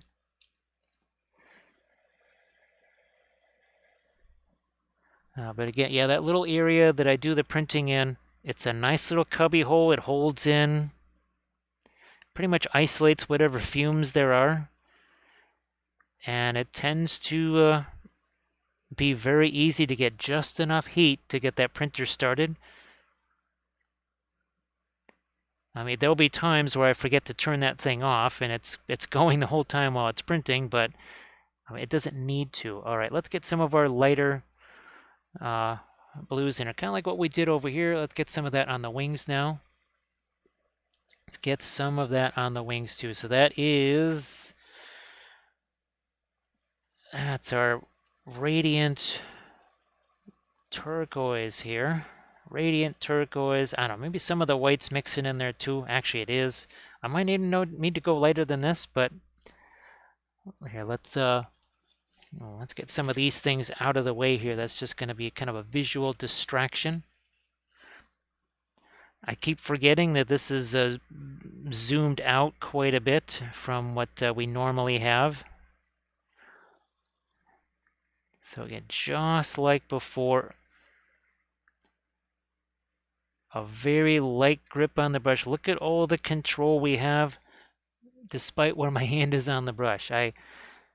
If we took a survey of 10,000 miniature painters, I'm pretty sure, Artemika, what would you say the percentage of people that actually would hold the brush like this? Would it be above a fraction of 1%? That's my question to you. We've had the discussion about, how we were instructed to deal with brush holding and that sort of stuff back then. So Super Lazy Bum is saying that Daniel Smith makes a pearlescent black. Although I would, it could be a more efficient use of funds to just get the iridescent pearl white and just mix it with, say, well, especially a black spinel. That, because now you get the benefit of the black spinel, and now you have the iridescent pearl white to use for all the other things we would use that for. So Artemiko, I guess even in art school, well, I mean, it had to be drummed into us. And for some folks, it took more harsher drumming than others. Yeah, there were some folks that had to learn the hard way. And that meant having their brush confiscated.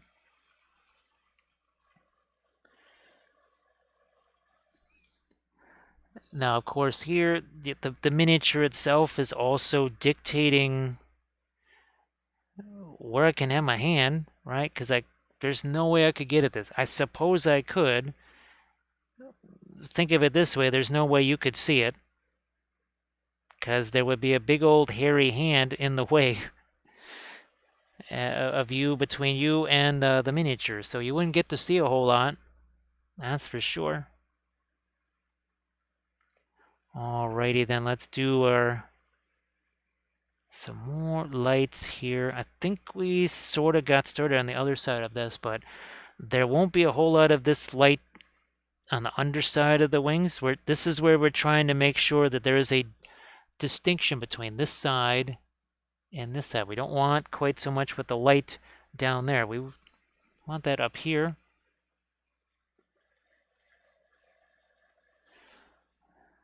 So again, this is all very much supported. That's why the brush is not shaking all over the place, because my hand is very well supported. So see all those nice little highlight lines we're able to put right there? Literally sneaking this brush in through one wing all the way to the other. I mean, it's something you'd have to get used to. I mean, well, that's what we had to do at the academy, because none of us was used to holding the brush like that either. That's for sure. It was all new to us.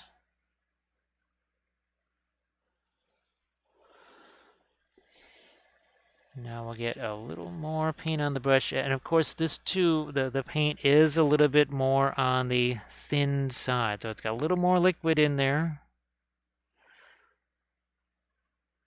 But all we've ever really done on this is dry brush and stuff. So it's all good. It should stick just fine. Now, if we want to put something on top of this, it's going to have to be thicker paint. Otherwise, it's just going to bounce right off of there. Like a Pac 36 shell off of a Char B1's armor. Now we'll get some of our lighter blues on this wing here. We did a lot with the magentas. This might even call for some, might even have to go a little lighter than this. Well, we'll see here. Only one way to know. Yeah, we're going to go a little lighter than that. A little lighter than that, right on the ends of these feathers right here. Fortunately, we didn't put too much of our... Now, that was still more of a dry brush than anything else, so that thinner color will still stick to the thicker paint.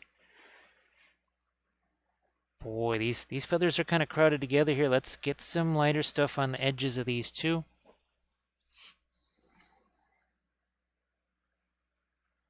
Like so. And that's good enough. Oh, let's go back in here and let's do some more with the fur here. This is something that I've left alone for a while because I could just tell as I was putting some colors on there, it was getting a little bit dicey as far as the paint sticking on there. So let's get back down to some of our lights here.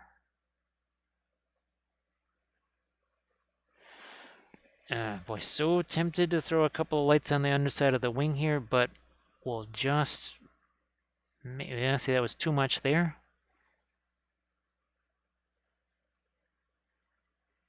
All I want is it's almost like we're approaching that as if it was a bit of a non-metallic metal thing. That's all I want to do, just that top edge. That's all I'm looking for here.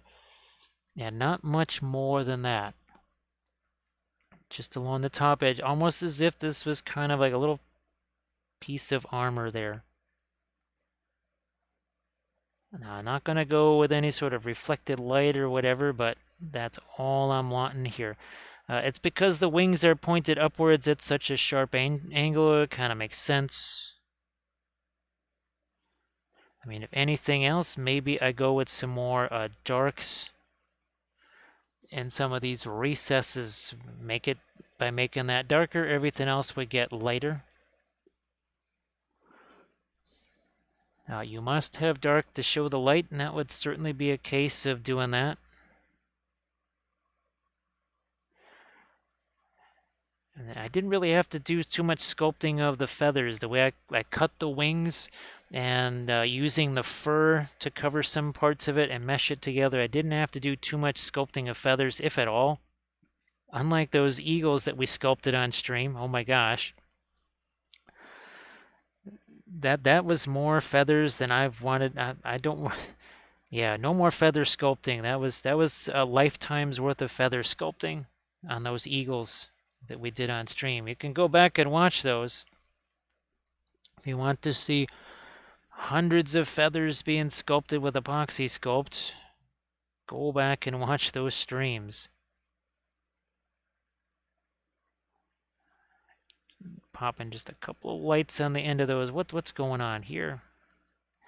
That probably should be maybe more of a magenta as well.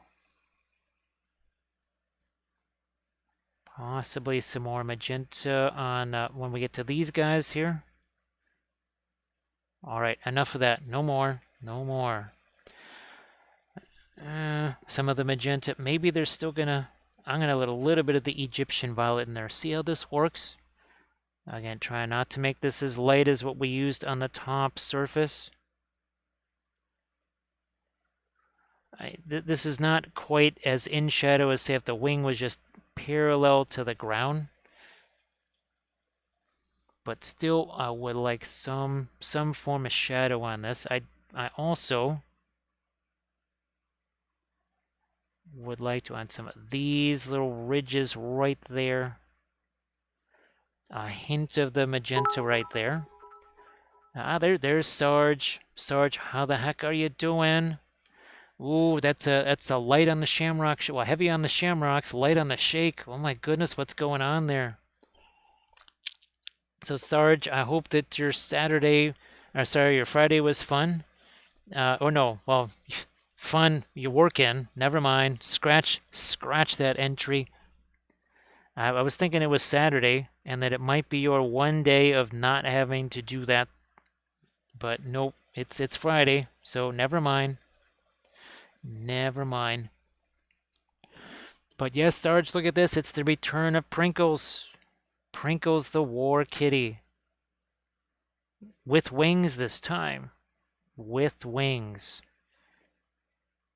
And these are the 3D printed wings that Landras sent. So you actually had some fun at work? Well, hey, that is a rare and true pleasure right there, so I'm glad it wasn't too much of a hassle at work today. All right, we're doing a little bit here again on the spines of some of these feathers. Just a touch here and there, not too much, not going crazy. Yes, he's not just a murder kitty anymore. He is a flying murder kitty. So he can fly even further to do more murder. And thank you so much, Grey Wolf, for those bitsies there. Oh my goodness, look at that. It's getting lighter and lighter. Running out of that medicine. What the heck is going on here? I'm telling you, we need a mini fridge. We need a mini fridge in this room. Actually, maybe a mini bar in this room. That, of course, again, it would be purely medicinal. Purely medicinal. That would definitely not be for anyone's enjoyment or anything like that. We only take that medicine to preserve the voice. Especially, well, we're 4 hours, 16 minutes in, so of course, need that medicine, right? Otherwise, the voice just not going to sound quite the same. Silent streams, I'm not sure those work so well. Yeah, let's try some more. Oh, yeah, there we go. So Sarge, I've been printing out some more of the kind of mid-sized monsters. I think we had an 8-hour print overnight. And that we've been talking a lot about the Saturn. Of course, I definitely want to be trying that water washable resin like what you have there. And I think too there's been a lot of conversation about those removable the magnet the flex plates, right? And yay or nay on those. And there's definitely those that really think that's a fantastic option, and other folks that are not so enthused about them. So that's one of those. It's a long time debate here on the channel, right? Oh, I like that. So Grey Wolf, yes, I need a medicine cabinet. I need a medicine cabinet in here. It would strictly be a medicine cabinet. That's all. Because every so often we just need a little bit of our medicine. All right, so that is taken care of. I think don't want to do too many of those. Now this is going to get even less because this wing is close. Well, here, look. That's a little closer to vertical. This is, as we say, closer to vertical. Yeah, that's on the vertical. The other is on the horizontal. So Groovy and can say that they like them on the EPACs. And Well, Sarge, you've seen the trend here where I don't want to say I use everybody else as a guinea pig, but it's like, oh, sorry, oh, you got one of those? Oh, let me know how that goes. Oh man, it totally ruined my printer. Oh man, so sorry to hear about that. Hey, did you get one of those? No, no, I didn't get one of those. And Groupie's going to get one for the new Mini 8K. I mean, I suppose, get one, try it, see what happens. It may be entirely dependent on weather, or climate conditions too. Maybe in a colder climate, those work better, or they work worse when it's colder. That's why, unfortunately, I don't think the 3D printing is ever going to be. It's never going to be as ubiquitous as just going to Walmart or Walgreens and buy a $50 printer and just plug it in and it prints. That's never going to be the case with the 3D printing. There's just too many variables.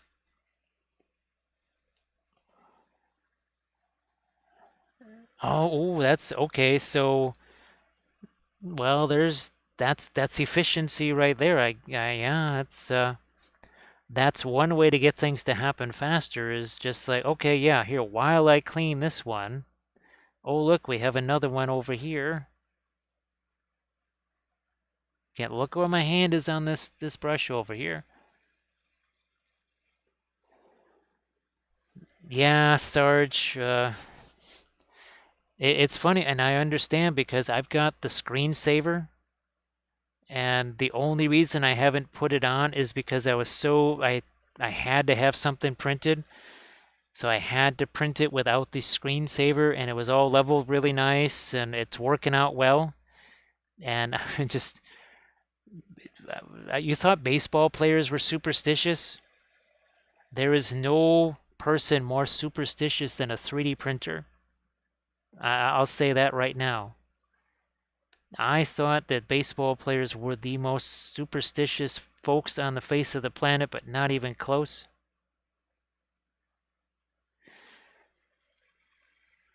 I would say yes, I am far more paranoid of everything printing wise than any baseball player. Now here, let a little bit of the white sneak its way here into the magenta. Let me do something over here on this side. That might be too much, I don't know. See what happens with this. Just want to get a little bit more light on this edge. Then we're going to turn around and do that on the other side, I think.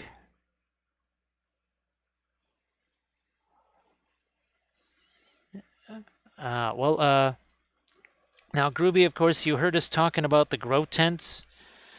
Believe it or not, I still have the one that I got last year, which, of course, when it arrived, it went from minus 20 degrees outside, that's Fahrenheit, not Celsius, to practically 40 degrees.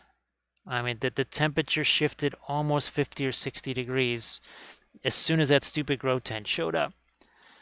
So, and we haven't really needed it this year either, but that is another option if it's too cold where your printer is. So see that, look at how that kind of fluctuates. It's a little bit lighter there, then it gets a little bit darker. The brewer's belt to keep the resonant. Yeah, Grim lives on the surface of the sun. Well, no, that would be Australia. Sorry. Yeah, actually, sorry, Grim. Yeah. Just looking at some of the temperatures in Australia there. Yeah, actually, I think the Earth might be replacing the sun as a tiny star and centered on Australia, it seems like, as far as the heat goes. So just dropping a little bit more of this very light magenta just on a couple of these edges up here. Like that. But Sarge, yeah, fixing fixing unbroken things. I was never a fan of that. Again, call me superstitious. I'm not paranoid. Why are you all against me? I am totally fine with being called superstitious as now. Remember we said we would come back to add some of our lights over here? Because I knew that this would only take so much paint at one time. We're getting away from this because we've done enough there that we got to let that paint set there. Even if we want to put more on there, doesn't matter. We got to move somewhere else. Move away from that, step away from the wings, do something else here. And that's going to be the braids in the hair, such as they are. Yeah, Groovy, and it was different when that was a brand new FEP. It's no longer a brand new FEP. It's rapidly becoming a veteran FEP. So that's something where we may need to be thinking about putting that screen protector on there. Loath as I might be to do so. All right, here, let's put the lighter magenta here. If I really feel that there's the need for it, I can go back in there.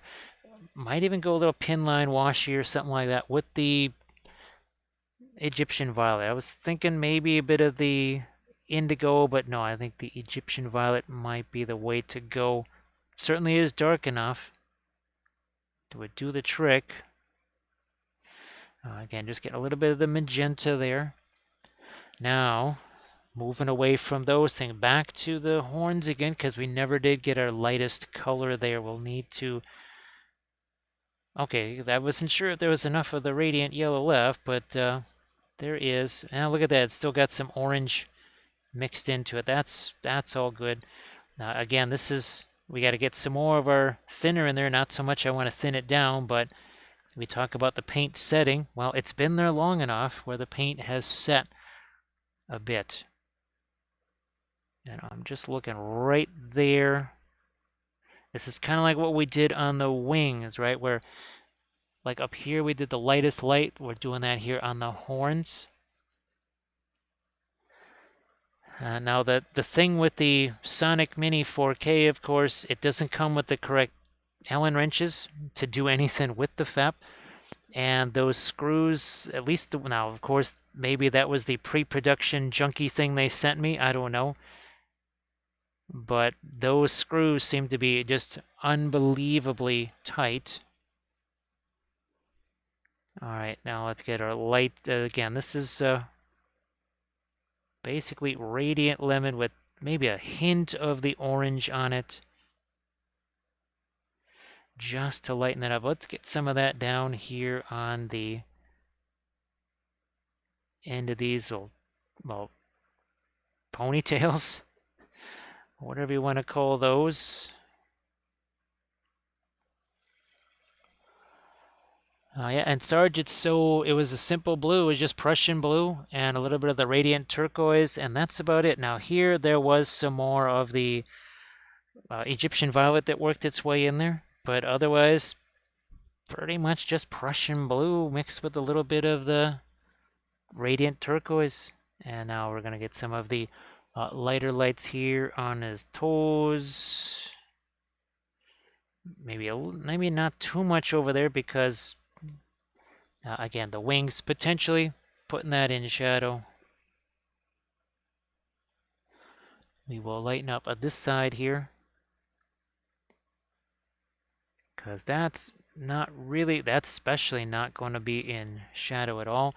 And of course, again, here is the original Prinkles. About a year and maybe a few days ago, we painted up that on stream here. That was a blast, but now we've got our new one.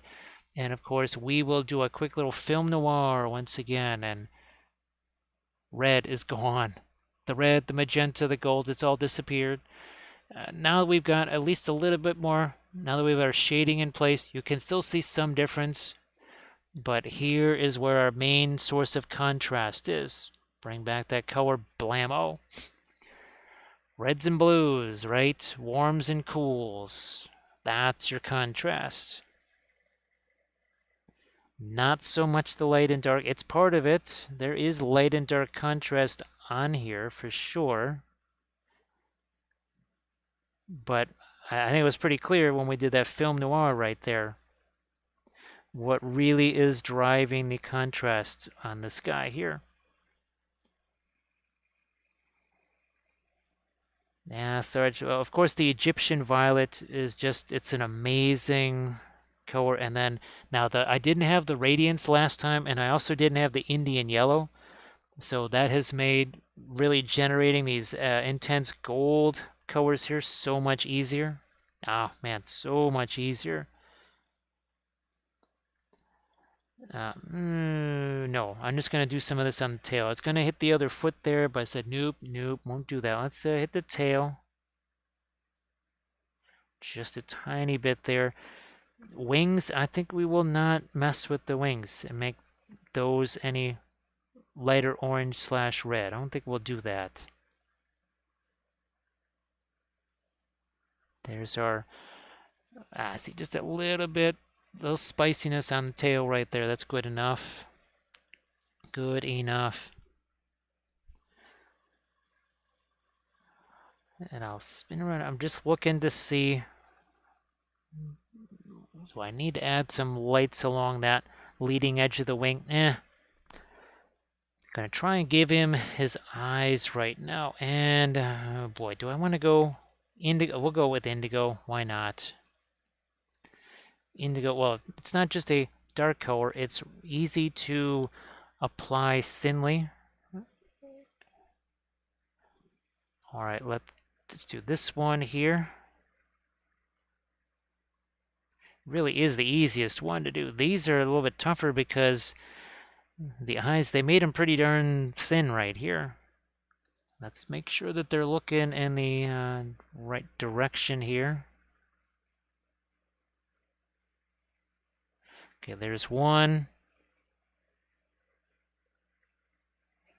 There's our other one, and okay, there's Prinkles got some eyes now. We dotted the eyes. We have our, that's what I need up here. I need to get this darker band here on the top of his nose, or do I just need to go later? I don't know, I'll take that indigo again. We'll have at that one more time here. Okay, that's better. Now I will go back. I think I will just use the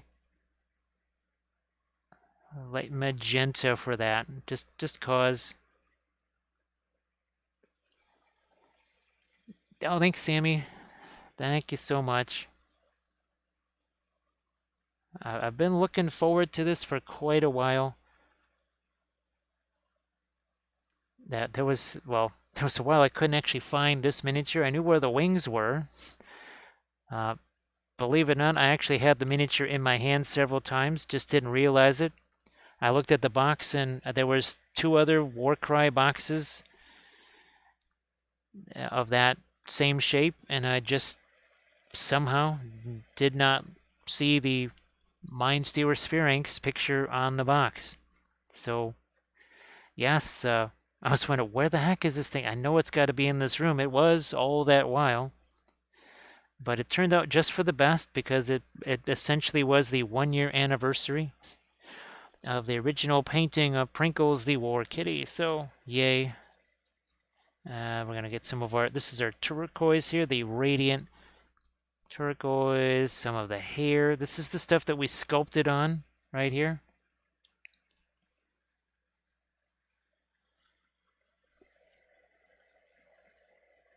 It certainly is. It certainly is.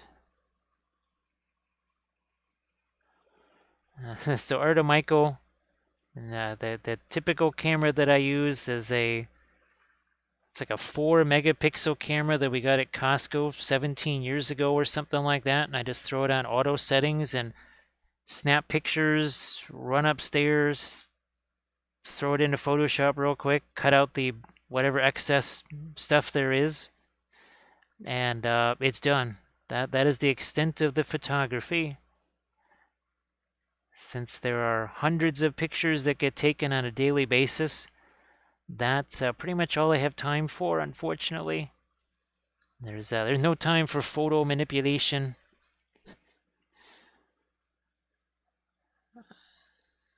No time for that, sadly. It does have a macro function. We turn that on, but it's just part of the auto settings.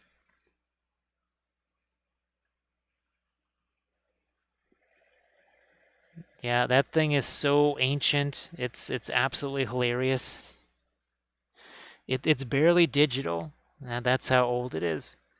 Of course, when we first started doing miniatures, we used one of those Sony Mavicas. I don't know if anybody I don't know if anybody remembers those, but that was a giant 20-pound camera that used an actual floppy disk.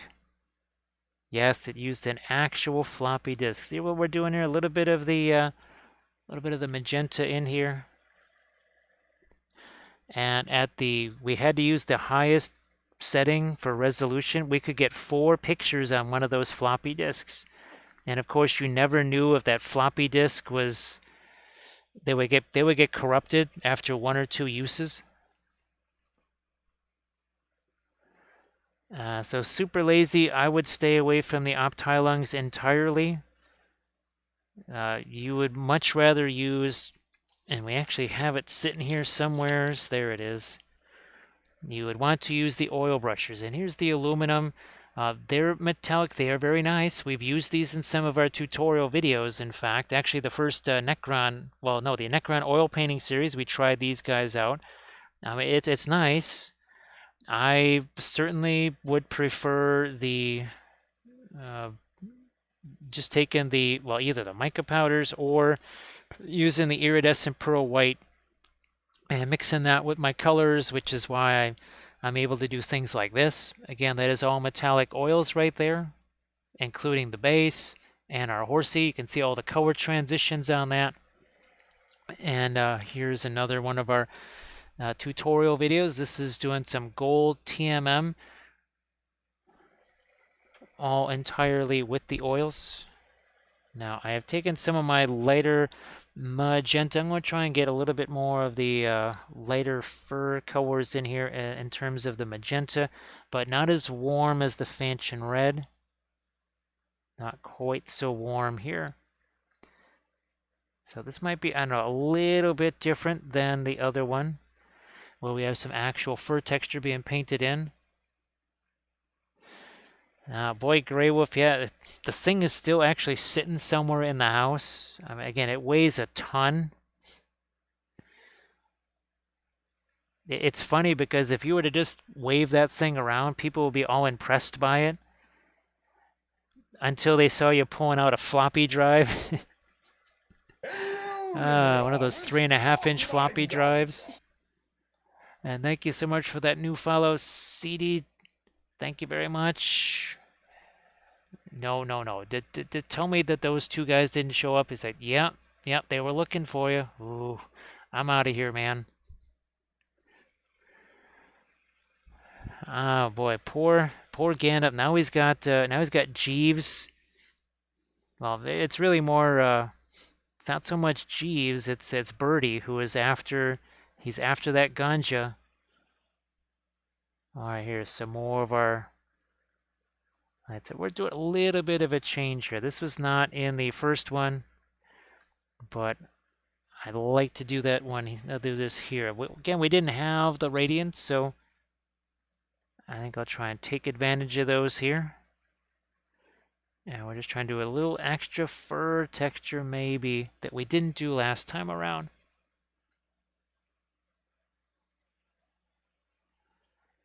So yeah, Art and Michael, there's no extra lenses or anything like that. I know that now I'm not sure every phone will work with those, but aren't there those extra lenses that you can use and put on your phone? Oh, look at that. Look at that. See the little magenta things that we just put on there? That's very fun. Again, that's not on the other one. but I thought it might be interesting to try here. And of course, I mean, we have the fur that's sculpted in there. Why not play around with it like this?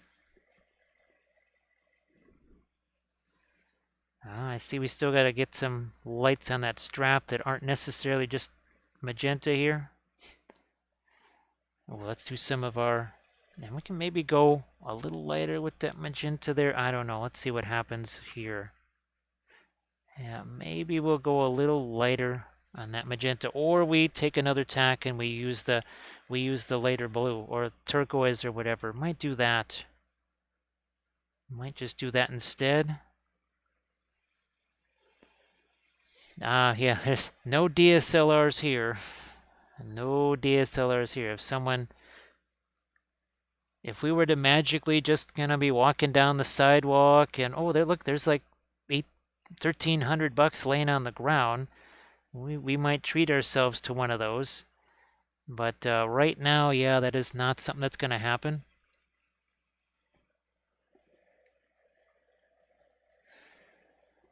Here, let's go in with now, of course, the extra cost is the extra lenses and the was that the capture card, right? I don't know how much capture cards are, but you definitely need one of those if you're going to be, well, and if we're going to get one of those, we would certainly want it for streaming, which means we could never really use it as a regular camera, could we? It would be too much of a pain to take that on and off the tripod and such.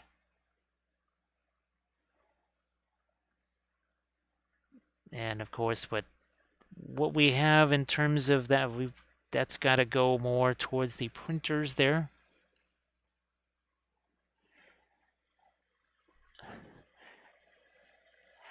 Yeah, Sarge, and of course, that was part of the decision. Was that, well, the phone, I can use that for other things, like literally as a work device. The nice is that, I mean, DSLR, it would be certainly nice.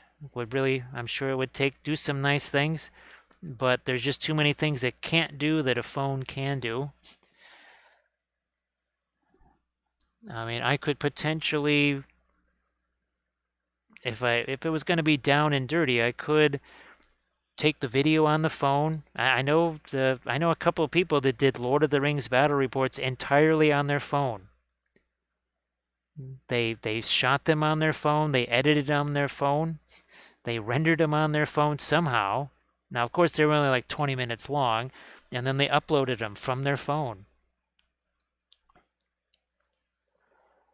So I don't feel comfortable trying to put it on the older Saturn.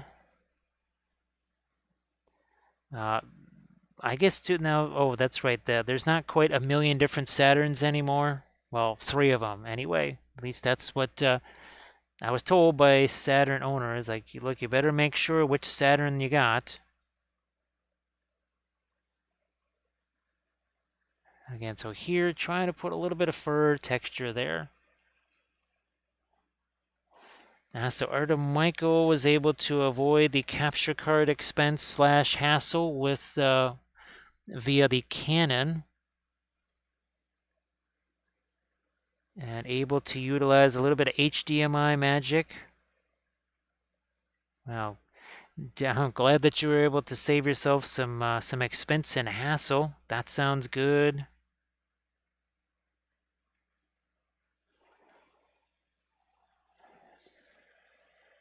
Oh well, glad that the print worked out. I know that you went down there to go see what you had. I know I've got a print that well, I'm pretty sure it's done because what do we have? 4 hours 43 minutes, and I think it maybe had about 2+ hours left. So yeah, there is another, hopefully another archvillain walrus guy. What the heck did they call those, Dano? Oberos or something like that. I don't know what they called them, but there's a couple of them. Oh, you know, I need to get some lights over here. Need to get a little light there. Where's my blending brush? Is this this'll work. That's gonna work here. Let's just get some of the paint off of there. So you see we got this right here. Just kind of like what we do sometimes with the tattoos or our freehand in general. So we didn't wipe it out completely, but we did knock it down, smooth it out a little bit.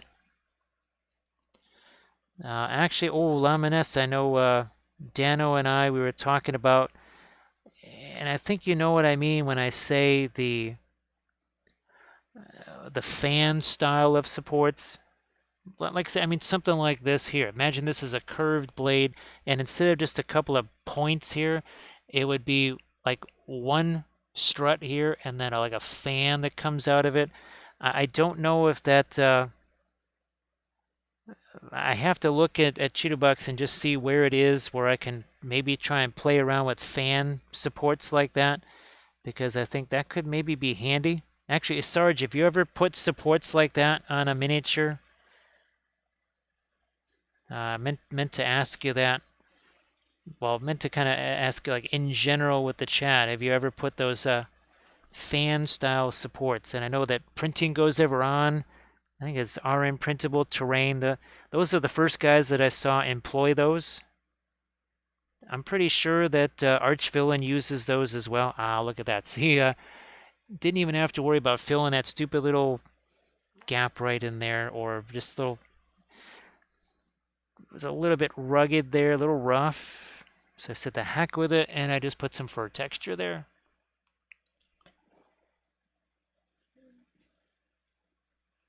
So let's see, hold down Alt while adding the supports, or Control.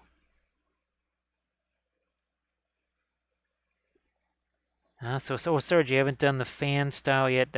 They've been really effective on some of the. Basically, the reason why I say that is because with the Soraya Simple, you want to have that minimal contact, and those fan style supports they remove a little bit easier than the ones that are more just like a dot that's connected to the miniature. So that's why we're kind of focusing on those. Sarge, yeah, that's me too, definitely.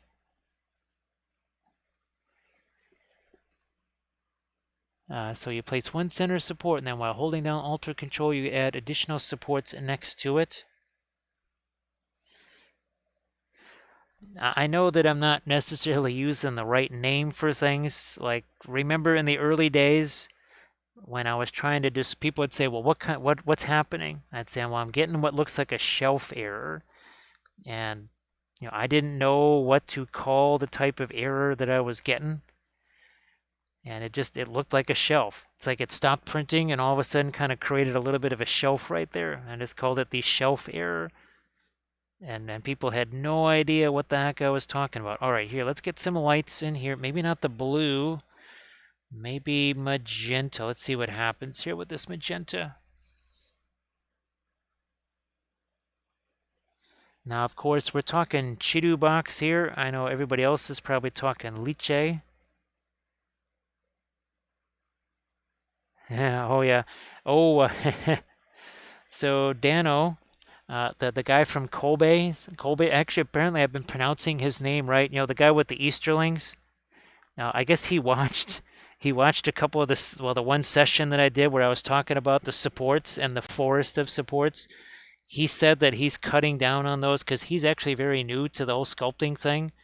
So literally, he's only been sculpting in digital form pretty much as long as I've been printing. So yeah, when he was watching this, one of the ones we did last night, he he heard us. He heard us, and that was I was like, well, don't take it too harshly or anything. I was just trying to advise folks. And I also told him about the running gag here with me and the auto supports. Oh, just me and supporting stuff in general. So I told it, well, there's a little bit more to that than me just getting crazy about supports or too many supports.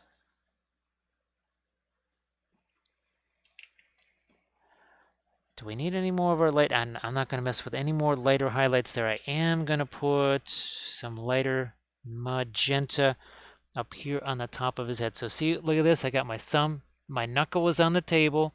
My thumb is up here. Finger goes on that thumb.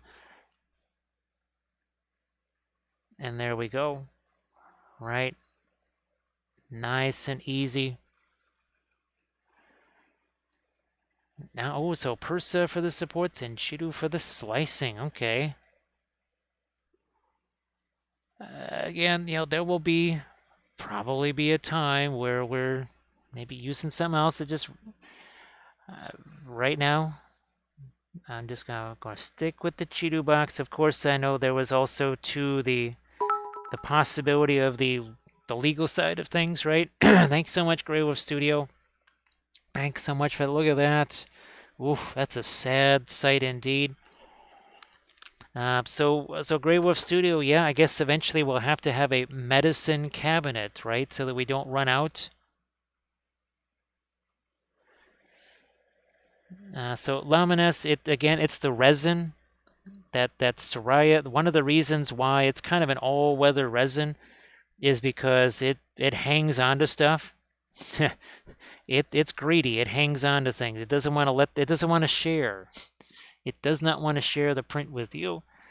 And that is the reason why I appreciate those fan style supports, because it's way easier to get very fragile things separated when you've got those type of supports than the multiple just single points that tend to be used a lot. Oh, thanks, Punishment. Thank you so much. So yes, one year and a few days after the original Prinkles the Cat, we have ourselves another Prinkles the Cat, except this time with wings. He's got wings this time. Let's see. Here, let's go to our maybe a little bit more of the magenta. Maybe even here on our little skelly friend. We've got the yellows on there, kind of like our homemade yellow ochre. I'm going to get a little bit of a different color there. Again, on our skelly friend here.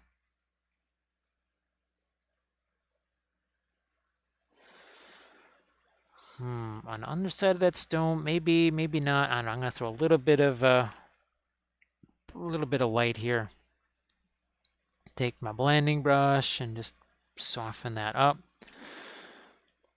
I like that. Oh, here, grab a little bit of the radiant blue. We just threw a slash of that color on there. And then I'm going to take my blending brush, and you see we're just kind of stippling that, moving that around. Poof, like so. So let's see. Lumina says that Liche has mini supports for finer type stuff. All right, well, Sarge, thanks so much for the bitses as always, and well, hopefully we get to see you tomorrow. Even though you got the breakfast with the grandkids, well, we won't be streaming that early. No siree. But thanks again, Sarge. You have a good one. What the heck time is it here anyway? Oh, so it's 12:11 there and here.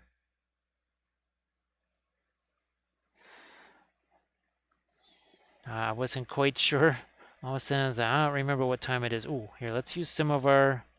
That is the Radiant Violet there. Just going to throw in a couple little shots of color here.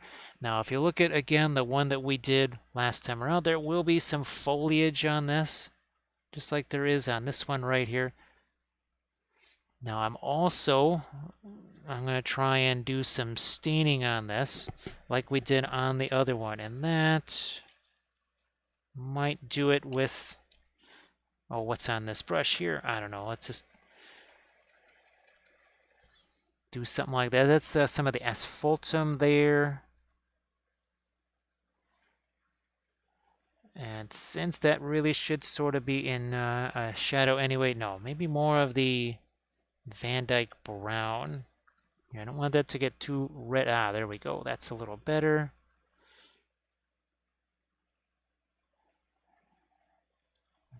Right back here.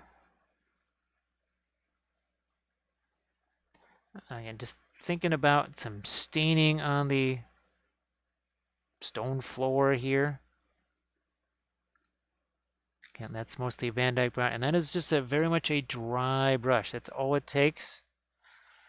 Less is more. More is way too much. But I'd have to go back and get more because as I keep doing this, it's picking up those lighter colors. It's picking up those lighter colors. If we don't want those to keep getting spread around all over the place, we have to go back and get some fresh color on that brush. I'm going to try and hop into some darks here with Egyptian violet in a few places.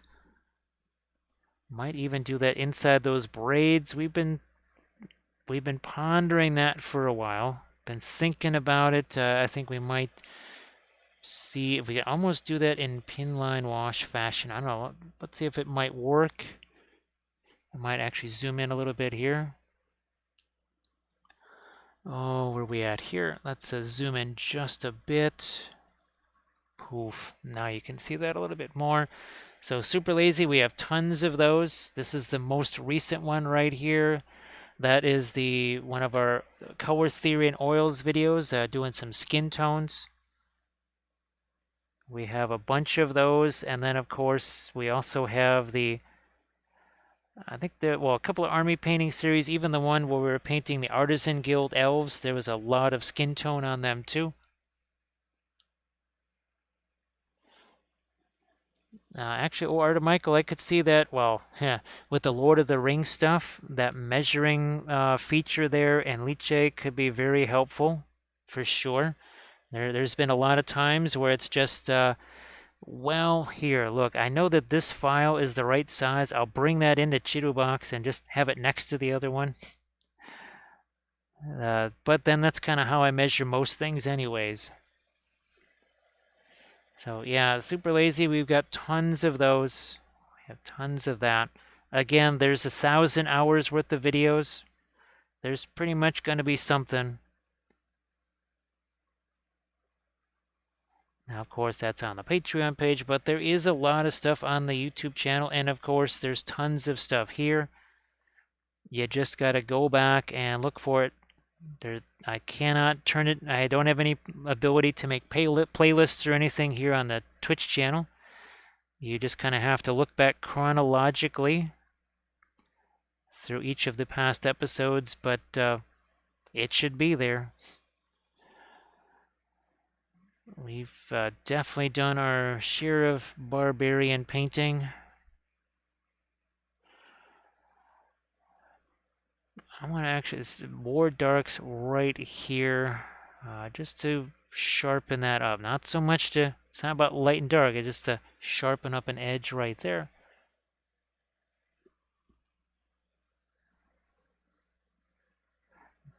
I guess my question is then, do I want to go back in with some of these areas here with some of the lighter magenta, or do we just leave those be more in dark? We might have to do that. I'm going to go back. Oh, darks on this side too. Here, this side of the horn. We did put our lighter middle tones in there, but we're going to restore a little bit of shape to that, it looks like, yeah.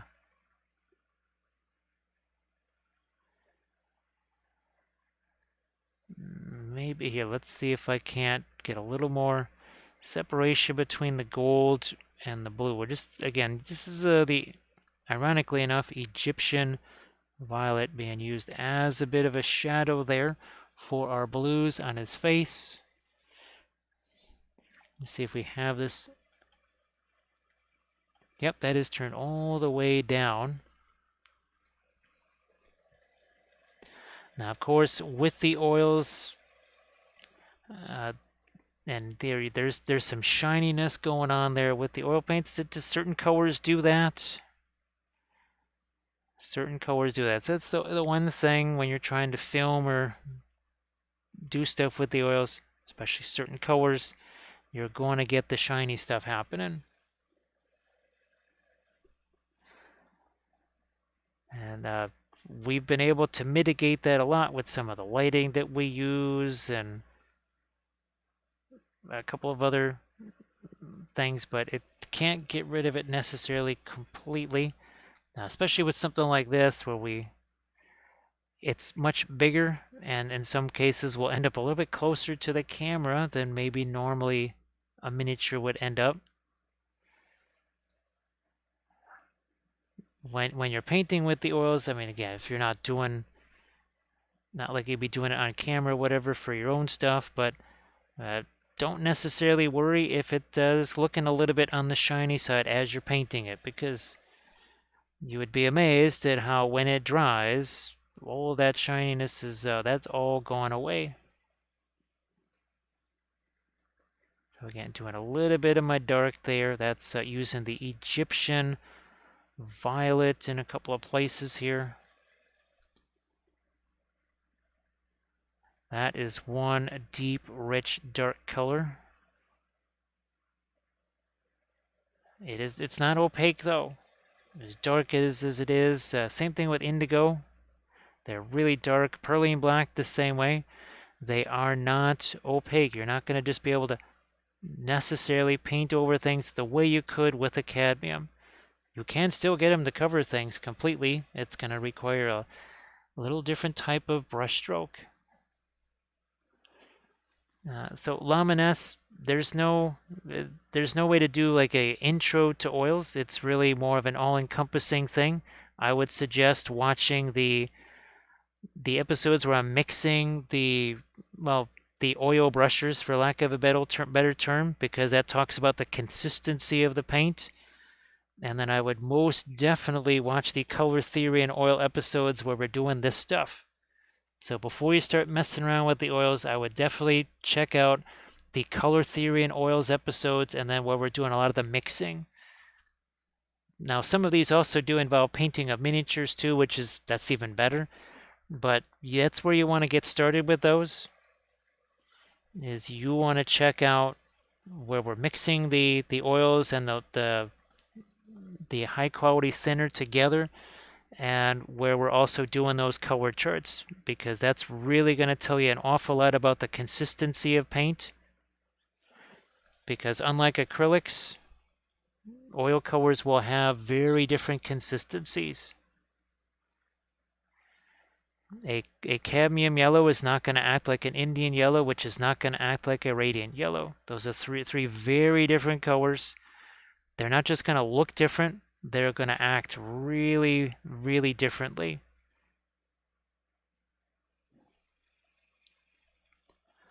And that's where I always ask people to start out with, is to check those out. Again, it may not be as dramatic as a big old miniature painting video or something like that, but especially if you are new to the oils, it'll just kind of get you used to some of those ideas. Now I'm going to take Terra Rosa. Speaking of Indian yellow, we're going to take the Terra Rosa, mix that with some of the Indian yellow here. That's a nifty little orange that's going to go down in here. Maybe here too. Because Indian yellow is a super translucent color, but man, it can affect everything around it. It's a very powerful color, but it is not opaque. Someone just wrote me the other day saying, boy, I can't get Indian yellow to cover anything. Well, yeah, it's super translucent. It would be like trying to, I don't know, blot out something with a FEP sheet. It's literally that not opaque. And just like punishment is saying, there will be some differences, just like we talked about earlier, the Williamsburg Van Dyke Brown versus the Gamlin Van Dyke Brown, and of course the Windsor Newton Van Dyke Brown is different than those two. Those are three very different Van Dyke Browns. It could even have the same pigment number on it. Again, that's why I constantly ask people, do not rely on pigment numbers. They will lead you astray. And I could swear there's actually one of my color theory and oils videos where I just kind of stumbled across that. And I went, wow, look at this. That same pigment number is used in phthalo blue, and over here in this brand, that same pigment number is ultramarine blue. They can be sort of a general guide, but they are not going to lead you towards any path of promise. Now, but do a little bit more with the reflected light here. This is kind of a muted yellow. We're actually taking a little bit of the radiant green and mixing that with the yellow here. Yeah, now here I maybe want to get a little bit more. Yeah. Magenta here. This is some reflected. Ah, there we go. I don't know. There wasn't really enough of a reflection there. And what we're reflecting is this. That reflecting onto our gold right there. Yeah, thank you so much, Armored Wolf, for posting the link to the Patreon page. There it is. Now, of course, once I get the notification that someone has signed up, then I'll send an email, which will have all of the links in it. So if you sign up and I'm either away or asleep or whatever, I will send you those links as soon as I can. Or if I'm streaming, because, well, that happens too. I mean, how long have we been streaming here? 5 hours? Yeah. So Pun Expected, how you doing there? If everybody could please give Pun Expected a follow, that would be fantastic. So Pun Expected, hope that you're having yourself a, well, now it's a Saturday. It is now Saturday. Yes, indeed. So happy Saturday. Gee, for some of our folks, it's getting closer to Sunday than it is Saturday. Especially all of our Australian friends.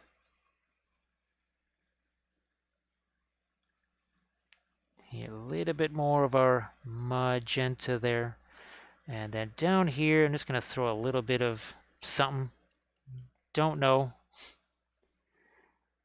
Doesn't have to be anything in particular. Just a little bit of blind blending down there. Where's the, here we go. It's got a little bit of our radiant turquoise on it. You can see, look at that dark color on the end of the brush. That's still just pre-glazed down there, and that's pre-glazed from around 5 hours ago. And as you can see, we can still work that and manipulate that. So when we talk about, set oil paint again, that doesn't mean it's dry. It just means that I can kind of go back in and much more easily get some paint on top of it. That's all it means. I'll lighten that up just a smidge, maybe the inside of his leg here. A little something there. Also done in the dry brushing fashion. So Pun Expected. I know that you had some different things that you've been working on. Usually, some Kingdom Death monster stuff, but I know you've been hitting a lot of different things of late. Pretty sure I saw your last Instagram post, maybe earlier today. Well, earlier yesterday, I guess, because it ain't Saturday here anymore. So all I'm doing here is just softening up some of these. These are the ones that we did with a little bit of our turquoise, the radiant turquoise with some of the white there. Just, again, taking down some of that. We've got some of this here texture right here. We'll leave that in. I'll leave that in. Again, that's a little different than the previous one. I thought so. Yeah, because I think I saw that one. I said, well, that's a little step away from the KDM there. Well, I mean, it's not just KDM, the Kingdom Death just in general. Some pinups and that sort of thing.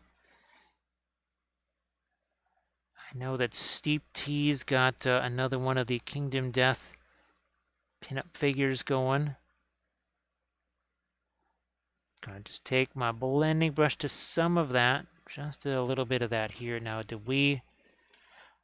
I wonder, see over here, we need to get some of that orange over here. So that was the Terra Rosa and Indian yellow mix. So we did this elsewhere with our goats. We didn't really do that here. And it's just in that one place. Also, too, it's going to be a nice little contrast to that phthalo green that's sitting right over here. Yes, it is.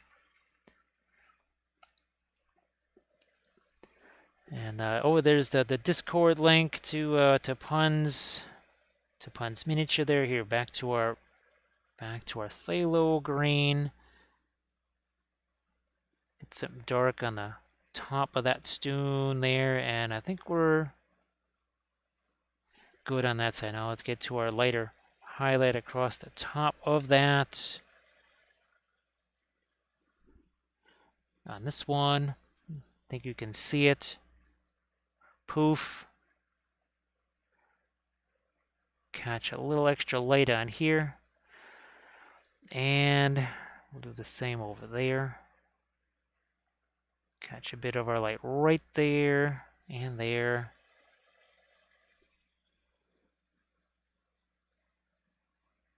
A bit of our lighter gold. Boom, there. And this, I think it needs a little bit more of a forceful.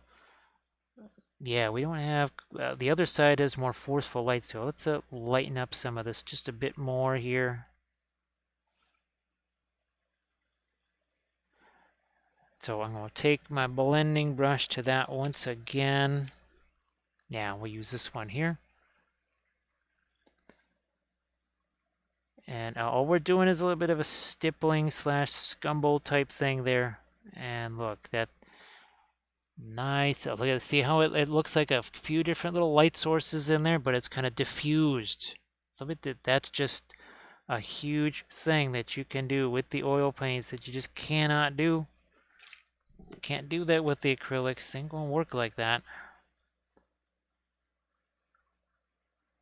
Believe me, and I guess I was able to do, depending on how small of an area I was trying that with, I could sort of do that with the acrylics because I was working with practically wet into wet, way more of almost a watercolory style with the acrylics, but it was very limited, that sort of thing. Whereas here, I just kind of say, oh yeah, I want to do that again.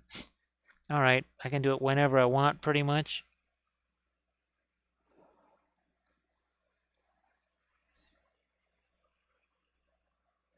Here, let's try to get a little bit more of our, oh, yeah, see that? A little bit too harsh there. So we're gonna, again, grab a brush here to do some blending with right here. See that's very choppy, the end of that. Just gonna take my blending brush to it, boom, not choppy anymore. Here, we really need to get some light in that. Just can't be a big old dark area back there.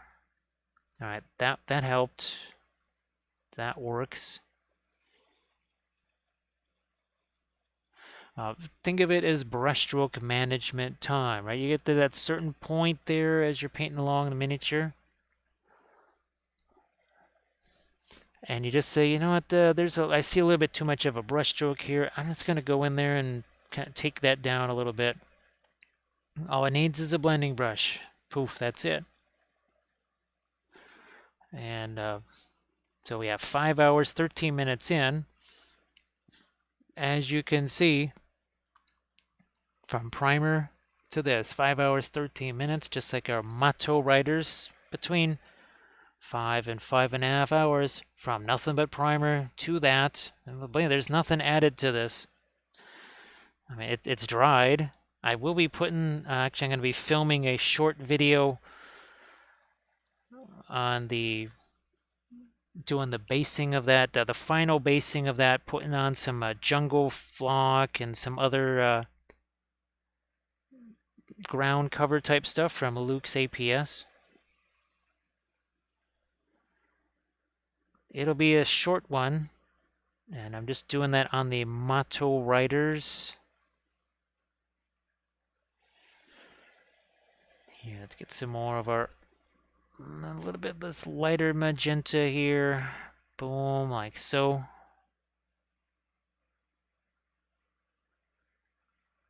Bit more there. And on this side, yeah, that is more the way the wing is positioned. I don't really want too much more of a light here on the underside of this wing. I have to look at the top side really before I do too much more here on the underside. There's just a couple of these that I thought I might steal a little bit of a highlight on there. And that's ooh, maybe here too. Those are looking a little bit dark. Okay, that's better. Now let's see what we got back here. Do I want to go that much lighter? I just might, like right here, I think. Might go a little lighter right there. It's almost pink color right now. This is the radiant magenta.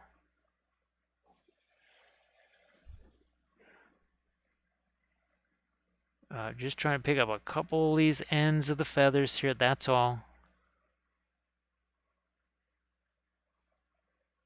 Yeah, like that. So the wings, again, they are 3D printed from the file. Originally was a Lost Kingdoms, basically like a Pegasus Knight kind of a thing. So Bretonnian Pegasus Knight. And again, Landrast was kind of, at the time, printed me a whole bunch of sets of wings. We still have those.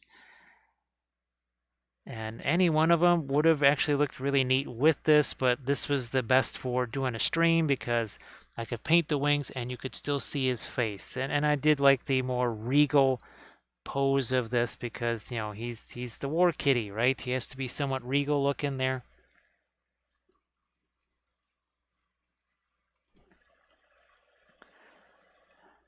I want to see if I can, maybe on his, that's it, lower lip there. Now these up here, what's going on? I think I still need to, I was talking about maybe getting some lighter pinks up here on these braids, and especially now that we did, yeah, especially now that we've got that the Egyptian violet down there in the crevices. I think now if we're going to do any sort of final highlights on these, this is the time. Let's see, found out something new. Cheap Royal Langnickel Brown. Oh, yeah.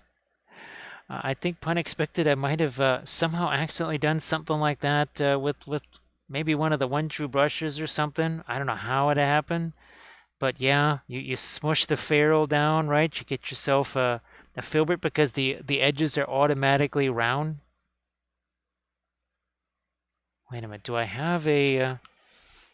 I thought I had a pliers right here. Well, we do have a pliers. And we do have, well, we have a Royal Langnickel brush too. Where's, well, those are a little bit big. Maybe we'll just, there. I'll try and smush that a little more. There we go. So, and look at that. It's looking a little less of a round and more like a filbert. It's another way to make a homemade filbert brush. There you go. All right, where is my, speaking of brush, oh, here's the one I was using. I mean, you got to really smush those down. Oh, actually, not a vise. If you have a vise, boy, you could really smush that furrow down, couldn't you? All right, so there's a little bit more of our lighter magenta, not so much the red there.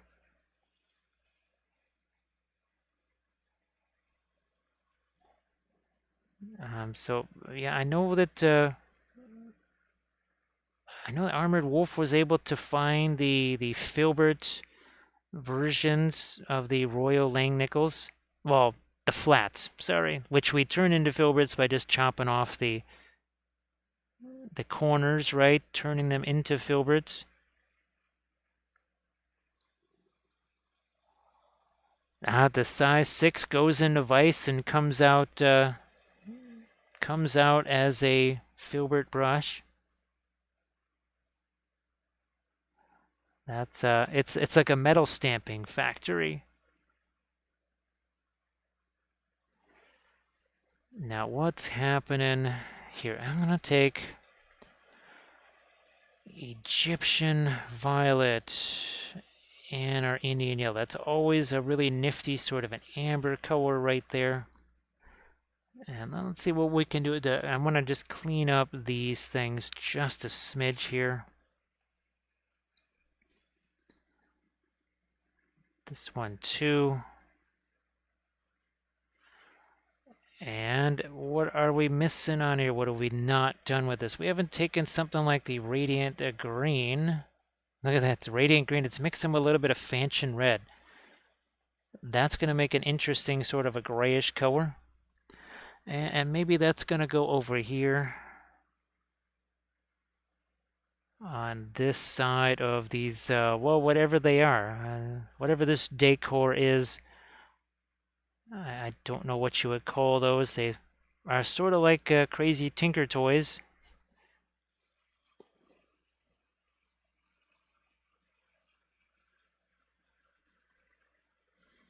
Yeah, you don't. Oh, yeah, you don't want to crumble up that thing. But yeah, we just take the. And here's one. Now, of course, it's been heavily used, as you can see by the handle there. But that was just originally a flat brush, and all we did was we watered it down, and then we cut the two corners on the other side with our scissors, and poof, we ended up with our fabulous homemade filbert brush. Although I do have to say, the Princeton, where is one of those? Yeah, these have taken way more punishment for a $4 or $5 brush. These things have taken an incredible amount of punishment. So they will last longer actually than the other ones. Here, where's my? Yeah, I think that's going to do it here. I just wanted to soften up some of this. Again, it's a little bit of brush stroke management here. All I did was just tap at it a couple of times. That's all I needed to do. That's all I need to do now. Here, well, we don't really have much left of our straight up Radiant Lemon. We'll just see what that's going to do right here. See, that even that might have too much Radiant Lemon. Might need to go back and get a little bit more of the cadmium orange instead. This could use some lights right along that edge. Well, I think we'll try what we got right here. Let's see if this will work. Let's see if that's going to do the trick. And I think it should. Oh, yeah, that should. I don't want to rival what's going on up there. But it sharpens up that line and also makes that recede a little bit. Now I'm going to take a quickie look here at our reference thing. I wanted to see. Yeah, I think, okay, this is another little shape that I wanted to get in here. Now, do I go darker here or lighter over here? I'm going to start out. And look at how much lighter that is. But see how it starts to just blend in with each brush stroke.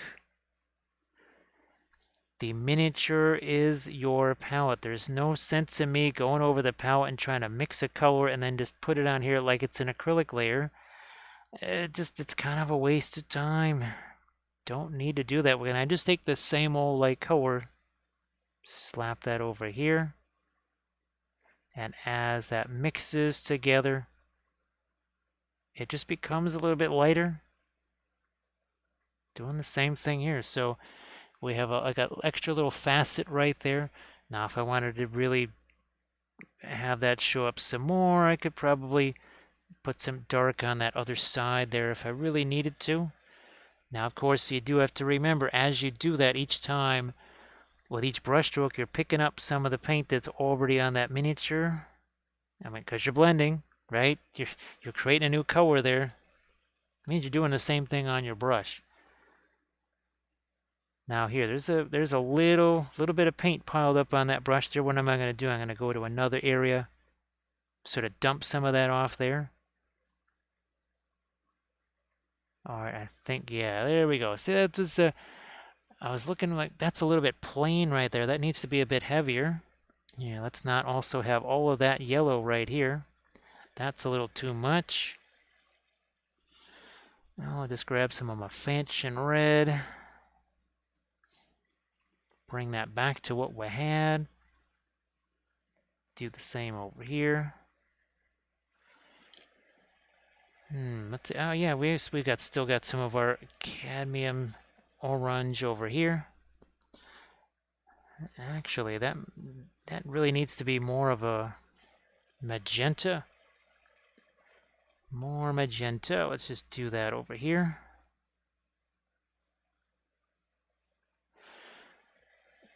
Indigo for our dirt. No. The Egyptian violet. Egyptian violet.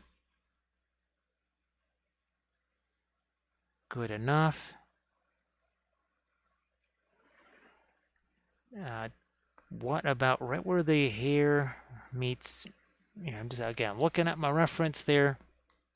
We had a little bit more of an intense. Yeah, let's grab that. The radiant violet. Some of the Egyptian violet. Maybe even a little touch of the Fanchon red here to warm that up too. Now I can't stick my fingers on the ends of the wings because we've got ourselves a decent amount of paint on the end of those wings. That's how we ended up with all this paint. That's not blood right there. So for folks that might be worried about that, no, that's just a little bit of paint right there that we've picked up from the end of the wings. And of course, I could use my brush cleaner to get that stuff off, but instead I will just use Dawn dishwashing liquid. It gets out the grease. It cuts through it. Seriously, you need to wash your hands or whatever, get the oils off of there.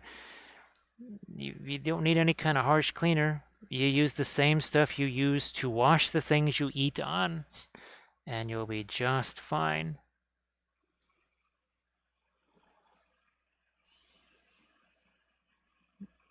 Let's see. Let's take the same magenta right over here. Yeah. That's going to make a nice little difference to the blue that's right next to it. Do I need to go any lighter here on the underside? Nope, not going to go any lighter there. I will see if I can. Well, what the heck, we even have a little bit of white in that now. I'm going to see if I can tighten up this edge just a bit more. There we go. Okay, that works. That works.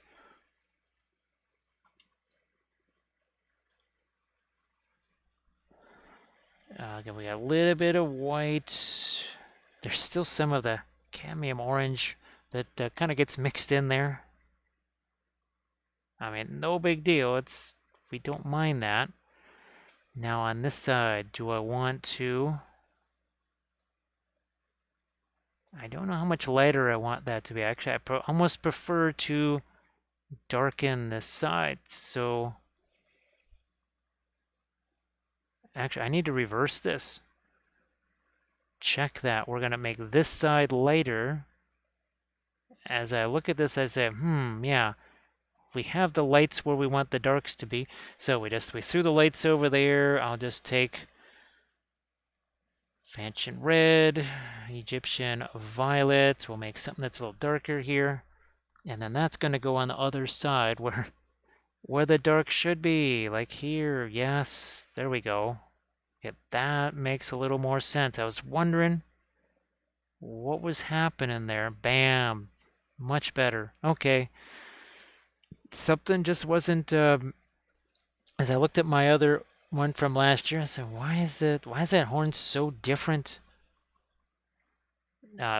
pretty much because we had the light where the dark should be and vice versa. But that is all corrected now. That's all fine. Just darken up some of the back of that too.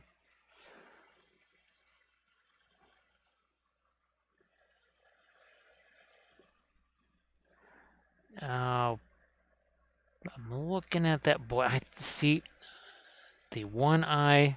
I think I should have gone back into this one. Of course, we might have to redo the little pupil thing there, but I think it'll be worth it to just try and lighten up his eye on this side. We got a little too much of the orange in there. No, actually, we're all good. We are all good there. Never mind. That worked out just fine. And of course, too, with the eyes, sometimes it's almost easier to just take, I don't know, art coat or even some watered down Liquitex heavy gloss gel and throw that over the eyes and just let the glossiness of it give it that little highlight that goes on the top, of course. We do have a little more here. Let's take our radiant turquoise, mixing that with the white here. I'm going to see if I can get some. I don't know if I can get any lighter highlights on the face here, but I think we're pretty much at max with the highlights here. But there's actually several more almost like little folds in the face that I was maybe hoping to get this time around that I don't think I got last time around. But yay, this particular Prinkles, this is going to stay with us. The other one was a commission, so that went off to the forever home. But this one right here, this one is for us.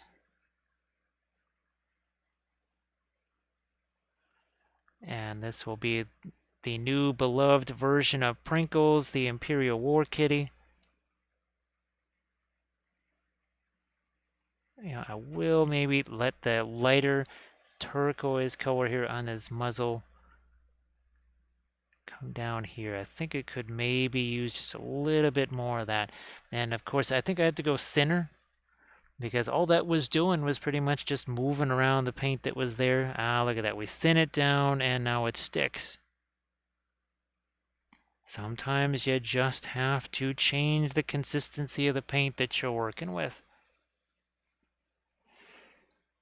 Yeah, super lazy bum. I painted a Necro Sphinx and a War Sphinx as part of the Tomb King's army. We painted both of those. I think I only have a picture, unfortunately, of the War Sphinx. I loved my Necro Sphinx. Oh, it's going to take me a little bit here. Let me find my Tomb King's army. Now, of course, I think he was on the lower level here. Oh, there you go. You can sort of see him. Yeah, I see him right there. He's got his wings. Yeah, a little bit difficult to see. Well, there, yeah, that's I think that's the War Sphinx, not the Necro Sphinx. But yeah, now we're getting up to the top level of the Tomb Kings there. Yeah, so it was really more. You can only see him sort of there in the kind of to the front corner of the board on the lower level. That's where you see him. But you can go to the blog and, well, not only are there pictures on the blog, but gee whiz, there's probably maybe even some step-by-step images of them or whatever there. I think I did about 120 blog posts on the Tomb King's army. You can see how the army board was created step by step. Here, let's do some more of that. There's plenty of those type of articles on the blog for, well, a lot of the armies, not just the Tomb Kings and the Lizard Men and such. The Sisters of Battle are on there, and the. Actually, I think I was still doing that when I did my Fallschirmjäger army. So even the Fallschirmjägers are on there too, as well as the army board. I think when I stopped doing the blog, I think I had about 5,700 blog posts or something.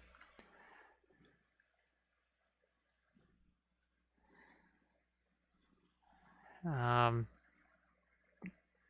yeah, well, it's I find it hilarious that if they do bring back the Tomb Kings for the old world, they will probably still have those same stupid chariot kits, and they won't update them. And then they'll just kill off the Tomb Kings because the army that they'll make for them is so terrible they'll be unplayable.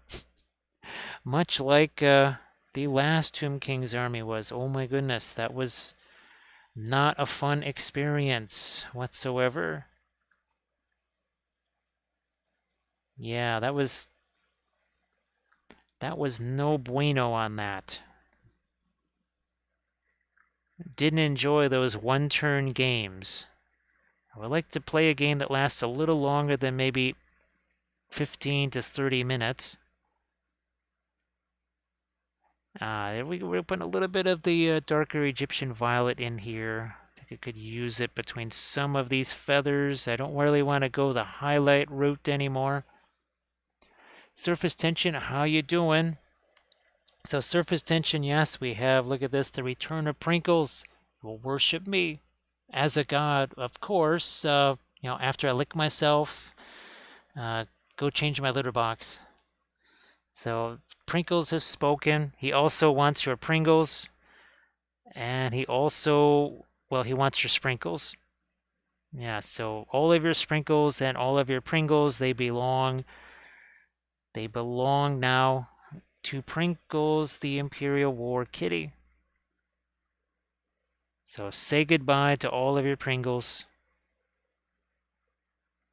He just loves those little cans, and he likes to stack them all up on top of each other and make different flavors out of them. It's his favorite thing ever.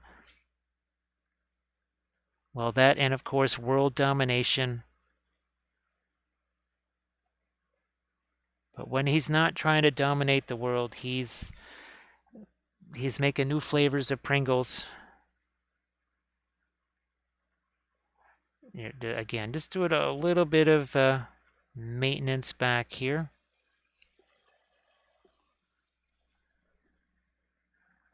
Couple of more areas of dark. Just trying to separate a couple of these feathers where maybe there were too many lights in one place. Okay, we're good there. What about down here? Yeah, we need to do some of that over here for sure. We're using the Egyptian violet at this point here.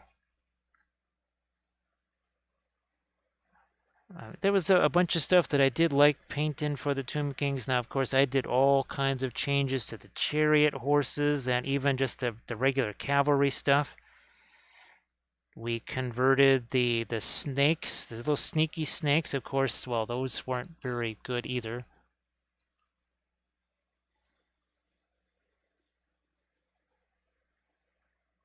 That was a very sad thing about the Tomb Kings. There was well, the fact that dwarves could move faster than Tomb Kings, also that, yeah, dwarves could move faster than Tomb King's chariots, which was well, less amusing when you're the Tomb King player, more amusing when you're the dwarf player outrunning and outmoving Tomb King chariots, but yeah, not less fun when you are the Tomb King's guy. And of course, this would have worked with the Tomb King's army because, well, it was tainted by Zinch, so our Zinchy kitty right here would go just perfect.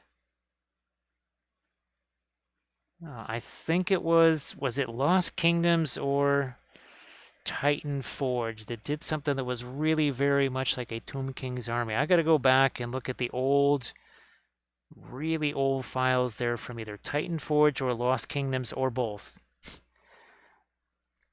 Of course, we did print out some of the Chaos Dwarves from Lost Kingdoms. Actually, I wonder what will happen with the Chaos Dwarves. Will they still have their war machines and all that kind of stuff, or will they be there at all?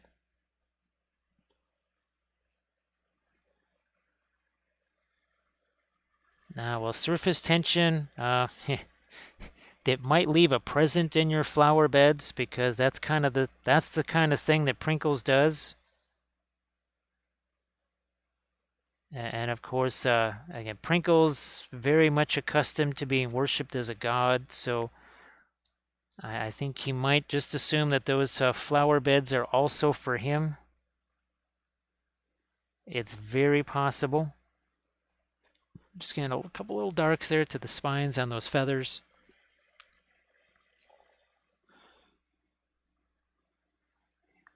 There we are.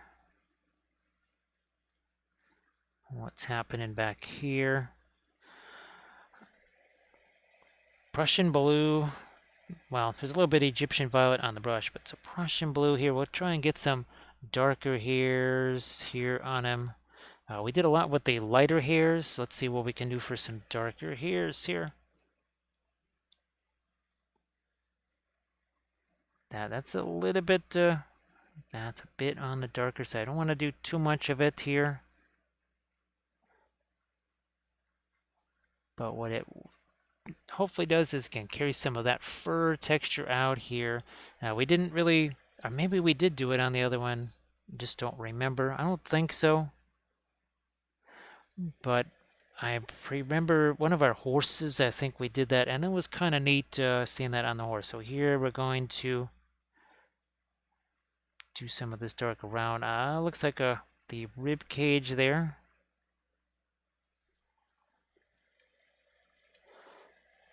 So that's back to our radiant turquoise, a little bit of the Prussian blue, some of these here, so see if I can lighten those up. And again, the paint, I'm going to have to get some of my thinner into that because the paint is not dry, but it has set just a bit.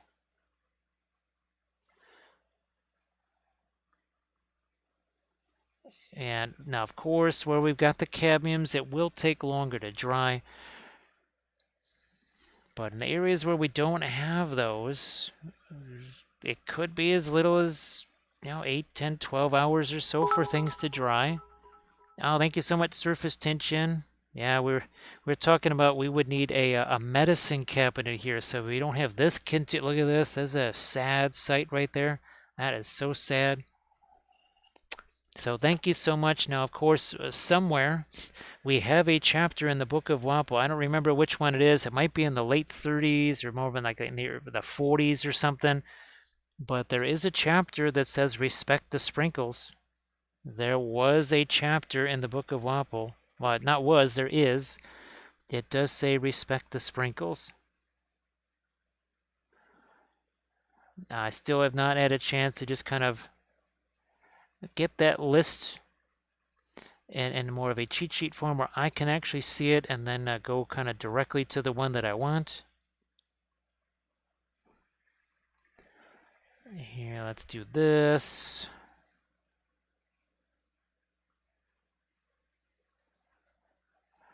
Get a little bit more of our dark. Taking the Prussian blue and just sneaking a little bit of fur texture in there. If I feel like it's got too, the lines are too sharp, well, all I would have to do is just take, again, one of these blending brushes like this and just do a little bit of tap, tap, tap, and tone that down. So thanks so much, Surface Tension. I appreciate that. Ooh, let's soften some of these down just a little bit. We've certainly done that on our golds right here. Just every here, you remember the gemstone that we did? We just poked some lighter stuff on that green and then just took the blending brush and smushed it around, and it was all nice and blended in a matter of a second or two. I think I could still use a little bit of radiant green on the underside of that particular gem. We do have a little bit of the phthalo green as well. There might not even be enough reflected light down there, so we're going to put a little more reflected light on the underside of that gold. I think that works. And of course, that's got a little bit of the phthalo green in there too. Speaking of some green, well, look what we're doing. We're getting some more of our reflected light here, just changing that around. There. Look at this. We got magenta on this side, we got green on that side. There's a nice little sneaky contrasty thing. And of course, what happens when we do this? Film noir, zoom. Now it's just light, right? There's no red, there's no green. Look at this, there's no blue. There's no magenta. Look at the legs. There is no difference in the value there. It's just hilarious. Every time I see this, I can never see this enough. Can never see that enough. And watch what happens as we bring this back. Oh, that amuses me to no end. To see all that color disappear, and in its place, you don't see the feet just kind of disappear. I absolutely love it. Now here I'm going to get a little bit of my, I'm thinking either asphaltum and or a little bit of the brown matter here, just to sharpen up some of the edges here on the tail. Because we added our lights in there, and I just want, yeah, there we go. That sharpens that edge a little bit. Edge was looking a little soft and smushy. Sharpen the edge here too. And then we're going to have to do the same on the other side. Same on the other side again here. We're kind of focusing on that brown matter. Boom. There. I mean, the last time we touched this thing was hours ago, which is why we're able to kind of go in there and hit that. So the last thing we want to do up here is maybe on the top surfaces of these wings. I hadn't done anything there yet because I wanted to see what was going on elsewhere. Also, just in case I still had to stick my hand on that, I just didn't want to have to deal with repainting something over and over again because I kept sticking my hand on it. Now here, I don't know if I really need to thin that down that much, but let's see what I can do here on the wingtip. Is that going to be too light? Maybe swing back to a little bit of that cadmium orange here. It's almost turned into like a weird peach color or something here.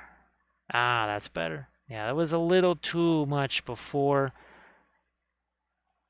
That works.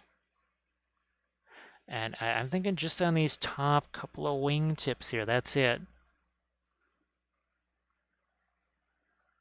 Maybe as far as this one, and that's it. Yeah, just that. And now we need to do a similar thing over here. I can't really support my hand, so this is going to be very much free flow in here. Let's see if we can make this happen. And just like the other wing, actually, I can do it this way. Here we go.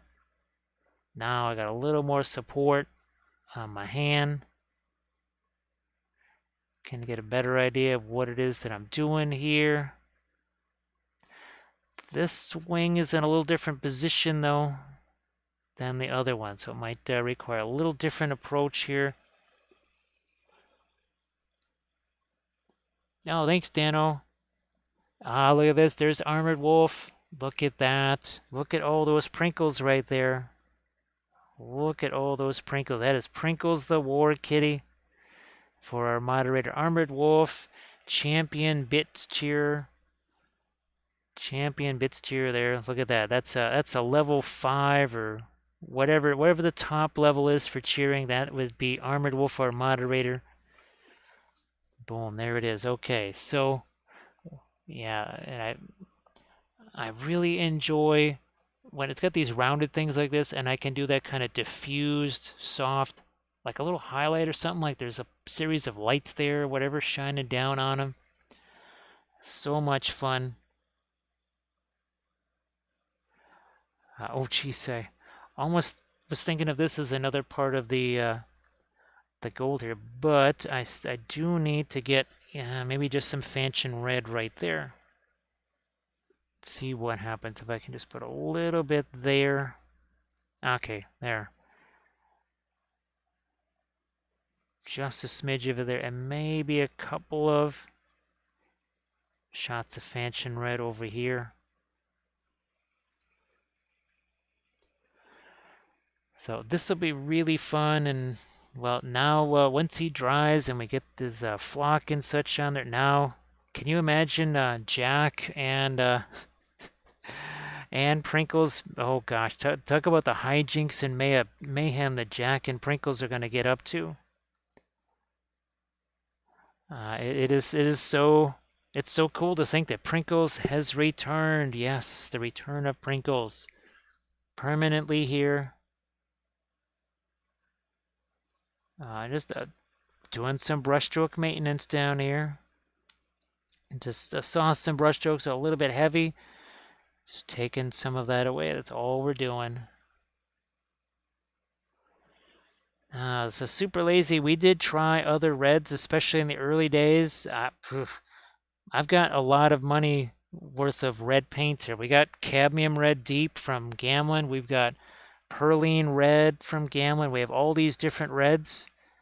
But once Fanchon red came along, that pretty much annihilated all the other reds. It's the way it worked out. It was not intended to be that way. It just sort of did. What's on the end of this here? I'm going to lighten up that a little more. I don't think we need to do that too much over here. Yes, that yeah, much like those who raid the enter the tomb cities of Susenes, you suffer a fate worse than death when you question the Fanchon Red. Oh yeah, that's right. What is one of the maybe one of the lesser known chapters in the Book of Wappel? Thou shalt not covet thy neighbor's Egyptian violet. Used to be thou shalt not covet thy neighbor's terra rosa because the art store only ever had like 1 or 2 tubes of that, and we went through that a lot, being a portrait painting class. Needless to say, now you know why I use terra rosa as a skin color all the time, because portrait painting. Yes, used to do that all the time. Well, still do actually. I actually had to paint a couple of more portraits just in the last month or so. So, I see. Let's look at our other Prinkles here. I don't think we did much of this fur texture, did we? No, not really. It doesn't really seem that way on that one. So again, that was last year's Prinkles, the Imperial War Kitty. That was the 2021 version, right at the start of the year. Quite literally at the start of the year. And we begin 2022. Maybe that's why everything just started to go so haywire, because we didn't have a War Kitty to protect us. Now we have a War Kitty. Yes. I think now maybe that's just what we needed. We needed the protection of a War Kitty. Well, either that or he just like eats us, and that's how he protects us, is by killing us. I don't know. It could be. It could be the way of the War Kitty. Because have we ever heard? When's the last time we heard from the person who has the other Prinkles? So who knows? Maybe that's how that went. So I get thrown a little bit more of the lighter turquoise here. Now that I know we didn't really do this on the other one, I'm gonna maybe emphasize it just a smidge more,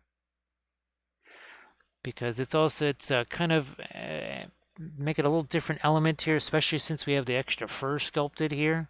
It's carried down onto his body a little bit further as well, so I think it kind of makes sense here.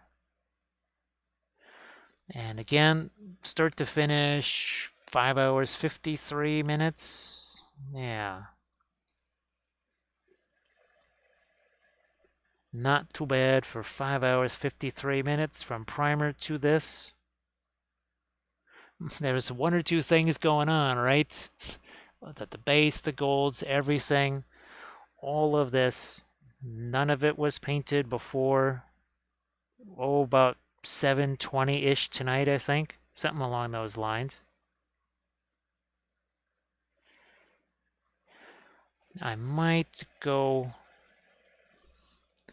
a little bit more with some of my lighter blue here on these feathers. This is the Radiant Turquoise. I did go back in with some of the Egyptian Violet down here to darken some things. Actually, there was a couple of those feathers I think I did sculpt down there. Adulting is complete. So that's good. That's good there, Deuce. That is not a fun thing to be doing. Miniatures, way more fun. Miniatures are way more fun than adulting. Well, pretty much just about anything is more fun than adulting, I suppose.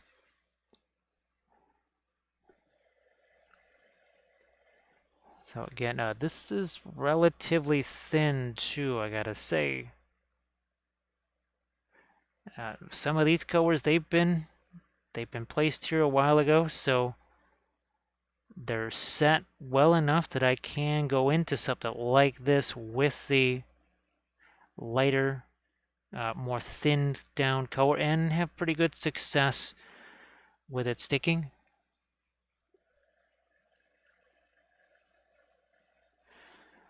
It's nowhere near a pinline wash thin or whatever. There's nothing like that. Just want to emphasize that over and over again. A pinline wash, that's a whole different deal right there. That would just sink all down into the crevices. That's stuff like we did here. Actually, you know what? As I look at the braids here, I might do a little bit more of my Egyptian violet on those just to sharpen up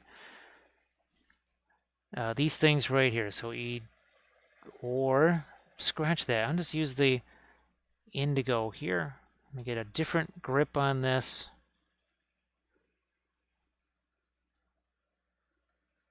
Yeah, over there we go. I got those. We're looking a little bit soft. The darkest color in some of these areas here is just Fanchon Red, and much as we love our Fanchon Red, it's not necessarily a darker color, so that's better. Much better. Now, I think we've got those edges set pretty well. These things here, boy, I might just see if I can get some weight out here on the palette. Not that. Some of this right here. Because I didn't actually put out any fresh white. I just kind of took some from my last tutorial video, I think, and was using that. All right, here, let's get some of the junk out of this brush. Take a little bit of our white here. Find an open spot here on the palette. Use some thinner with that. And it's these little things right here. I need the lightest highlight on there, and pretty much everything has gotten mixed into our white, which makes sense. All right, now we need some bright sparkly things right there on that leading edge. I might need to make this either thinner or thicker. Let me try this again. Okay, thicker. Yeah. I tried thinner, didn't really stick. Do the thicker, and right away, bam, it sticks. Oh, that's right. Yeah, you got the superheat going on down there. Dano, that's actually one of the things I would be trying to do after the stream here is some more manipulation of that filming / photo area that I was showing you. Again, I got really lucky with those new lights. Apparently, they were actually one of those lightning deals on Amazon because they are now twice as expensive as they were when we got them.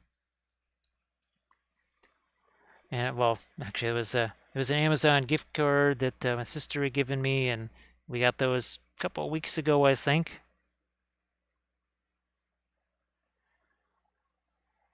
And I think they're going to work out really well. All right, I think we have our lightest lights there. I will look down here again to see if in the midst of that, I can just lighten that up a little more. Okay, that worked.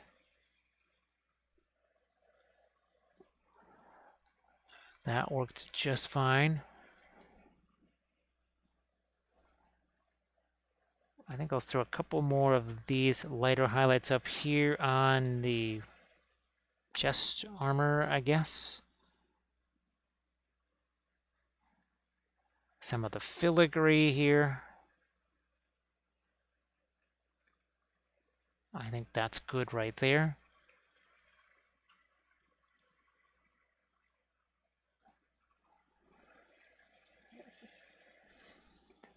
Now let's do the little highlight on this side, and that thing didn't quite go where I wanted it to go. So I'm actually just going to eliminate that. And that's going to go over here because the other side's kind of in shadow. Why would I have that sitting over there? So here we'll just throw our little highlight thing that we like to do on the gemstones. We'll put it there on that side. That makes a little more sense now.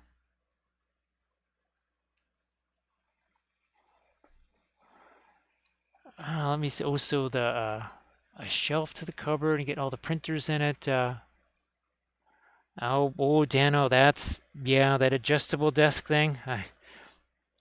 I think I tried using some paperback books here or something like that to increase the height of this desk, and of course it's on a carpet, so that it was limited success.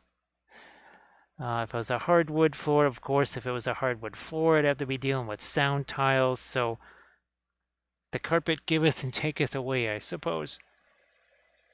Which reminds me, I'm going to have to break out well, they're not sound tiles, they were actually just those rubber floor mat type things, because that's kind of where some of the sound reverb comes from, is the tile floor in the basement, because the ceiling is so darn close. Pretty much forces the sound back down into the camera.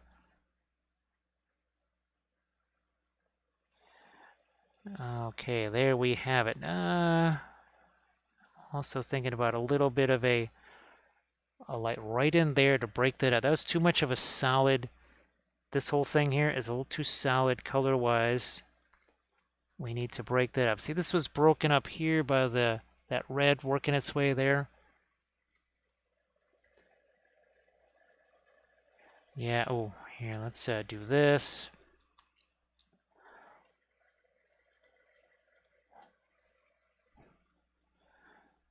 And that might need a bit more of the Fanchon red too. I'm just going to throw these couple of highlights here, and then we'll try the Fanchon red thing here, but in a lighter form. Maybe even the Fanchon red with a smidge of the cadmium scarlet in there too. Let's do that right here. Ah, yes, okay. That's it. Just needed a little bit of a lighter version of that. Ah, Doji, how you doing? Oh, the plastic hollow ones. Oh my gosh, yes. Yeah, Dano. Well, Kathy's got one of those, and we try to put clamps on it, and that doesn't work so well. I can remember when I was trying to use that table and trying to put some clamps on it. I had to basically have I had a lot of scraps of like the kitchen countertop type stuff that had been cut out for sinks or whatever. And I had some of those of various sizes. The advantage of those is they're really incredibly heavy, like that Formica stuff. So yeah, super heavy, and it was able to take the weight of the clamp. So yeah, I would just put that, and also raise the height of the table, or at least my work area anyways. So that was one solution that I had to utilize for that. On the downside, of course, if I leaned too hard on that, it would just the whole thing would shift because it wasn't attached to anything. So Doji, I hope that you're doing well, and we're finishing up here on the return of Prinkles the Imperial War Kitty. Yes. So this was the old one, painted a little over a year ago, like a year and a few days. But as you can see, we converted this one with some 3D printed wings, and we tried to make them a base that was as similar as possible to the old one, and I think we got pretty darn close to that. Pretty close. And we've had a lot of fun just with these crazy colors, right? Some very bright blues and purples and reds. Very simple, pretty much just Egyptian violet, Fanchon red, Prussian blue, and then a couple of the radiants in there, and done. That's it. Thanks, Doji. Now, of course, we have ourselves a really, well, an even bigger figure to paint tomorrow. Yeah, an even bigger one to paint tomorrow. That is this guy over here. So this is a 3D print from Archvillain. That's what we'll be working on tomorrow. That's going to be really fun. We'll be hitting that with the oils. Here, we'll just stick him back in his little box over here. And Doshi, I hope that you had yourself, well, a good Friday and, well, for some folks, most of Saturday, because it's definitely getting to be at least a Saturday afternoon, if not early evening in some places.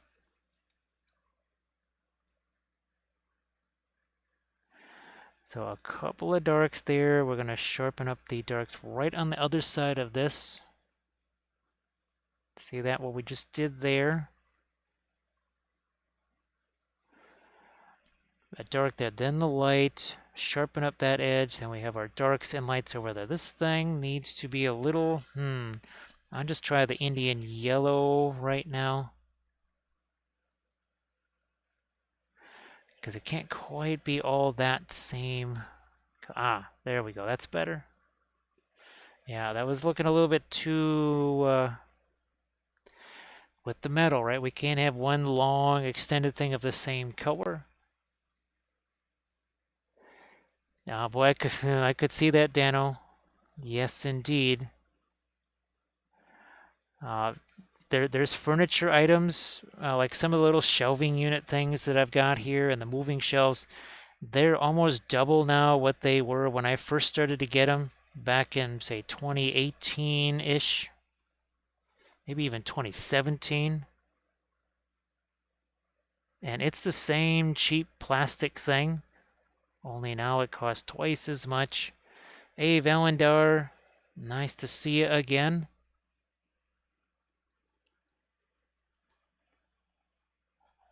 Yeah, Doshi, that's well, we were just talking about the whole never say what else could go wrong, because something will go wrong and something worse will happen. So we never say what worse could happen. We never let down our guard thinking, oh yeah, that's like the worst of it. That's nothing else could happen. Hello, little hobbit. Spark my ganja. And thank you so much, Raven Red. That is appreciated. Gandalf appreciates that too. And of course, well, let's see, which of our Gandalfs is it going to be? He's like, so what was Morgoth smoking when he created you? He's like, I don't know, probably the same thing that you smoke all the time. It's like, have you ever, has Radagast seen you yet? It's like, oh yeah, I thought his cabin was like a litter box, so yeah, he's probably not too happy about that. So thank you so much for that follow. Who enters my domain? Well, looky here, paint water sommelier is just everywhere. Paint water is everywhere. Don't get your paint water everywhere. So paint water, thank you so much for the raid. So paint water is everywhere, because paint water could be in the chat. Then paint water was streaming, and now paint water returns with some folks. Actually, Well, I mean, let's see. No, oh, see, unfortunate. No, now see here. This one is, of course, it's built into the figure, but I'll bet you there's probably going to be somebody that does a 3D printed version of Gandalf writing Shadowfax, and it won't be attached to it like that. Hey, Spidey dude, nice to see you again too. So it was definitely Saturday here. Now it is 1:27 in the morning. 1:27 in the morning, and of course, finalizing Prinkles here. Prinkles the Imperial War Kitty. We've, unlike the last one, we added some fur texture here because, well, part of it is the fur was extended naturally just because of all the stuff with the wings. But then I said, you know what, instead of trying to fool around with the fixing a little bit of a glue gap there or whatever, I just said the heck with it. We're going to put some fur texture over the top of it. That'll be good enough. And that'll be the end of it. So if everybody could please give Paint Water Sommelier a follow, that would be sensational. So Paint Water, hope that the stream was fun. And well, I'm sure we'll see you on tomorrow's stream, and who knows, maybe you'll be able to stream and then raid again tomorrow because, well, it's going to be a long, well, this one's gone over 6 hours too, but tomorrow's certainly going to be a long one because we got a lot to do. It's going to be very much the opposite of this as far as crazy wild colors. Yeah, it's going to be very much not the crazy wild colors. Lots of bluish colors though. There'll be lots of bluish colors. I don't think we're going to be using the cobalt blue though, because I would prefer for that to maybe dry a little bit quicker. And cobalt blue, not one of those, not one of the quicker drying colors ever. So we will utilize another way of maybe getting some reddish blues into the mix. So paint water, this is a whole different one right here. The first Prinkles the War Kitty was a commission that we did, and everybody loved him so much. He was, again, one of the most loved and feared characters on the channel here. We just felt like we needed to do another one, and that's just when the 3D printing stuff was starting to take hold here. And I said, man, wouldn't it be neat if we could actually print up some wings and attach those to him and do another, well, instead of Prinkles, it would be Pwinkles because he has wings. And Landress was kind enough to print me up some wings because at the time, well, I wasn't even part of the Lost Kingdoms Patreon at the time. So he printed those up, sent them here. And I did a little conversion corner video showing how we converted him with the wings. And now he has been painted and he is ready for action. Now for those, here, I'm going to back out first so you can see, make sure you see the whole thing here. And especially since here, we're just getting at the tail end. Notice all the reds, the magentas, all this stuff, right? You think, wow, there's got to be all kinds of wild value differences here. Well, not so much. Look at his leg. It's like his leg is all just the same color, just with some lights and darks in it. Same thing with the wings, right? No red wingtips, no red socks, no red tail, none of that kind of stuff. Until you come back. Bam, there you go. Look at this. Is this not the epitome of contrast and the different types of contrast? Now here we got intense color bopping up against intense color, but warms, cools, right? We even have cooler warms, like we did here with the magentas, and the same thing here on the horns. And then here we've got those very warm colors, the warm reds. And all of this 6 hours, 13 minutes ago was nothing but primer. The base, the figure, everything. None of this had any paint on it at all. Once again, the magic of the oil paints, letting us get things done nice and quick. And of course, still with a whole lot of lots of fun, subtle little things. We, of course, utilize lots of dry brushing for sure. And I think what we'll do is we are going to head over. I think Topulus is where it's at because it looks like JT is he is playing some computer games there, and I do believe that Topulus was actually doing the miniature painting thing. So we will head Topulus's way.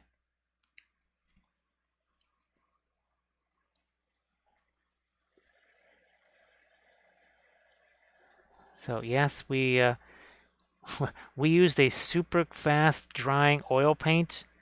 It's one that dries in a matter of seconds. It dries faster than acrylics, and it's the super quick drying oils, and then we just painted up some wings, and didn't even need super glue. Didn't even need super glue. That's the magic of oil paints. You don't even need super glue. It just, you say, I want these to stick together. The oils will act as glue. They can do so many incredible things. We didn't know they could do that. We just found out now. Well, Valandar, that is one of the things that I also wish to do is consume something that is along the lines of food, because we could really use some of that right now. Also, some liquids, for sure. Super lazy. It can sculpt figures. It can assemble figures. It doesn't just paint figures. It does it all by itself. Ask not what you can do for your oils, but what your oils can do for you. And you say, hey, you know what? Could you just assemble all those figures? Dano's probably going to ask the oils just to finish building that his desk area there and finish off that hobby space because it's hot. And of course, the oils are just like, yeah, no problem, I gotcha.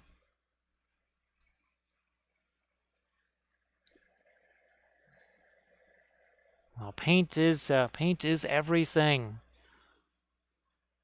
Paint is everything. Here, let's get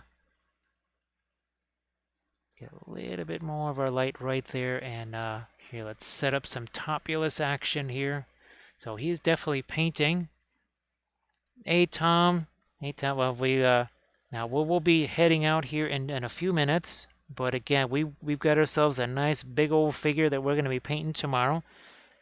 And here, I'll just snag him once again. This is a 3D print from Archvillain. So the Ice Troll King, something like that, whatever.